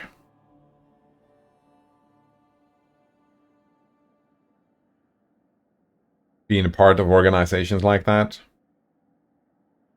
I don't know. I think I would probably join one of the local political parties, though. That's what I would do as work. XMV says it is. I'd say it's just my motivation rather than just my opinion. They care about something else. Oh, that's a good point. Yeah, I like that. I like that distinction. I mean, there are intertwined, but I do like the motivation because the motivation, right? They might not disagree necessarily with the automation being a good thing. They are just not motivated by it. Which you could argue that they have a stronger opinion about something else, but the word motivation is way more descriptive of the situation. Like that. That I'm gonna try to remember to use the word motivation sometimes to be more nuanced and spot on, because I feel like that was really spot on. What I was trying to express, I feel like you expressed it back to me better. Well, I'm happy that you understood me and that you improved my communication with it. That's fucking great. Thank you. Alright, what's happened with the game here? I'm finally catching up with chat. Now it's time to look at the game again after 3 hours. Nice. That was a good conversation. Yeah, I had a good time. Alright, Eight-Legged Plague. The rumors surrounding the bald hilltop prove true. The barony has been flooded with monstrous spiders. Attacks. The locals are slaughtering the castle. Reports indicate that huge arachnids spread and ghastly... Oh, wait. This is just the same text as before, right? Oh, you can just do category nothing. Wait, shit. That kind of screwed my bot, though.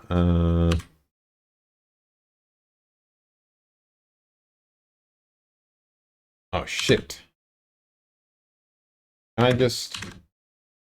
Oh, wow. Oh, wow. Shit. That's a good thing, though. I like that. I'm gonna make a note out of that.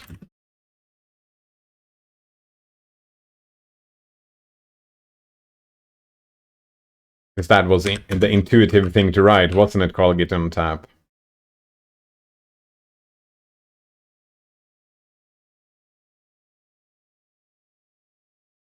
So it switches to the game.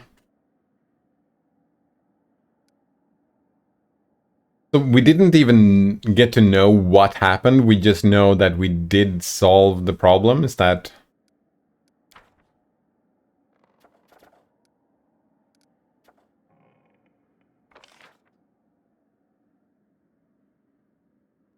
No?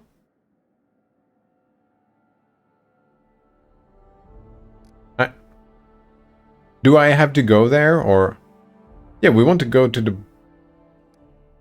No, they told us to go to the Bald Hilltop. And we're gonna do that as soon as the... We're gonna skip one more day, and then we're gonna go do that. That's the goal, right? I think so. We're gonna skip a day. Here we go. You may base new settlements in your region on discovered crossroads. Find and click on the location where you want a new settlement to be founded. Oh, we just do it over here later. Man, I can't make up my mind if I want it over here or here. Probably here. And click location where you want a new settlement to be found. The cost of founding a new settlement is 50 BP. Oh, that's not too expensive. As soon as this has been paid, you may name the new village or keep its default name.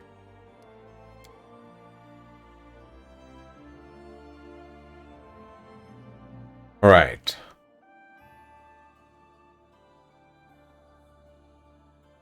So many choices. I don't know, like, we have the Gnarl Marches, and we have the what? Warnhold, and... nothing. Do I care? Here is the outpost, right? Why don't we get to see all these roads? Well, Git Tab says, what was intuitive? Oh, the category game. Yeah, the thing that you wrote. Category game makes sense that it would switch the category over to the game. My bot couldn't handle when you wrote category game. So I was like, ah.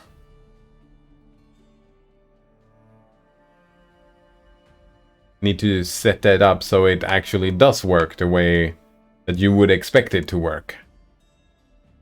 Because of your intuition was to write category game. There we go.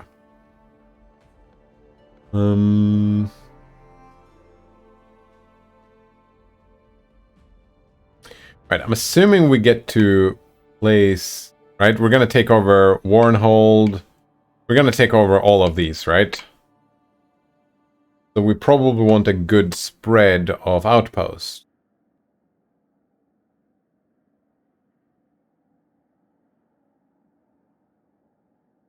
So we could put an... we put an outpost over here. We could put an outpost right here. Gonna take this river down. Then we have this river. We don't have this river, though. Yeah, we miss out on the... Oh, or maybe we could take this river from just the other side of the river, right? Yeah, when we take it north of Gnarl Marches, we could do that. Then we could probably take and put one here or here on this river. So... Actually, I think I'm gonna put it right here. I think this is the spot. Because this is not an area we take over. This is a spot we take over, but we might want to put that over here or something, right? Close to these both rivers? I don't even know.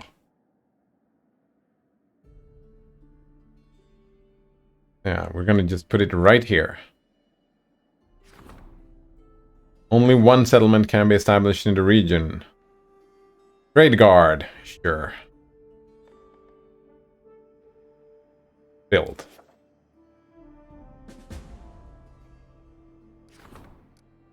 And no buildings. Oh, can we... If I press enter, does that mean traveling? Or does that mean building? Oh, just loading screen. Sweet.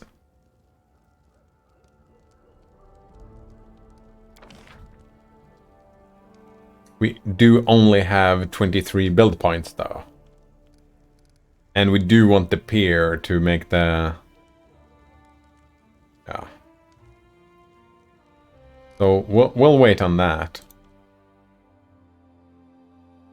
Loading screens! Wait. Don't we have an event? Didn't they say the first every month? That was gonna do something?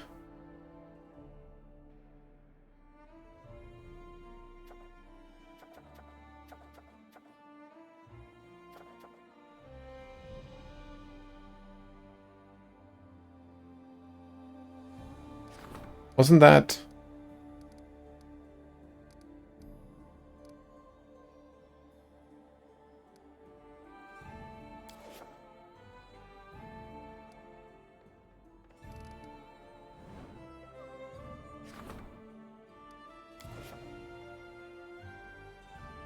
So, I guess not?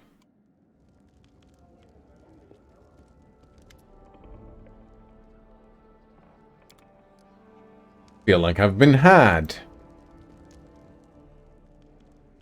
I remember the tutorial specifically said the first every month. I guess not.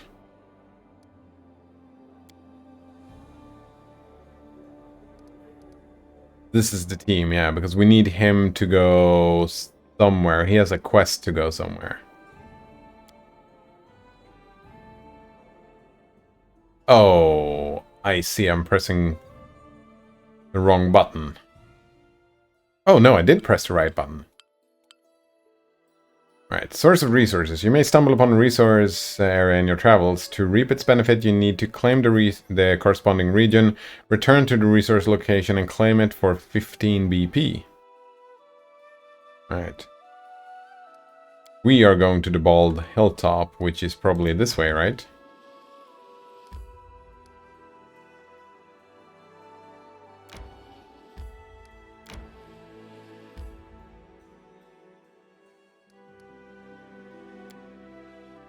Oh man.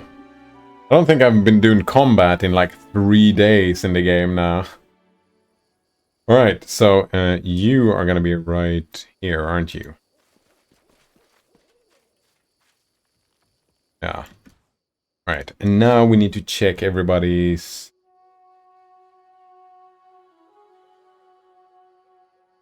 Move you over here, you over here, you over here.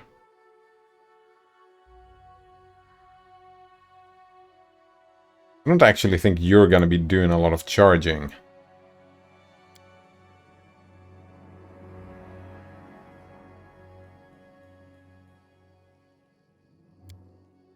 Hmm. Sorry, was lost in thought. Alright, but we have a bunch of spells and whatnot here, don't we? Destructive Smite, you gain the...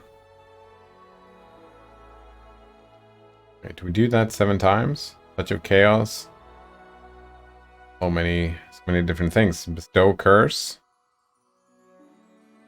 All of these can be heals as well, yeah. Oh, and we have to select a curse. Let's see.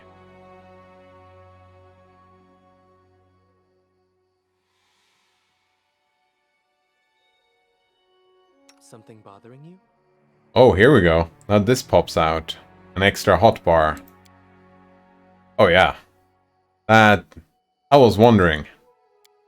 Definitely want to use this extra hotbar here. So...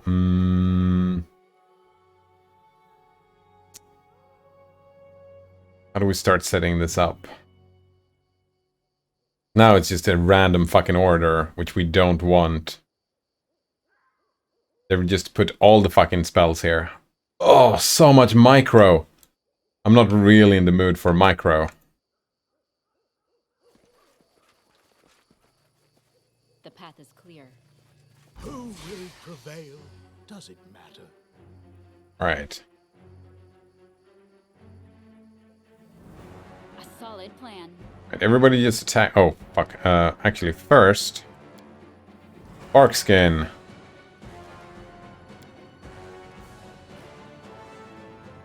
Spell magic, bestow curse. Bone shaker, inflict moderate wounds. Bane. Oh, let's wait on Bane. Oh, stunning barrier. Yeah. Stunning barrier.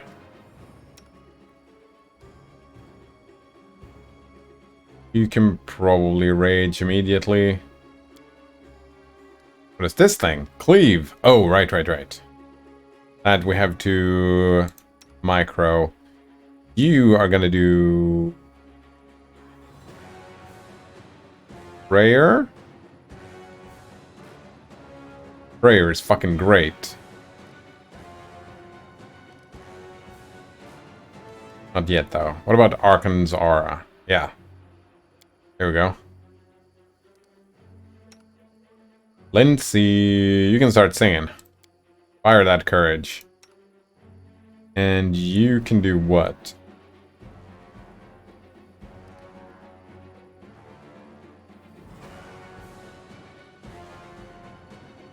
Picked off the Falcon. Gain 3 competence bonus on perception checks. Oh, actually, you want to do the Hurricane Bow, right?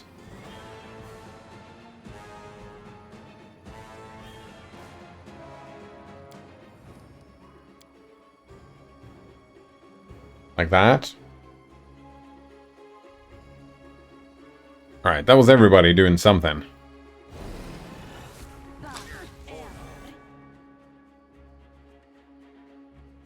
Forwards. Wait, did you finish casting your thing? You did not. Amiri needs to... Wait, how did that become an attack of opportunity? We used the acrobatics thing. Weird.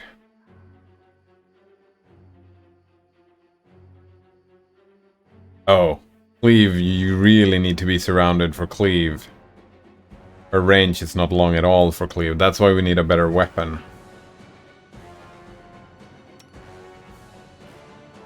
Alright. Still waiting on you. You're just attacking, that's fine. Kristen is doing their Archon thing. You've started singing. What about just a summon monster here?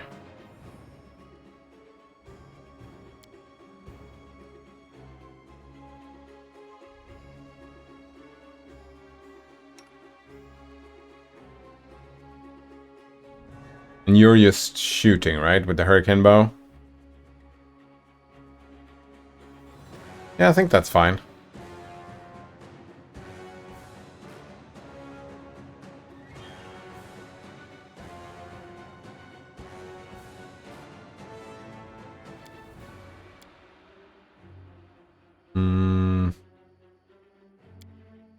I don't think we need to enlarge or do any Scorching Rays or any spell casting here. Let's just see what happens. Oh, look at that. One hit, one shot. Right, so Harim is not standing in a great location here. And is probably also not fighting defensively, which you really should be doing.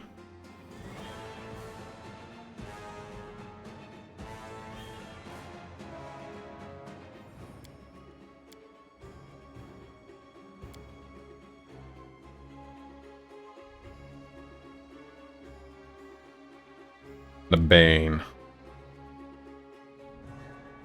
Bane there seems fine. Actually, Amiri, you get to go over here. Rim does the Bane. Rim is not standing in a great location. We would want to switch places on these, but I don't think that's gonna happen.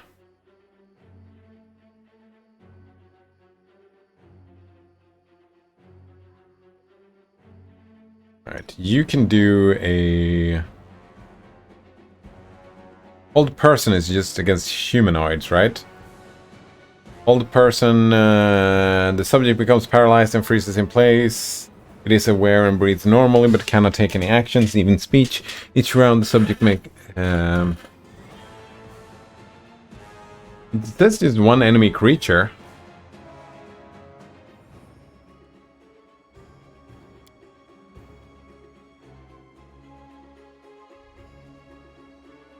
This spell eludes me. Yeah, no, it is a person, so yeah. Let's do a stunning strike. And an extra attack. Sweet.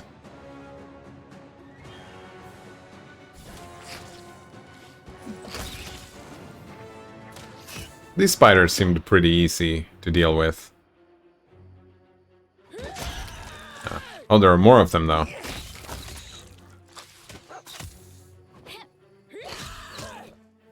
Oh, also, we can probably turn this off. Could have turned that off a long time ago.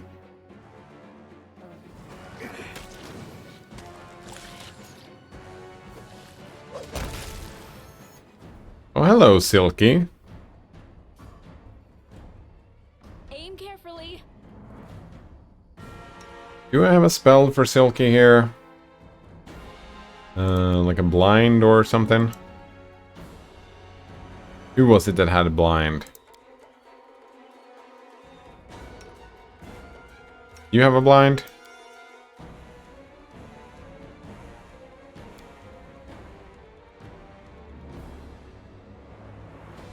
Silky information.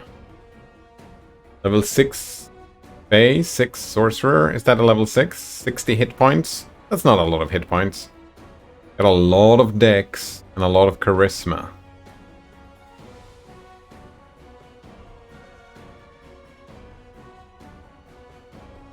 Alright, so I'm thinking... What else do you have? Hideous Laughter. Will save. Either that, or maybe some Cacophonous Call. Will negate. Let's do Cacophonous Call. Maybe that'll work. Serves you right. No, fuck. Cacophonous Call. You can just shoot, right? Because the Hurricane Bow is just lasting. I think we can just shoot.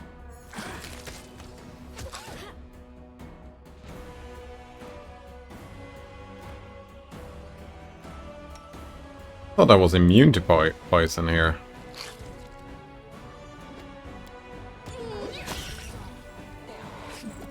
Oh, we actually did hit the stun? Perfect.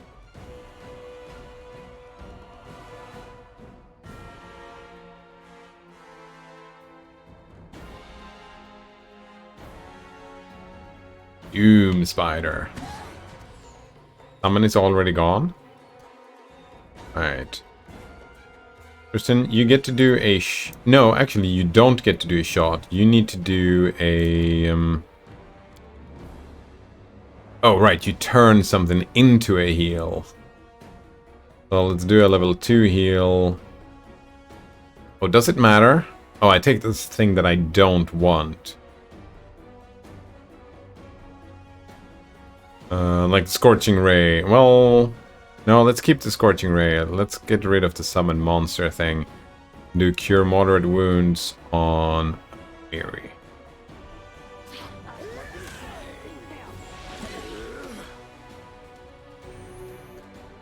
That was just 11. Oof. Alright, so...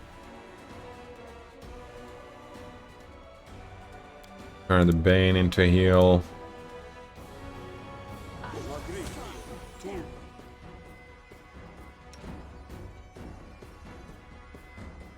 But doing another stun here. And an extra attack.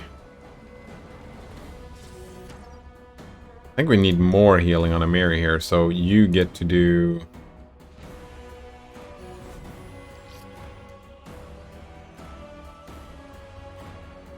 Wonder if the Doom Spider is some sort of summon or something, because the Doom Spider is doing business.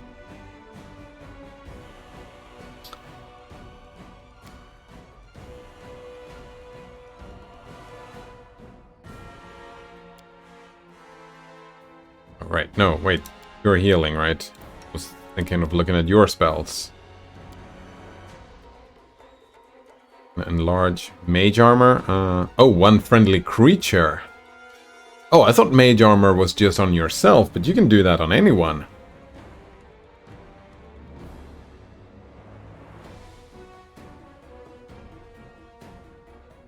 That's pretty fucking cool.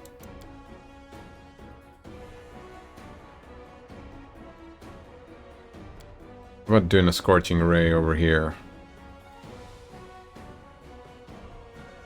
No, wait.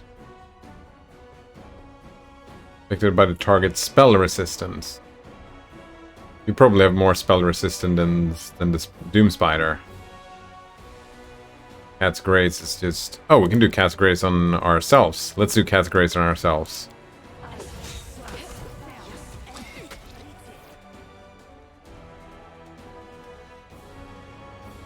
Actually shoot on this thing. Lindsay's healing. Oh, you're not healing anymore. Do a level 2 heal.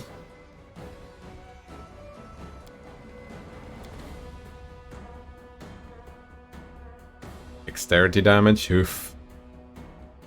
Right, you're healing. You're healing. What can you do? What about... what is that? Inflict moderate wounds?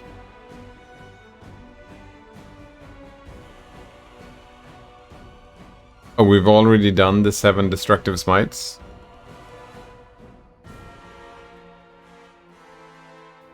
Guess that's fine. Is there a way to, like, get Doom Spider information? I feel like we could right-click and inspect. That would have been fucking great.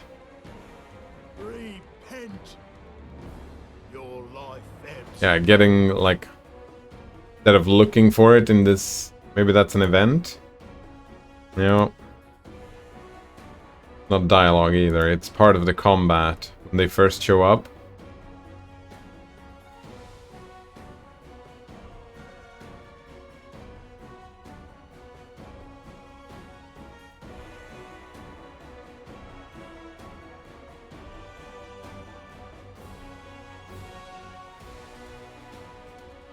Touch of Chaos seems like it could be useful.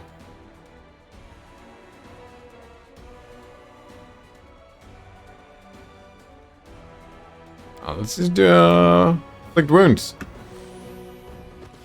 Oh fuck, I was gonna do stunning strike. Won't kill me. Somebody become paralyzed and freezes in place, and it breathes normally, but it cannot take any actions, even speech. Right, did I fail the stun?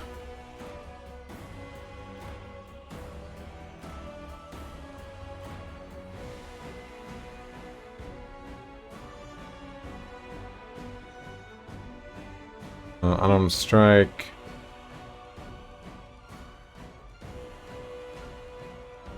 Vision check.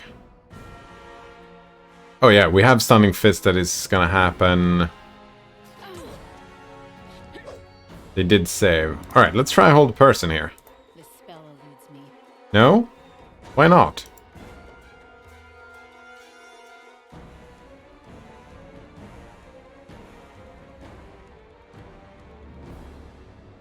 This not a person? The spell eludes me. I don't know. Right, since you're annoying, let's try and do another stunning strike and an extra key attack. Oh, you can actually start singing again, yeah. A little bit of a mistake, wasn't it? You need heals, definitely. Right, more level 2 heals. We could do... And we're gonna do lesser restoration after this. So we're gonna turn you into a heal. Do you fight defensively, by the way? Yeah, you can fight defensively. Fuck. Alright, so you're gonna do the Rebuke Death. There are other ways to cast this spell.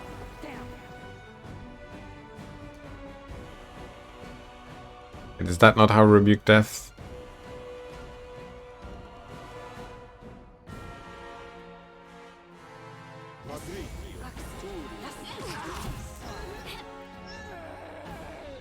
What is happening? Why didn't that work? Ways to cast this spell. There are other ways to cast this spell. Rebuke Death doesn't work, but heal doesn't work either. You can't just heal that thing, can you? There are other ways to cast this spell. Oh, because they're To cast this spell. fucking dead.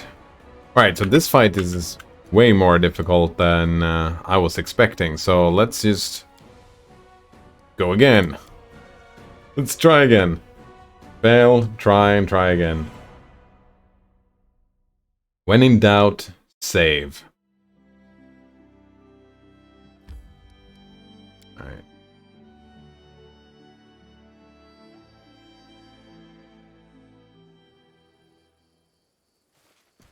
Alright, you are gonna be here. Actually, you get to switch places. I'll go ahead. No, that's not it either. Like this. That's what we want. You can do bark skin. You don't have to do anything. You can do... Oh, prayer is just 1 round per level, eh? Oof. Do we have... got Bane, removed fear, summon monsters, burning hands. No, do we have something longer? 1 minute per lesson. So we take Owl's Wisdom. And you. Right, and then we have... Told me my eyes Anything is light up her possible. world. I said that the blessing of Saren Ray will... You don't have to start singing She yet. seemed disappointed. What are you talking about? Alright. You don't do any precasting, you just start inspiring courage. You can do precasting though. Right, this one is 1 minute per level, so that's... Yeah, you can cast that.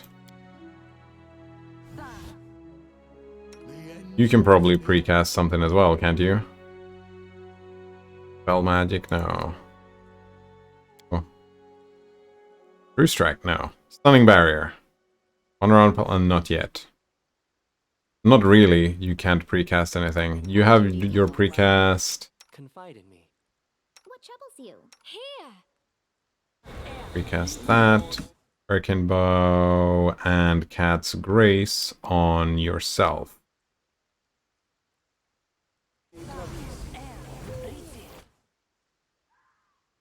Something bothering you? You have something else to precast?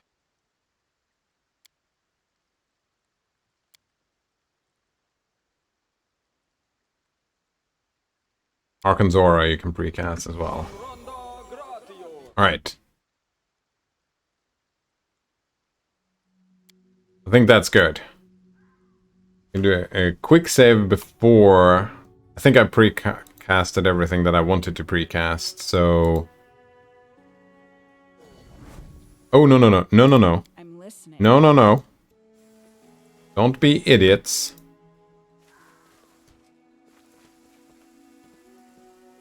The path is clear. Enemy near. There we go.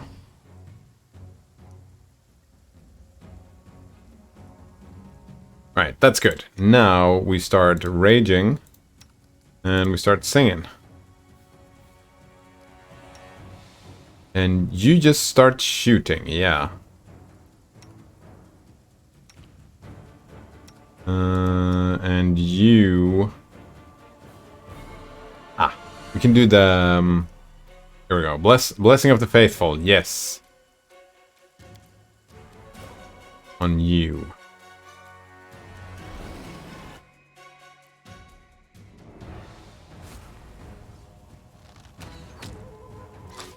And another Blessing of the Faithful on you. Lindsay is singing, but you should start casting spells as well.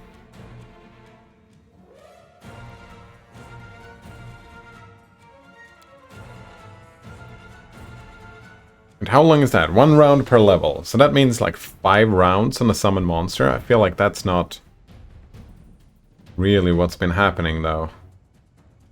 You know what? I think you're gonna save your spells until we get to the second wave.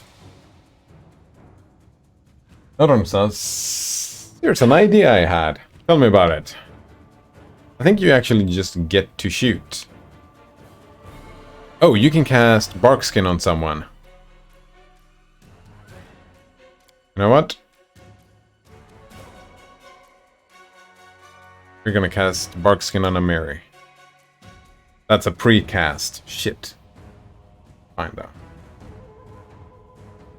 Notice is a video game like Vampire Survivors, but it's a first-person shooter.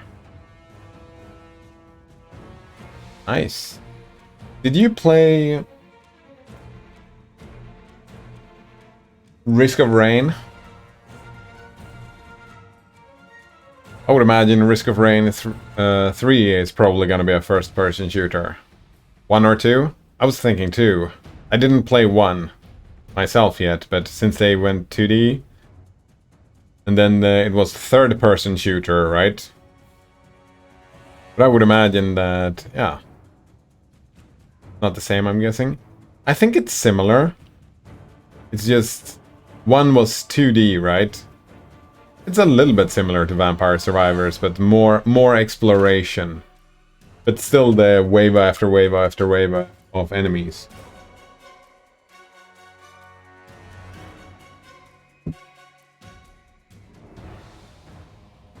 But yeah, I like that. First-person shooter slaughter.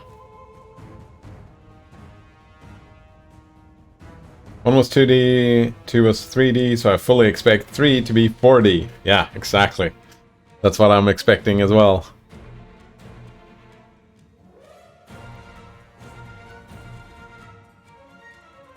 Don't I have a no, right. Bless is not really doing that much, but we do... Bane is 1 minute per level. No. You know what? Yeah, that's fine. Just do Blessing of the Faithfuls here. Need to get rid of these fucking spiders here. How long is that looking? 15 seconds on the Blessing of the Faithful still.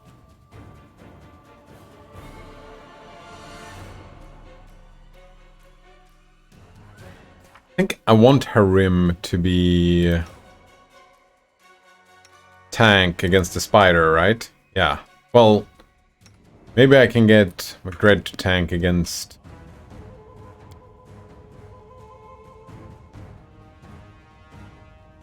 We will see. We will see. Don't want to do prayer just yet. And Octavia just gets to shoot, yeah. Lindsay doing? Oh, Barkskin against America. Oh, man. Actually, might just do Barkskin against...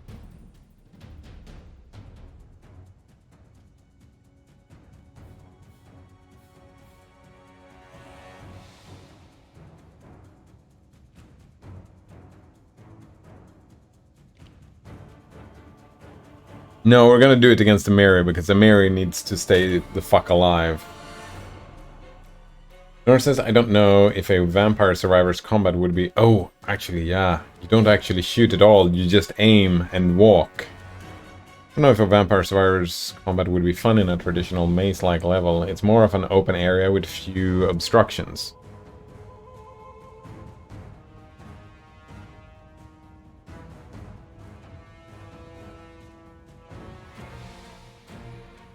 I think circle strafing might get old in a first-person shooter compared to Vampire Survivors, because I don't know how you would get around the circle strafing, right? If you just have waves of enemies coming around you. Maybe it wouldn't. Maybe it depends on what attacks you do get.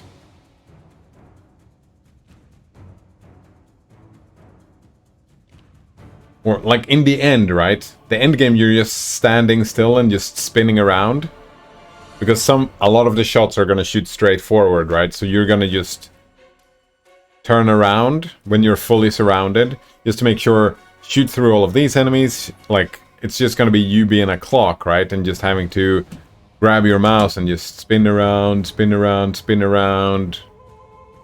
It's gonna be dizzying, maybe. Think strafing is fun? Yeah. I think strafing is fun as well, but might get old.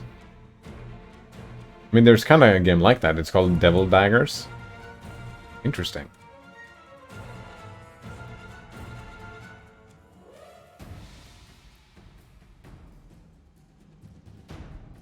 I suppose if you do a more...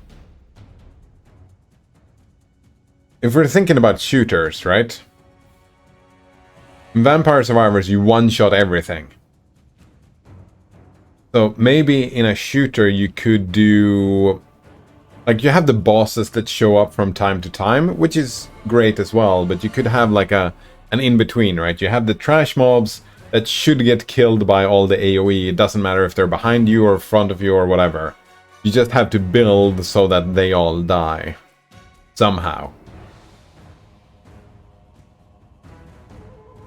But then you could have a mid-tier enemy, like you have the mid-tier enemy that does not get killed by that, so you have something to aim at. Always something to aim. I need to aim at this, I need to aim at that, I need to aim at this or that or whatever. And then you have the big bosses where you have to move around and really deal with... Yeah, and the second tier, the special enemy, right? Is the enemy that you can have a bunch of them, and those you can do circle strafing, so you have to move as well. Yeah. The boss... Wait, special is the boss, right? And then the elite and the trash. Something like that. That sounds like it could be a fun game, yeah.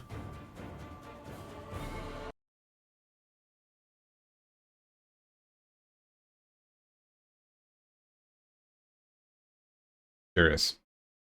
Thinking Left 4 Dead Special Infected. Oh, I haven't played that. Here we go. Devil Daggers. Endless legions await you.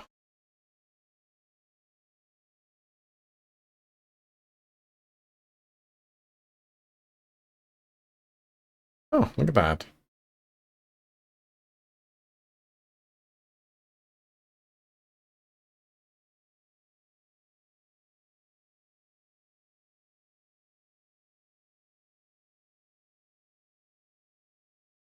I think you would probably do it as... Oh, the curious thing though, like what if your wallet... I mean... Warframe is kind of like that, but Warframe is not first-person shooter now that I think of it. Yeah, Warframe Survival is kind of exactly what we were describing here. But Warframe Survival is not... Yeah, it's a third-person shooter rather than a first-person shooter, I suppose. Plus there's a lot of melee going on. And you actually have to press a few buttons rather than just moving.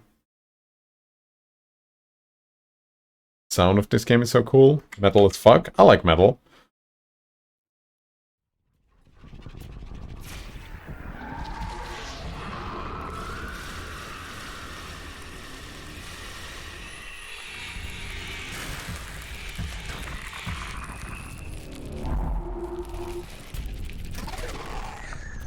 Pretty metal.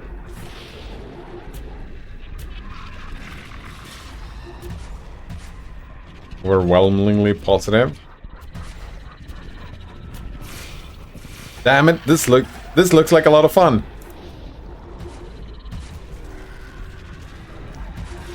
But this is more actual shooting, not really Vampire Survivors.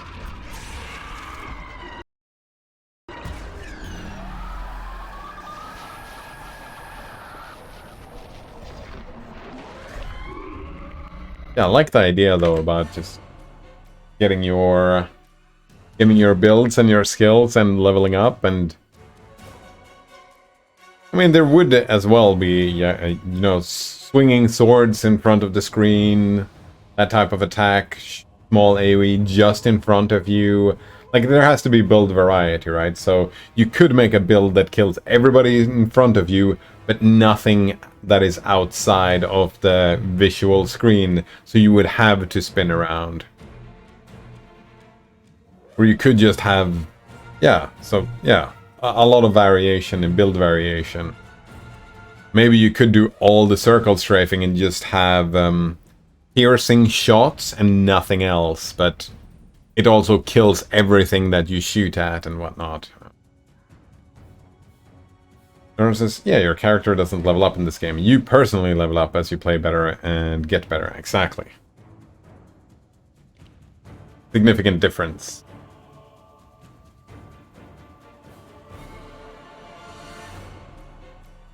We want Tristan to do his spell.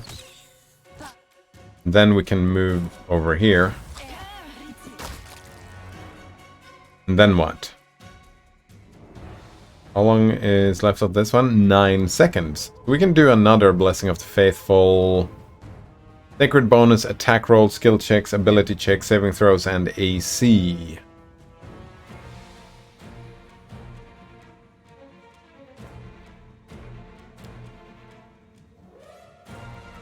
Yep. At Harem or Octavia? You know what? I think we're giving Octavia one. Yeah. Octavia gets one.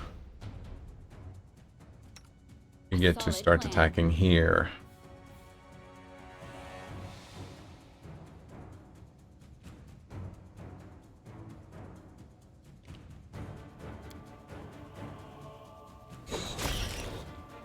Oh, they already spawned. Yeah. What's that? That's a no, that's a greater giant spider, not the doom spider. Mary, actually, you need to go, Tristan, you get to move over here. Mary, oh shit. It's to move over here. Oh, all the attacks of opportunity. Tristan gets to now Blessing of the Faithful here, right? Yeah, that's fine.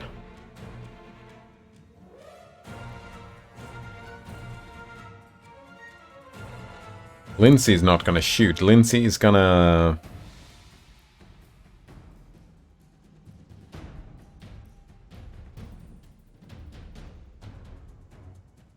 What is Lindsay gonna do?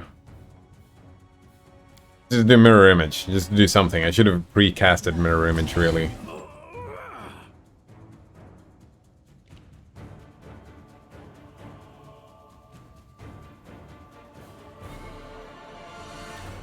Maybe it's gonna shoot, or do we just spam summons now?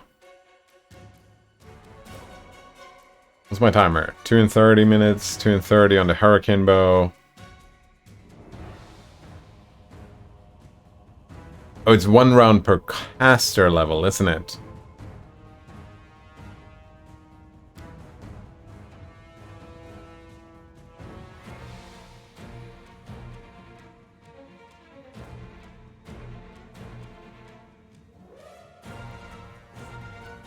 But let's just do a summon, it's fine.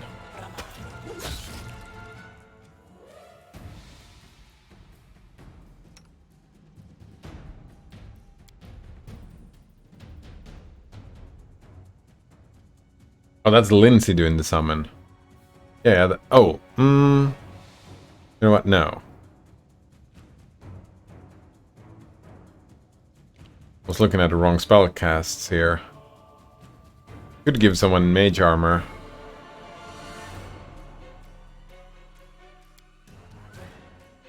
Actually, I think I'm gonna enlarge, yeah.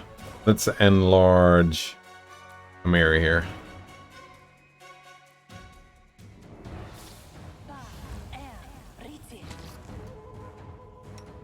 Christian is gonna get Blessing of the Faithful. Indeed.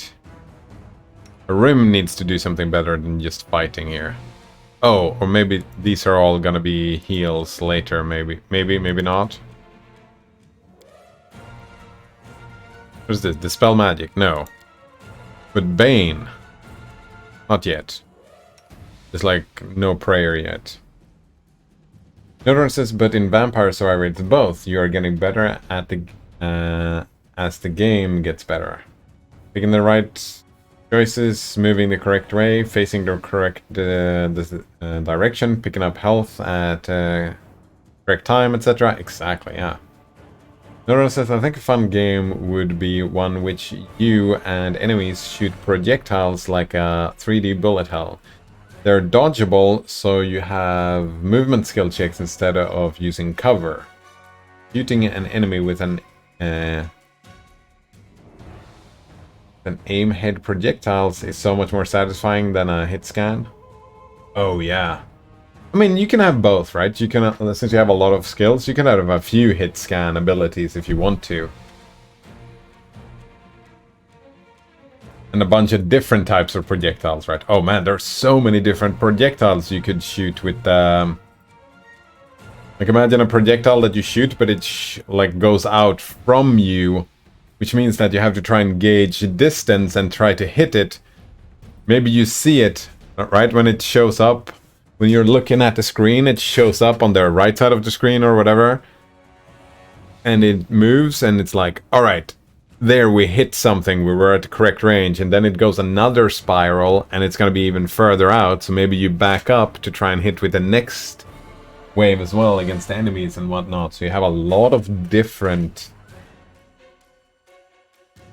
possibility of aiming projectiles that move differently.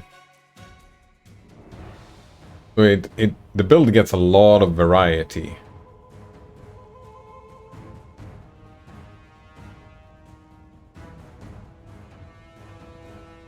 Yeah, and of course, I didn't even think about that, but of course you would have...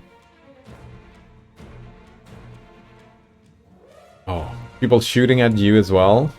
Like some enemies that shoot at you that you need to dodge.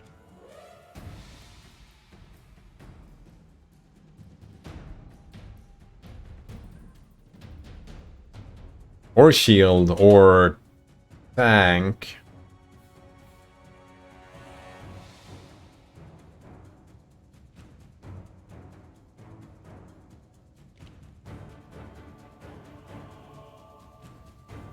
My thinking just like that if it's a bullet hell and you need to dodge a bunch of bullets, that's gonna be difficult because how can you surround a person?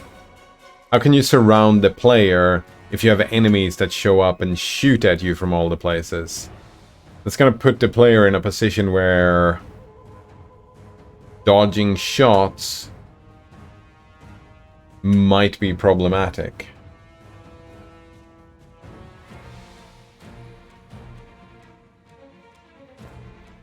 Maybe the projectiles are damageable, like you can shoot a shot out of the midair. That's one way of doing it. Still, a shot from the behind is a problem. Maybe enemies don't spawn like VS. Maybe they're just spawning on the level like normal. Yeah, maybe more like... Yeah, I'm going back to Warframe Survival here, because what you do if you want to stay alive for a long time is that you kind of take control of a room and say, this room is mine. All the enemies that pop up and come in through the different doors, those, like, there are entry points that you deal with, kinda. They flood in from the entry points.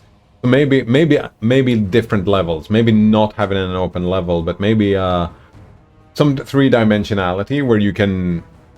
Maybe you can get like a flying double jump, triple jump, quadruple jump that you can like go up into the air as a defensive move. It's difficult. That feels like something that the player... Oh yeah, just three-dimensional movement, right? Wall running, wall jumping. Kind of stuff. I haven't played Warframe much. Right.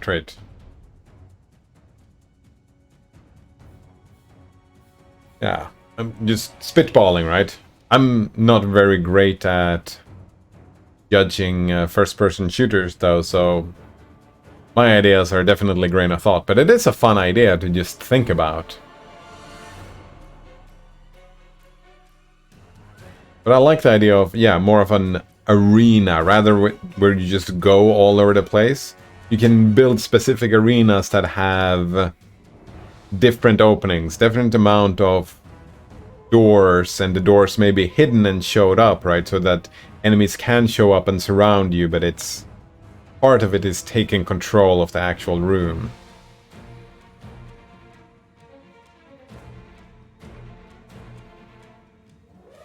Another one says maybe your guns auto-shoot and have infinite ammo. You can switch between guns. There could be passives as well.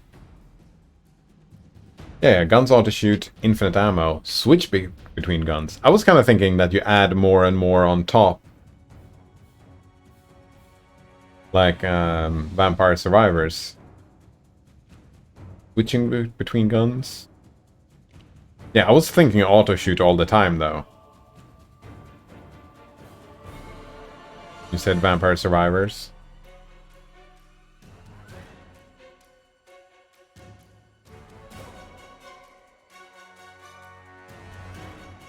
Yeah, like you could find guns in the level as well.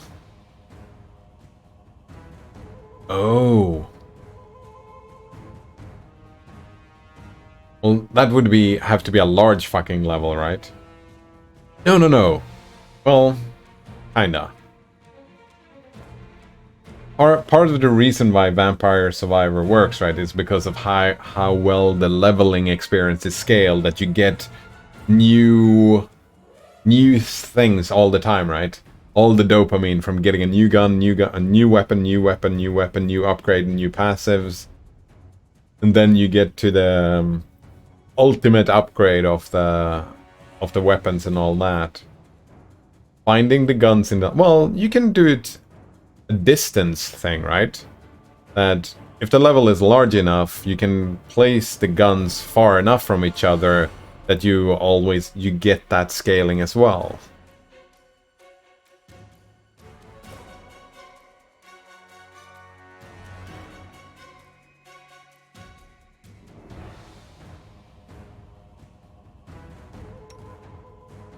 No stuns yet. Raging is fine. Summoning is fine. Enlarging person is fine. What can Octavia do after?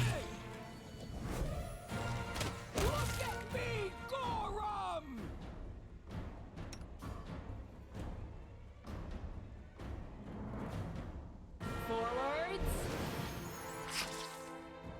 Aim carefully. Fucking sneak attack. Alright, so now we have the Doom Spider here.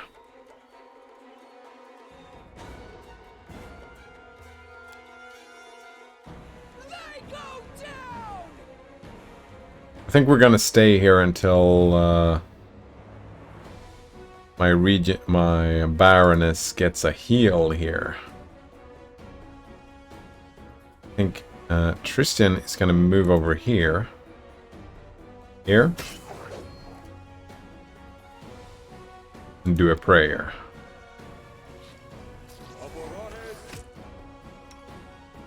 And you get to do... heal?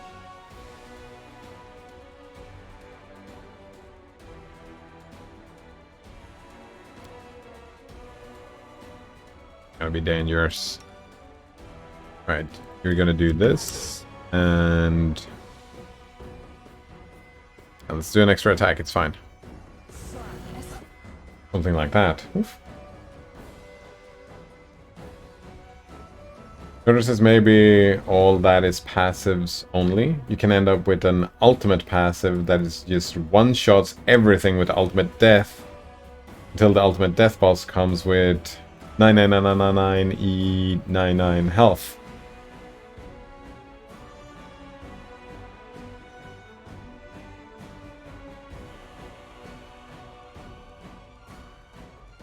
how are you reckoning passives? Passives... Right. Vampire Survivors is all passives, right? Yeah. That's kind of what I was imagining, yeah. That first-person shooter with all passives. I mean, you don't control... You control... Oh. I mean, you have a little bit of control in Vampire Survivors, right? Some of them shoot on a timer, but they are just gonna shoot straight forwards, right? Like some of them, like you were talking about projectiles. Some of the projectiles maybe spin around you or shoot out in a wave projectile or whatever. Some do a shotgun blast. Some just passively creates an aura of damage around you that deals damage to everything around you in a 360, in a short range. Some shots have shorter range, longer range. Right? There are so many passives that you do have. Like, there's a variance of control. And maybe even some you can shoot as well, right? It doesn't have to be all passives. I was imagining that you never shoot, but if you're already using the mouse and aiming, having a few ones that you actually control, they just have a cooldown, and you can shoot a couple of shots. I don't even know. I don't know. Melee swings that happen on a cooldown, so many different options. Another one says, yeah, you have an aimable weapon, so you can do the shooting, and passive, which might not even do damage. Just freeze enemies nearby or catch them on fire. Exactly. The thing is, right, because in theory, I haven't played enough Vampire Survivors, but I would imagine that in theory you can make a melee character that just kills stuff just in front of the character. And you have different ranges, right? And you have stuff that is aimed, right? There's a lot of stuff in Vampire Survivor that are aimed, and maybe you could make a build that just do aimed stuff. Do a lot of tanking, because when you get surrounded, you just leech health instead of avoiding damage and whatnot. I don't know if Vampire Survivors is really just right there yet, but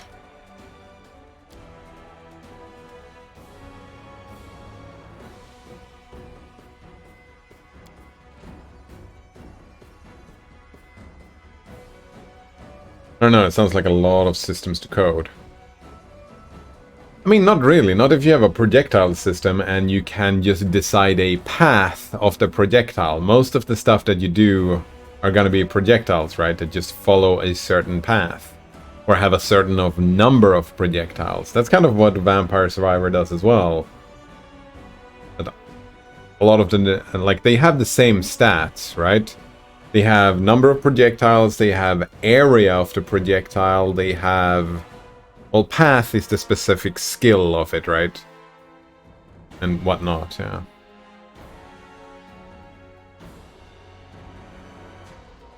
Nora says I kind of want to keep this first project simple instead of giving into the first project simple instead of giving into the creep. Do want the gimmick though. Oh man, I wasn't even thinking about that because you were fighting. Maybe. Yeah, there you go. Like you were saying, the more weapons, the more complexity the game has. But you can make a simple game that doesn't have 1,000 different weapons. I feel like that's kind of how Vampire Survivor started, though. It was a simple project where there was just a couple of weapons, and then they just added more and more and more and more, and just grew out the game and made it bigger, bigger, bigger, bigger. From a simple start that was extensible.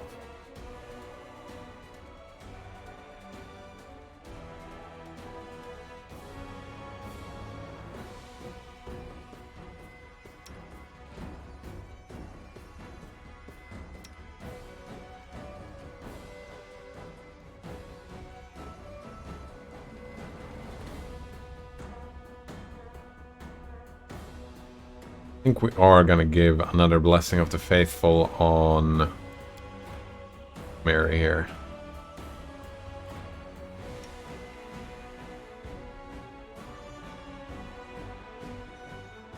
Silky is actually not a person, right?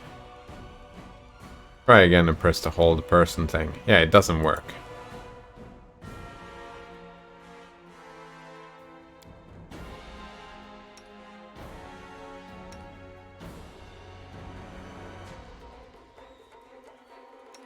Octavia here can do something else, right? Exception chicks. Plus competence bonus. Actually, let's do that. Is that an entire spell? What timer is that? Oh, that's 1 minute per level. We should have recast that on Octavia for sure. Consider me provoked. Oh shit, did I? Yeah.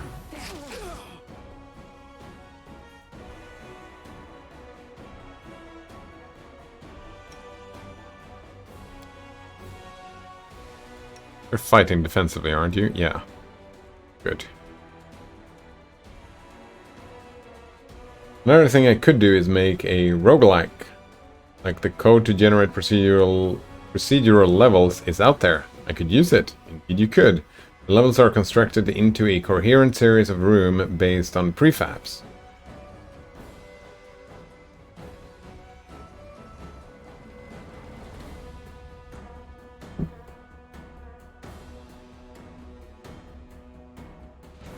Ah. Many different choices.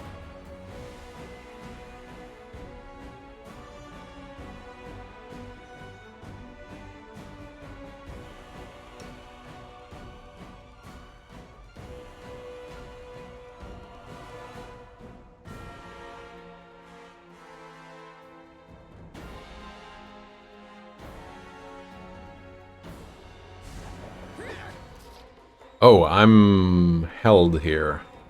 Can't do shit.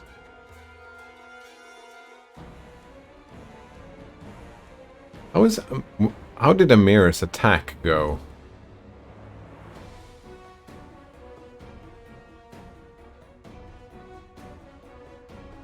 Attack number 1 out of 2.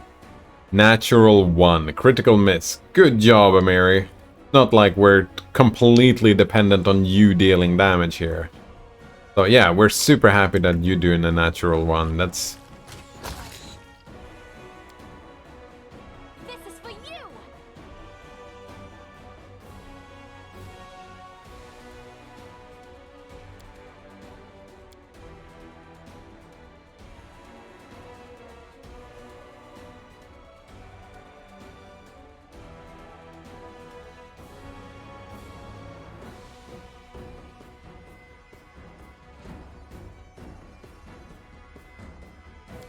Try this.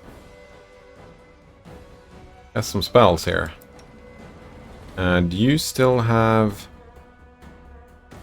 Wait, you don't... Did I not do a Blessing of the Faithful on you? Seems weird. What are you doing? Nothing? Oh. Bunch of hold person going on here.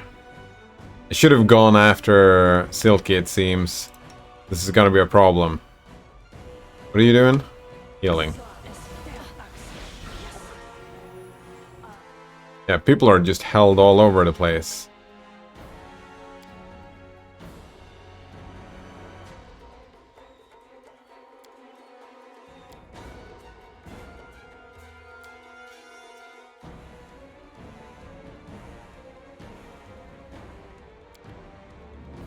May I suggest another way to use this spell?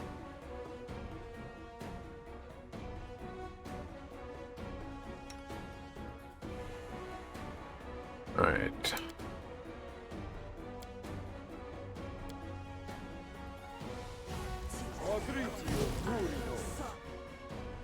Scorching Ray miss, right? Critical miss. Another critical miss.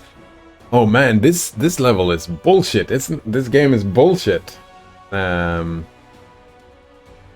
It's XCOM levels of bullshit here.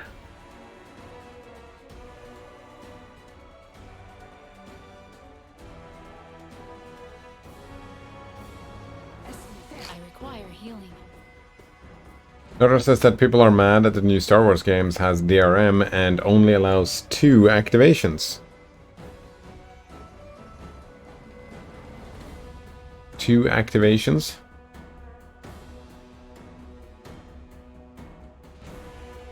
I don't even know how that works. I thought it was always only 1 activation, but... Oh wait, 1 activation is 1 computer, so if you buy the game, you're only allowed to play it on 2 computers. So if if you play it on 1 computer and another computer, and then both of those break and you buy a new computer, you can't play the game anymore? Oh man, that's bullshit. That is bullshit.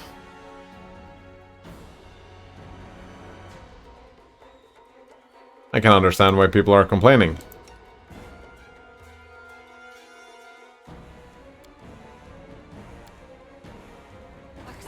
Yes. Right, going after the spider was the mistake. Should have gone after Silky.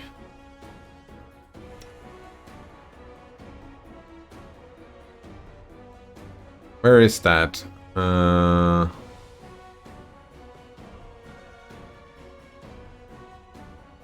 Where's that stat? Hold the person. 22 seconds. Holy shit. Is that a magic effect?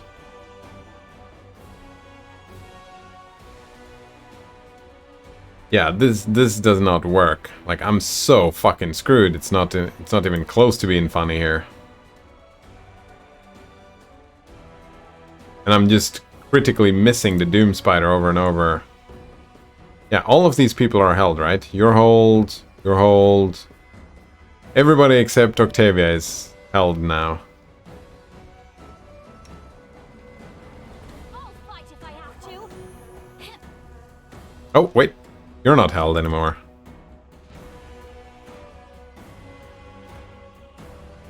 Attack. I'm gonna take an attack of opportunity here. That's gonna suck. No?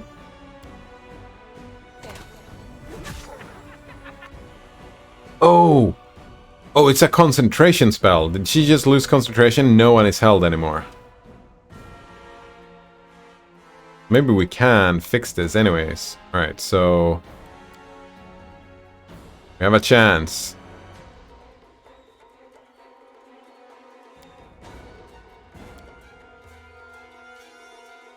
Maybe. Nora says yes, or even if you install it on your Steam Deck and then change your OS on your PC. Oh, right, if you change your OS, you're fucked as well. Oh, wow. Also, the EA launcher starts up with the game. Even if you reinstall your Windows, right? If your Windows breaks and you need to, or your OS, most people have Windows, that's why I'm saying that. But even if you just reinstall your OS, you're fucked. DRM is bullshit, man. It's just bullshit.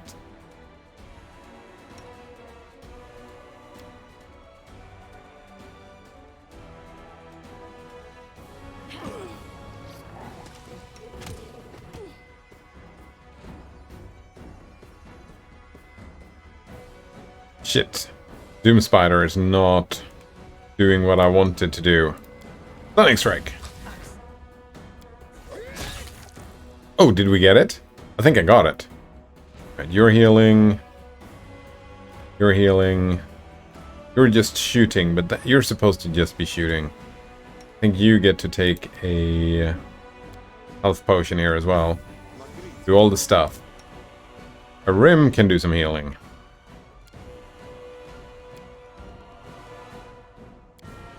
Maybe we can curse the target. No, it's too late. I think we've already won.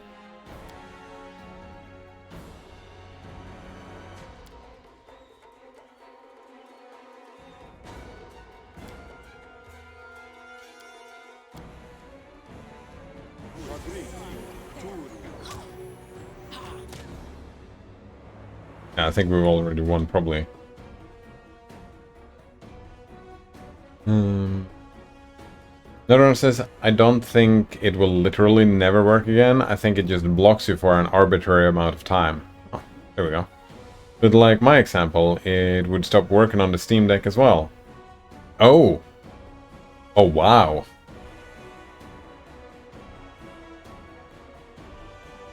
I see.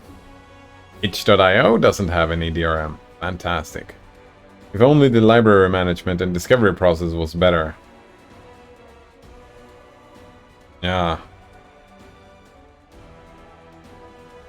Some improvements to be made, for sure. Look at that 19 damage there. Get fucked.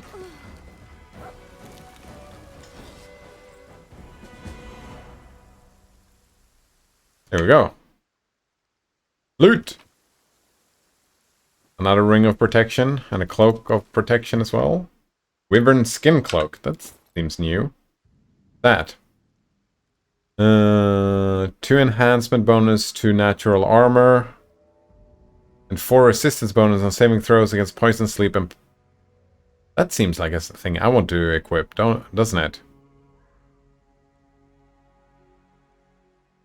The other one is +1 resistance on all saving throws, though.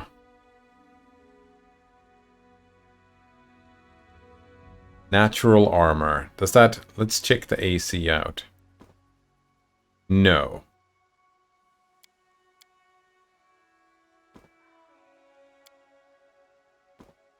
Yeah, the armor thing didn't really do anything.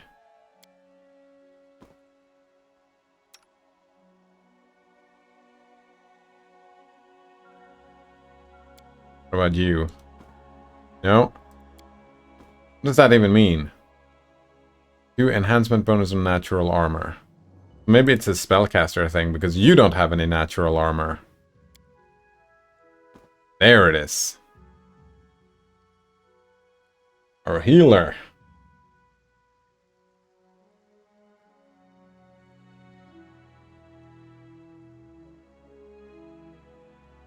Yeah, games, it's difficult to find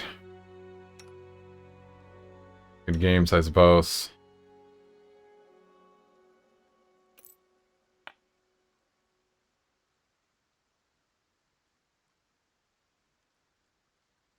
I like itch. I haven't gotten around to playing itch for a while. All of you oh, wait. Can you have another ring of protection? No. No. Only 1 ring of protection makes sense. Having 2 ring of protections would be stupid.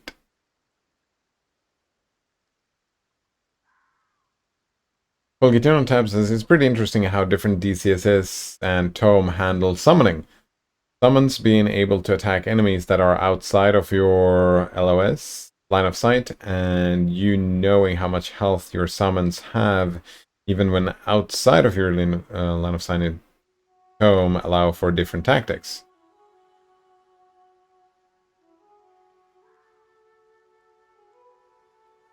In Tome, your summons can just go out and do their own thing. You can just do your summons and kind of leave if you want to, Colgate on tap.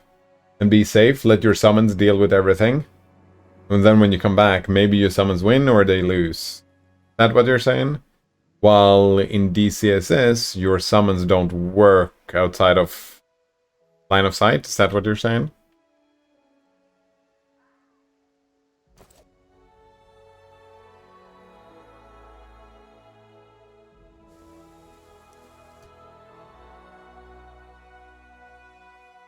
Wait, were you still singing? Oh, you're not still singing. It's just that we have the thing.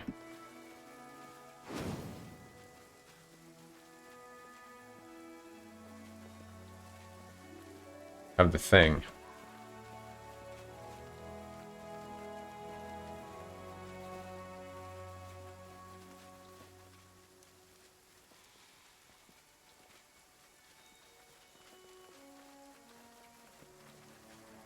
Yeah, I was a little bit worried there. Like, we were super close to losing, but I think... oh, actually, let's look at the combat, see what happened here.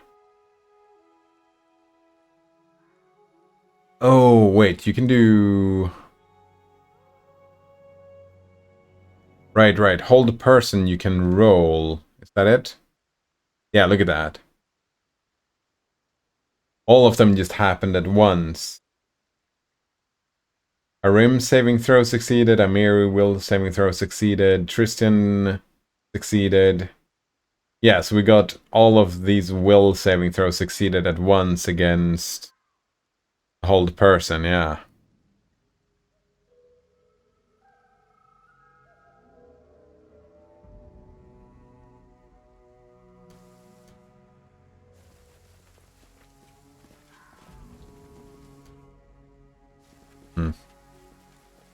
Well, genotypes, well, not quite, as they stick around.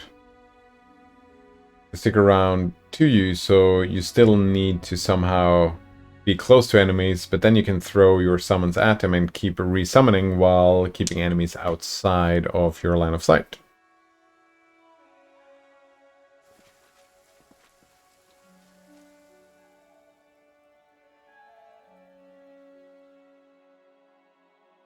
Your kingdom is destroyed, the game will be over.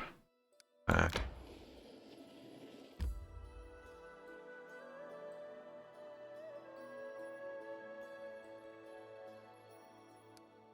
Let's not go back yet, yeah. We're out and exploring now. We could go back, though, and get rid of... No, he wanted to go somewhere. Yeah, we can take him where he wants to go, I suppose.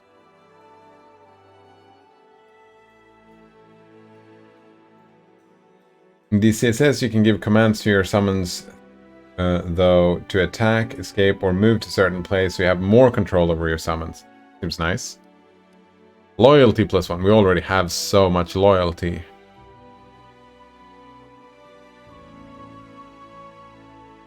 You know what? Cancel that.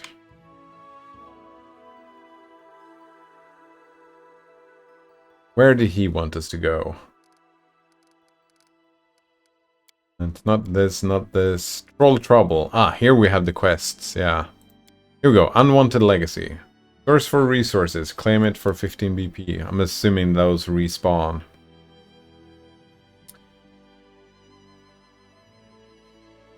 Harim left his homeland, but seems easy to leave in the past. He knows the stolen lands was one inhabitant by dwarves. Would like to see it with his own eyes, the ruins they left. Many ages ago, the dwarves built a road in these lands. Long since grassed over, Harim thinks other ruins of his people may remain here. Perhaps those wounds his hearts should not be reopened, but the outcast dwarf still like to see the ruins. What dwarven ruins? Like, where are these dwarven ruins? We don't know. Oh, so I didn't have to bring him with me if I didn't want to.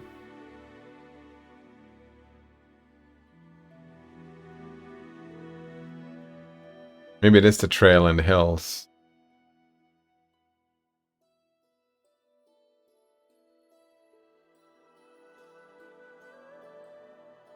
We could just ask the internet and go straight there.